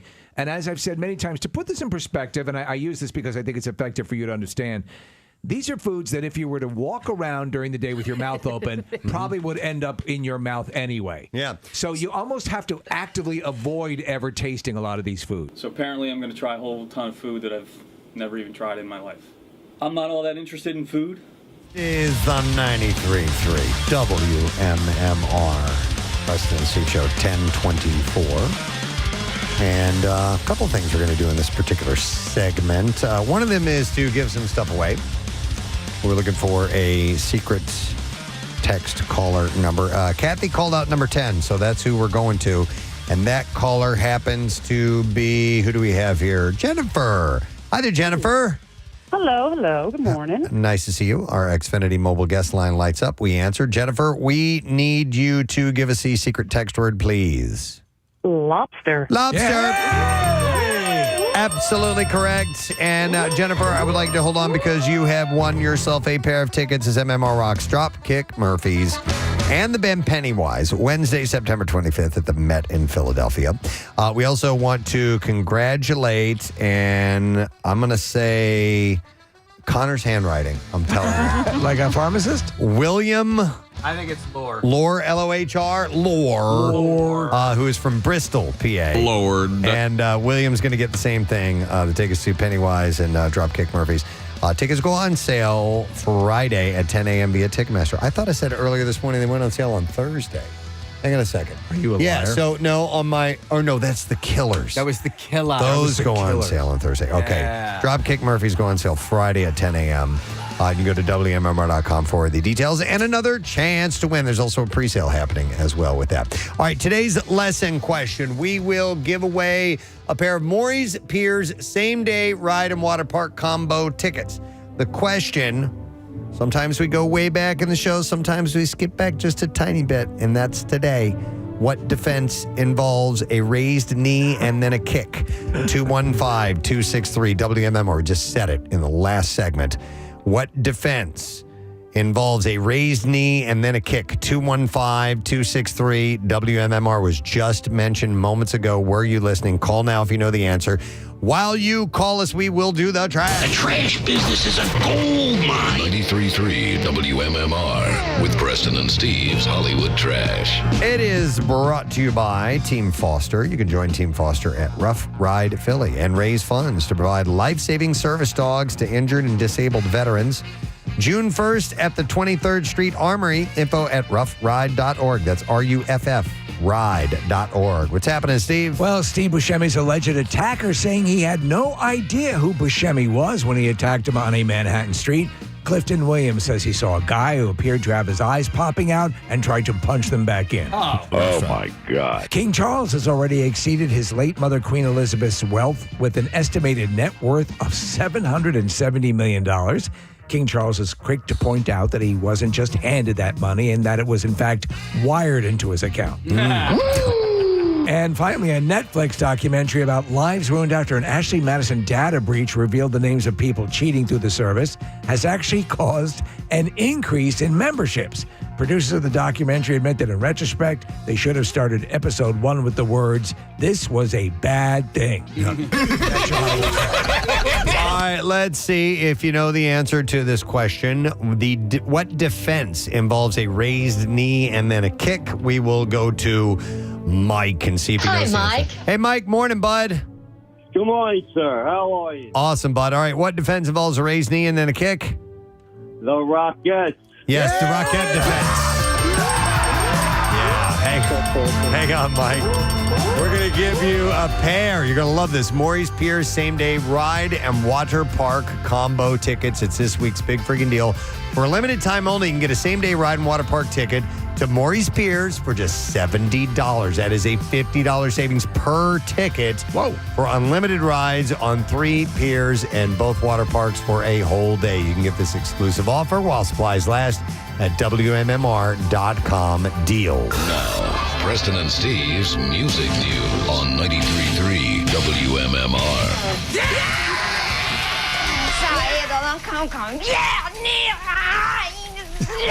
Brought to you by College Ave. You can build a private student loan that keeps pace with your family's budget.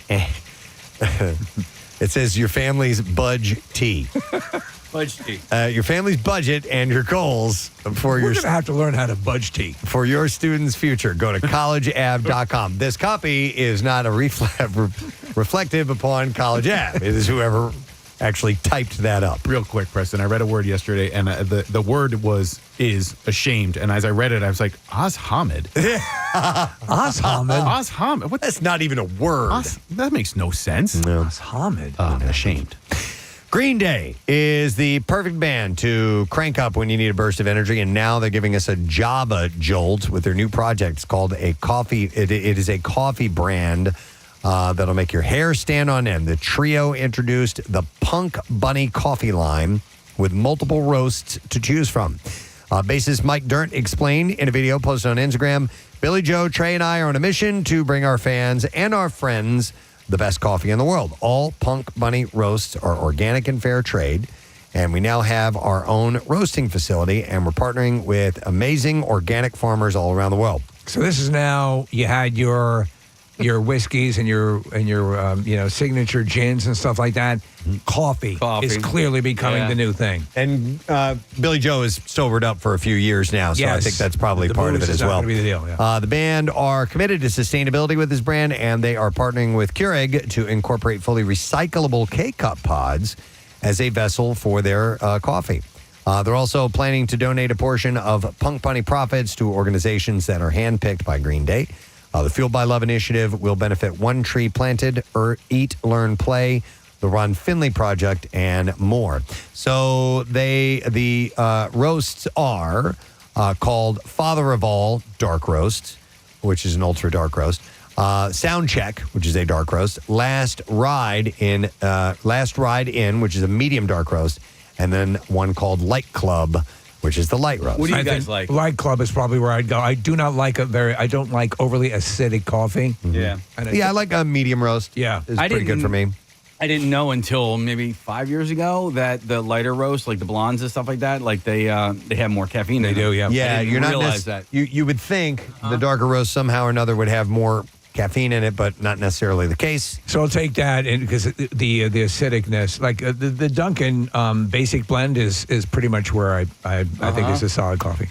Fans can opt in for a subscription plan to keep their coffee mugs full at all times, and there's also merch available at punkbunnycoffee.com. Steve, I've come to really, really love my back rubs. The 4 o'clock Dunkin' black iced coffee. Oh, really? 4 o'clock So in the afternoon. You become a nice coffee dude later on. Yeah. Yeah. Mm-hmm. No, I hear you. Do you get it sweetened? No. Okay. Straight up. Like, I know you're not a black coffee Can't do guy. the black coffee. Yeah. But I think when you ice it up, it just does something to it. All right.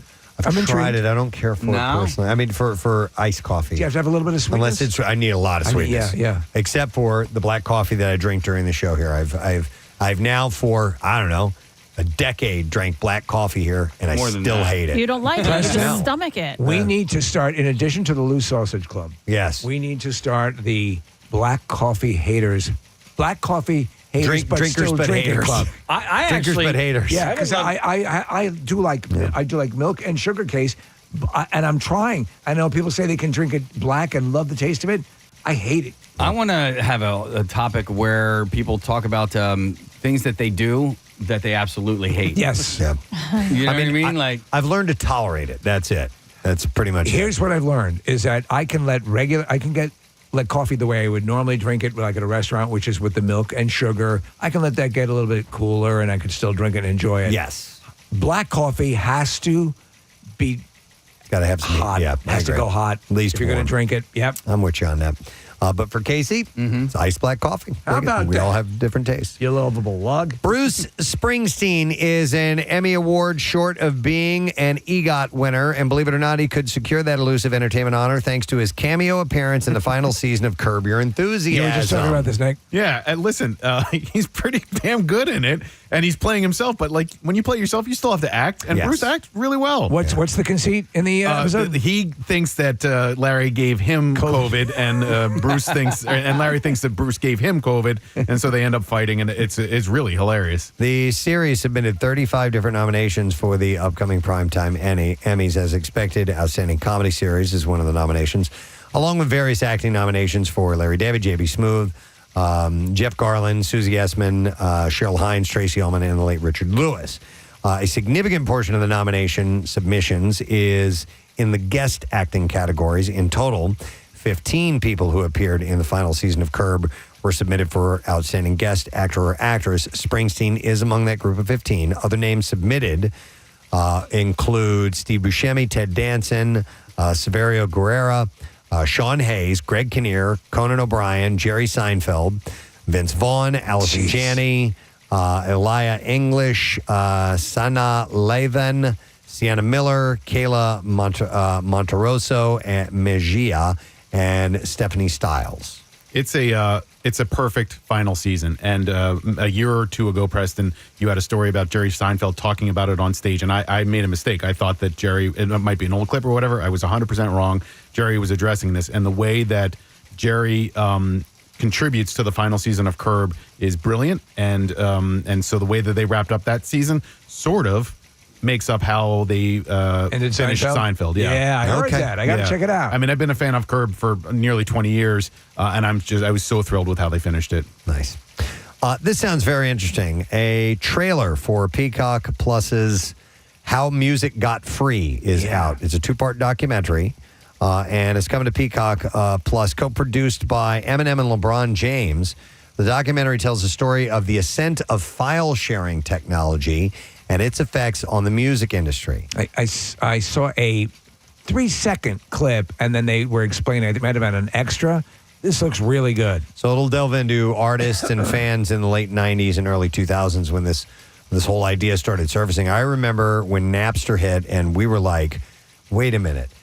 You mean I can find songs that I never, ever thought I'd ever be able to find on some obscure album or some obscure band that's an album track that you can't get as a single? I can go and get that now? I can tell you. It was awesome. I had so many wonderful. I would sit there, like on a Friday night, it became a thing to do where I'd just sit there and what can I find? Yeah, just what think can I about find? songs you could go see find. See if I could and download, because you weren't always guaranteed a good quality download. So you do that, and then there was LimeWire, I think was the other one, right? Mm-hmm. And so I started to build my mixtape of the elusive songs that you couldn't find. And then after a while, we started thinking about it when Metallica was making a big deal about it. And we're like, oh, yeah, we're kind of stealing these songs. kind of taking their livelihood away from them, aren't they? This is the way they make money.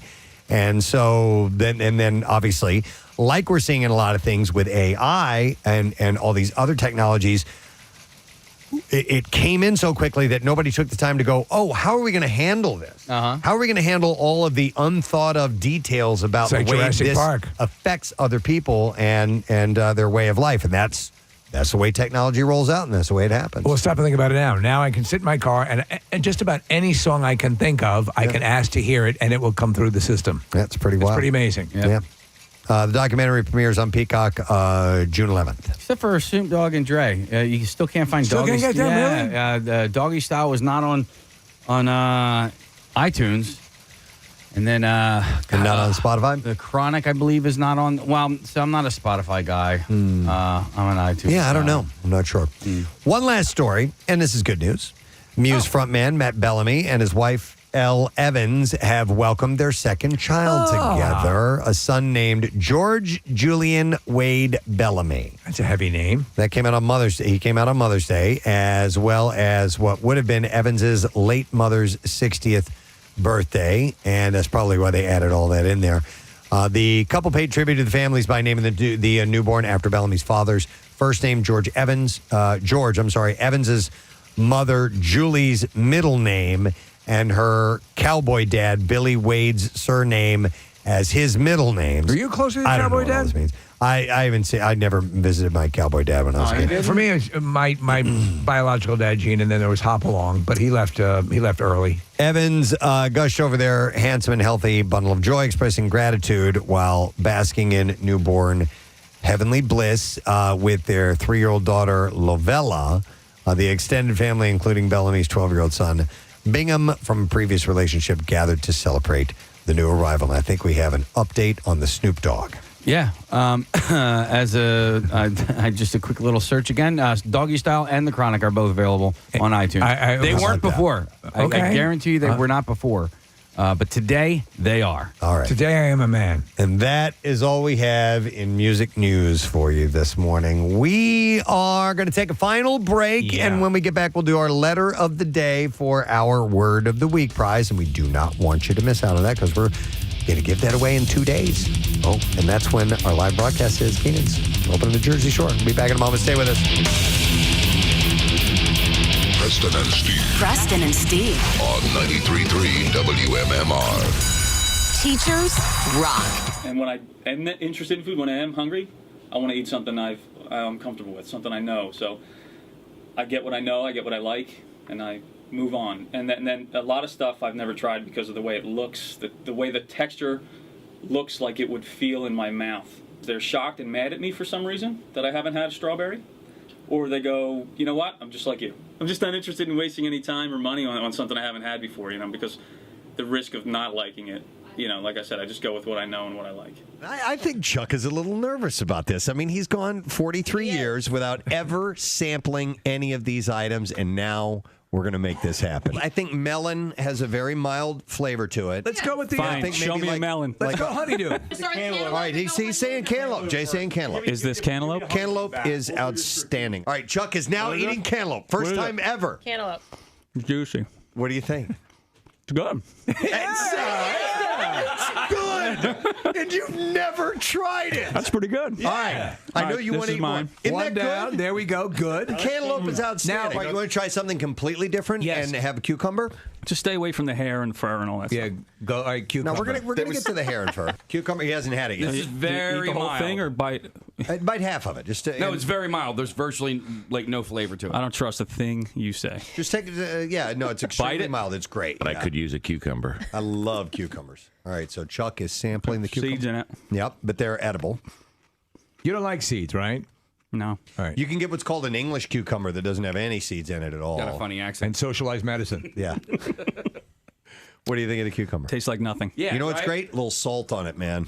Ugh. Outstanding. What do you mean? Salt. You know what you do? Yeah, You cucumbers? put a piece of cantaloupe on each side of it, and it tastes great. He's never had a All strawberry. right, this to me is one of the holy grails. Now, are these in season? Because from Florida. Okay, when they're in season, they are they're sweet and they're wonderful. Get one of the really red ones. Really red. That means They're- more juicy. They're This both. has green on the end. Is like that okay? a used feminine napkin. See, this scares me. Don't use that one. Cut the tip off of the green. You Pick a circumcised. it. different Just one. get How about another that? Pick a different one. That's better. All right. Now just take a bite of No, it. those are seeds, right? Are they hard? No. Those little seeds? No. Seeds? Well, they might be to you, but most. He's Almost- nervous about the strawberry. I'm excited that I might like it, but I'm afraid to bite it. Just stick the whole thing in your mouth. I'm excited that I might like it, but I'm afraid to bite it. It's so good. They're one of my favorite.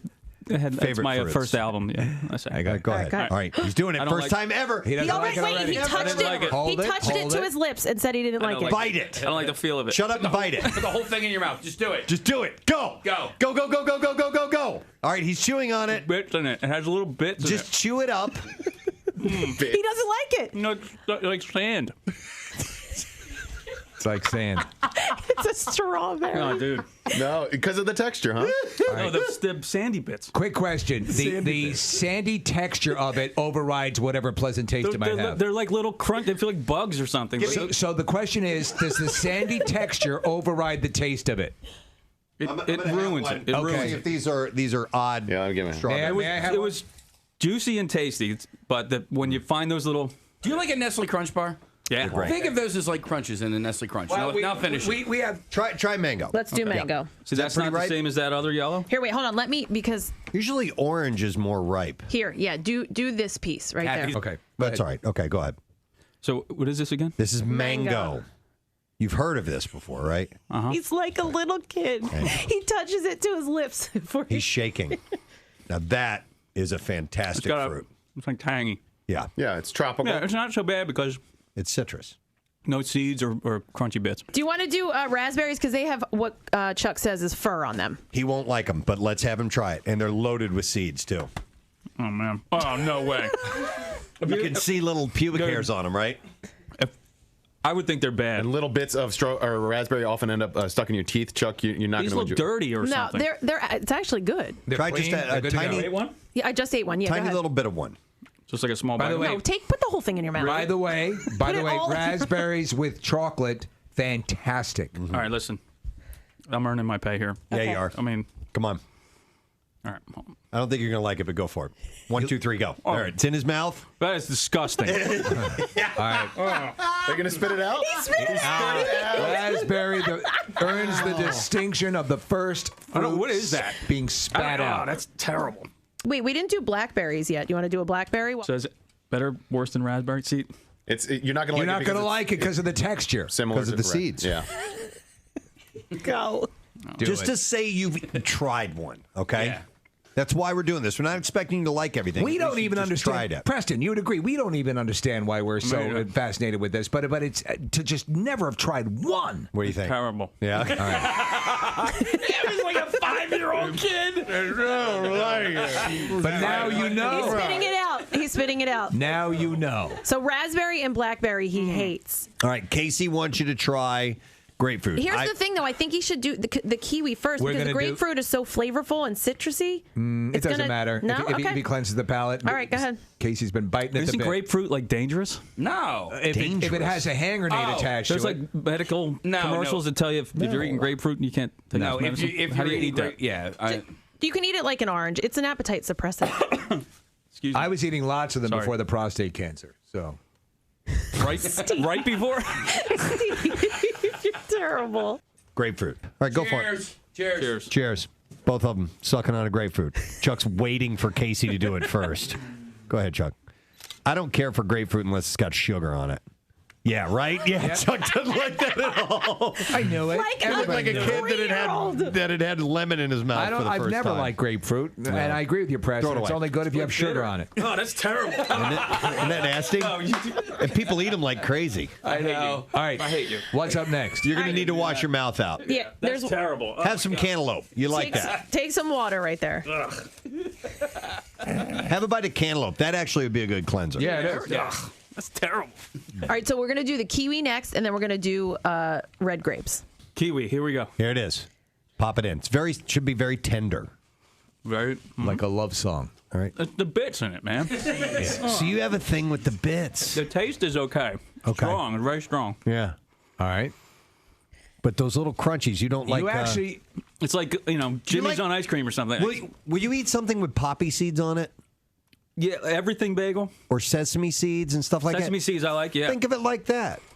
You know? I mean, these seeds don't really have any flavor. They're just part of the texture. I could think it's filet mignon, but it's still bitty and crunchy in Well, my let me teeth. ask. Let me Like ask an you everything this. bagel. Would you eat popped white heads off someone's Everything. scrotum? Grapes and then pineapple. Hold on. Red grapes. He's had green grapes. Okay. Grape. Yep. Okay. Grape. Red grape. Seedless? Should be. Good. Yeah, right? Good. Thumbs up. Yeah. Bonus. Have another one. Thumbs up. All right. He's having He's having another one. How about that? That's good. It's the Black Keys on 93.3 WMMR. Beautiful people, stay high. 10:47, and we are the Preston and Steve Show. Our broadcast day is coming to a close, and we've got an official countdown starting as we speak because we have one more day in our studio for the week. Yes. And then we head to our other home down the shore at Keenan's Irish Pub, and we broadcast live from the stage there, which is always a wonderful, wonderful time. Crazy, chaotic, fun, pandemonium, stupid. It's like a lot of words. It's like trying to control an explosion. Mm-hmm. You know, it is what it is, but it's literally is going to be a great time, and the weather's going to be really conducive.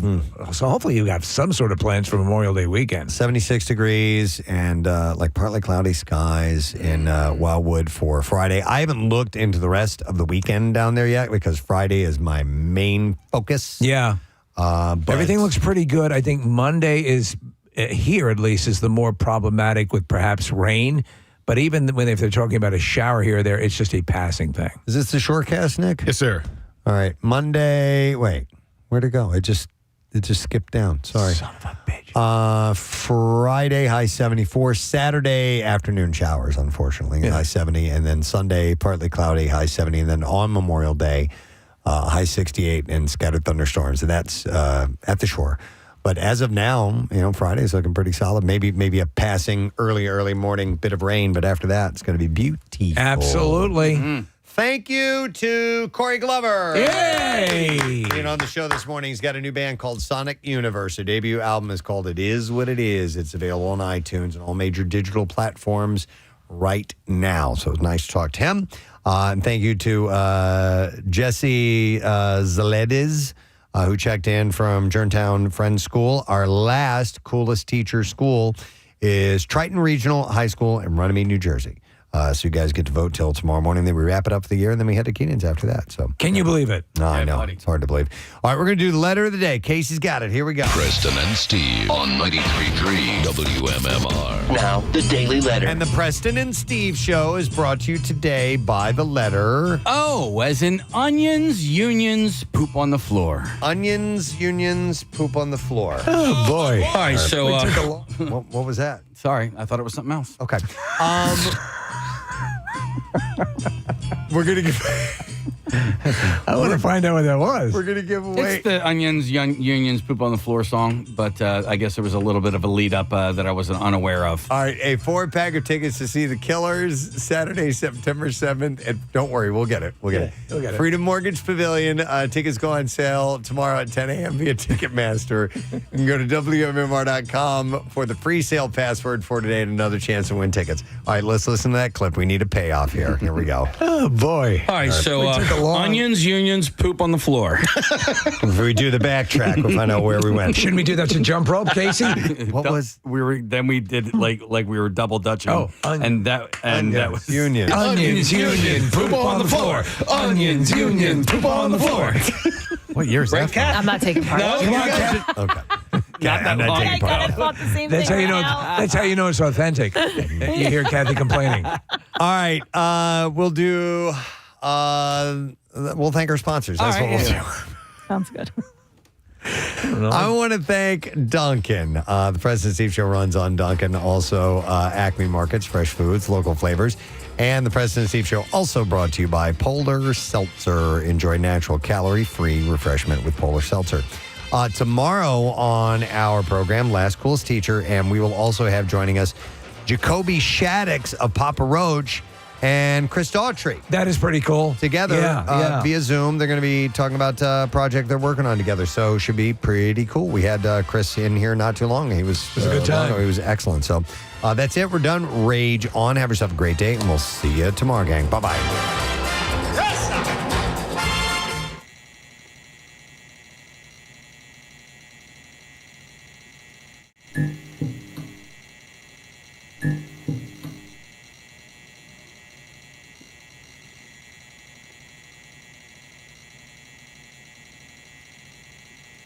Mm-hmm.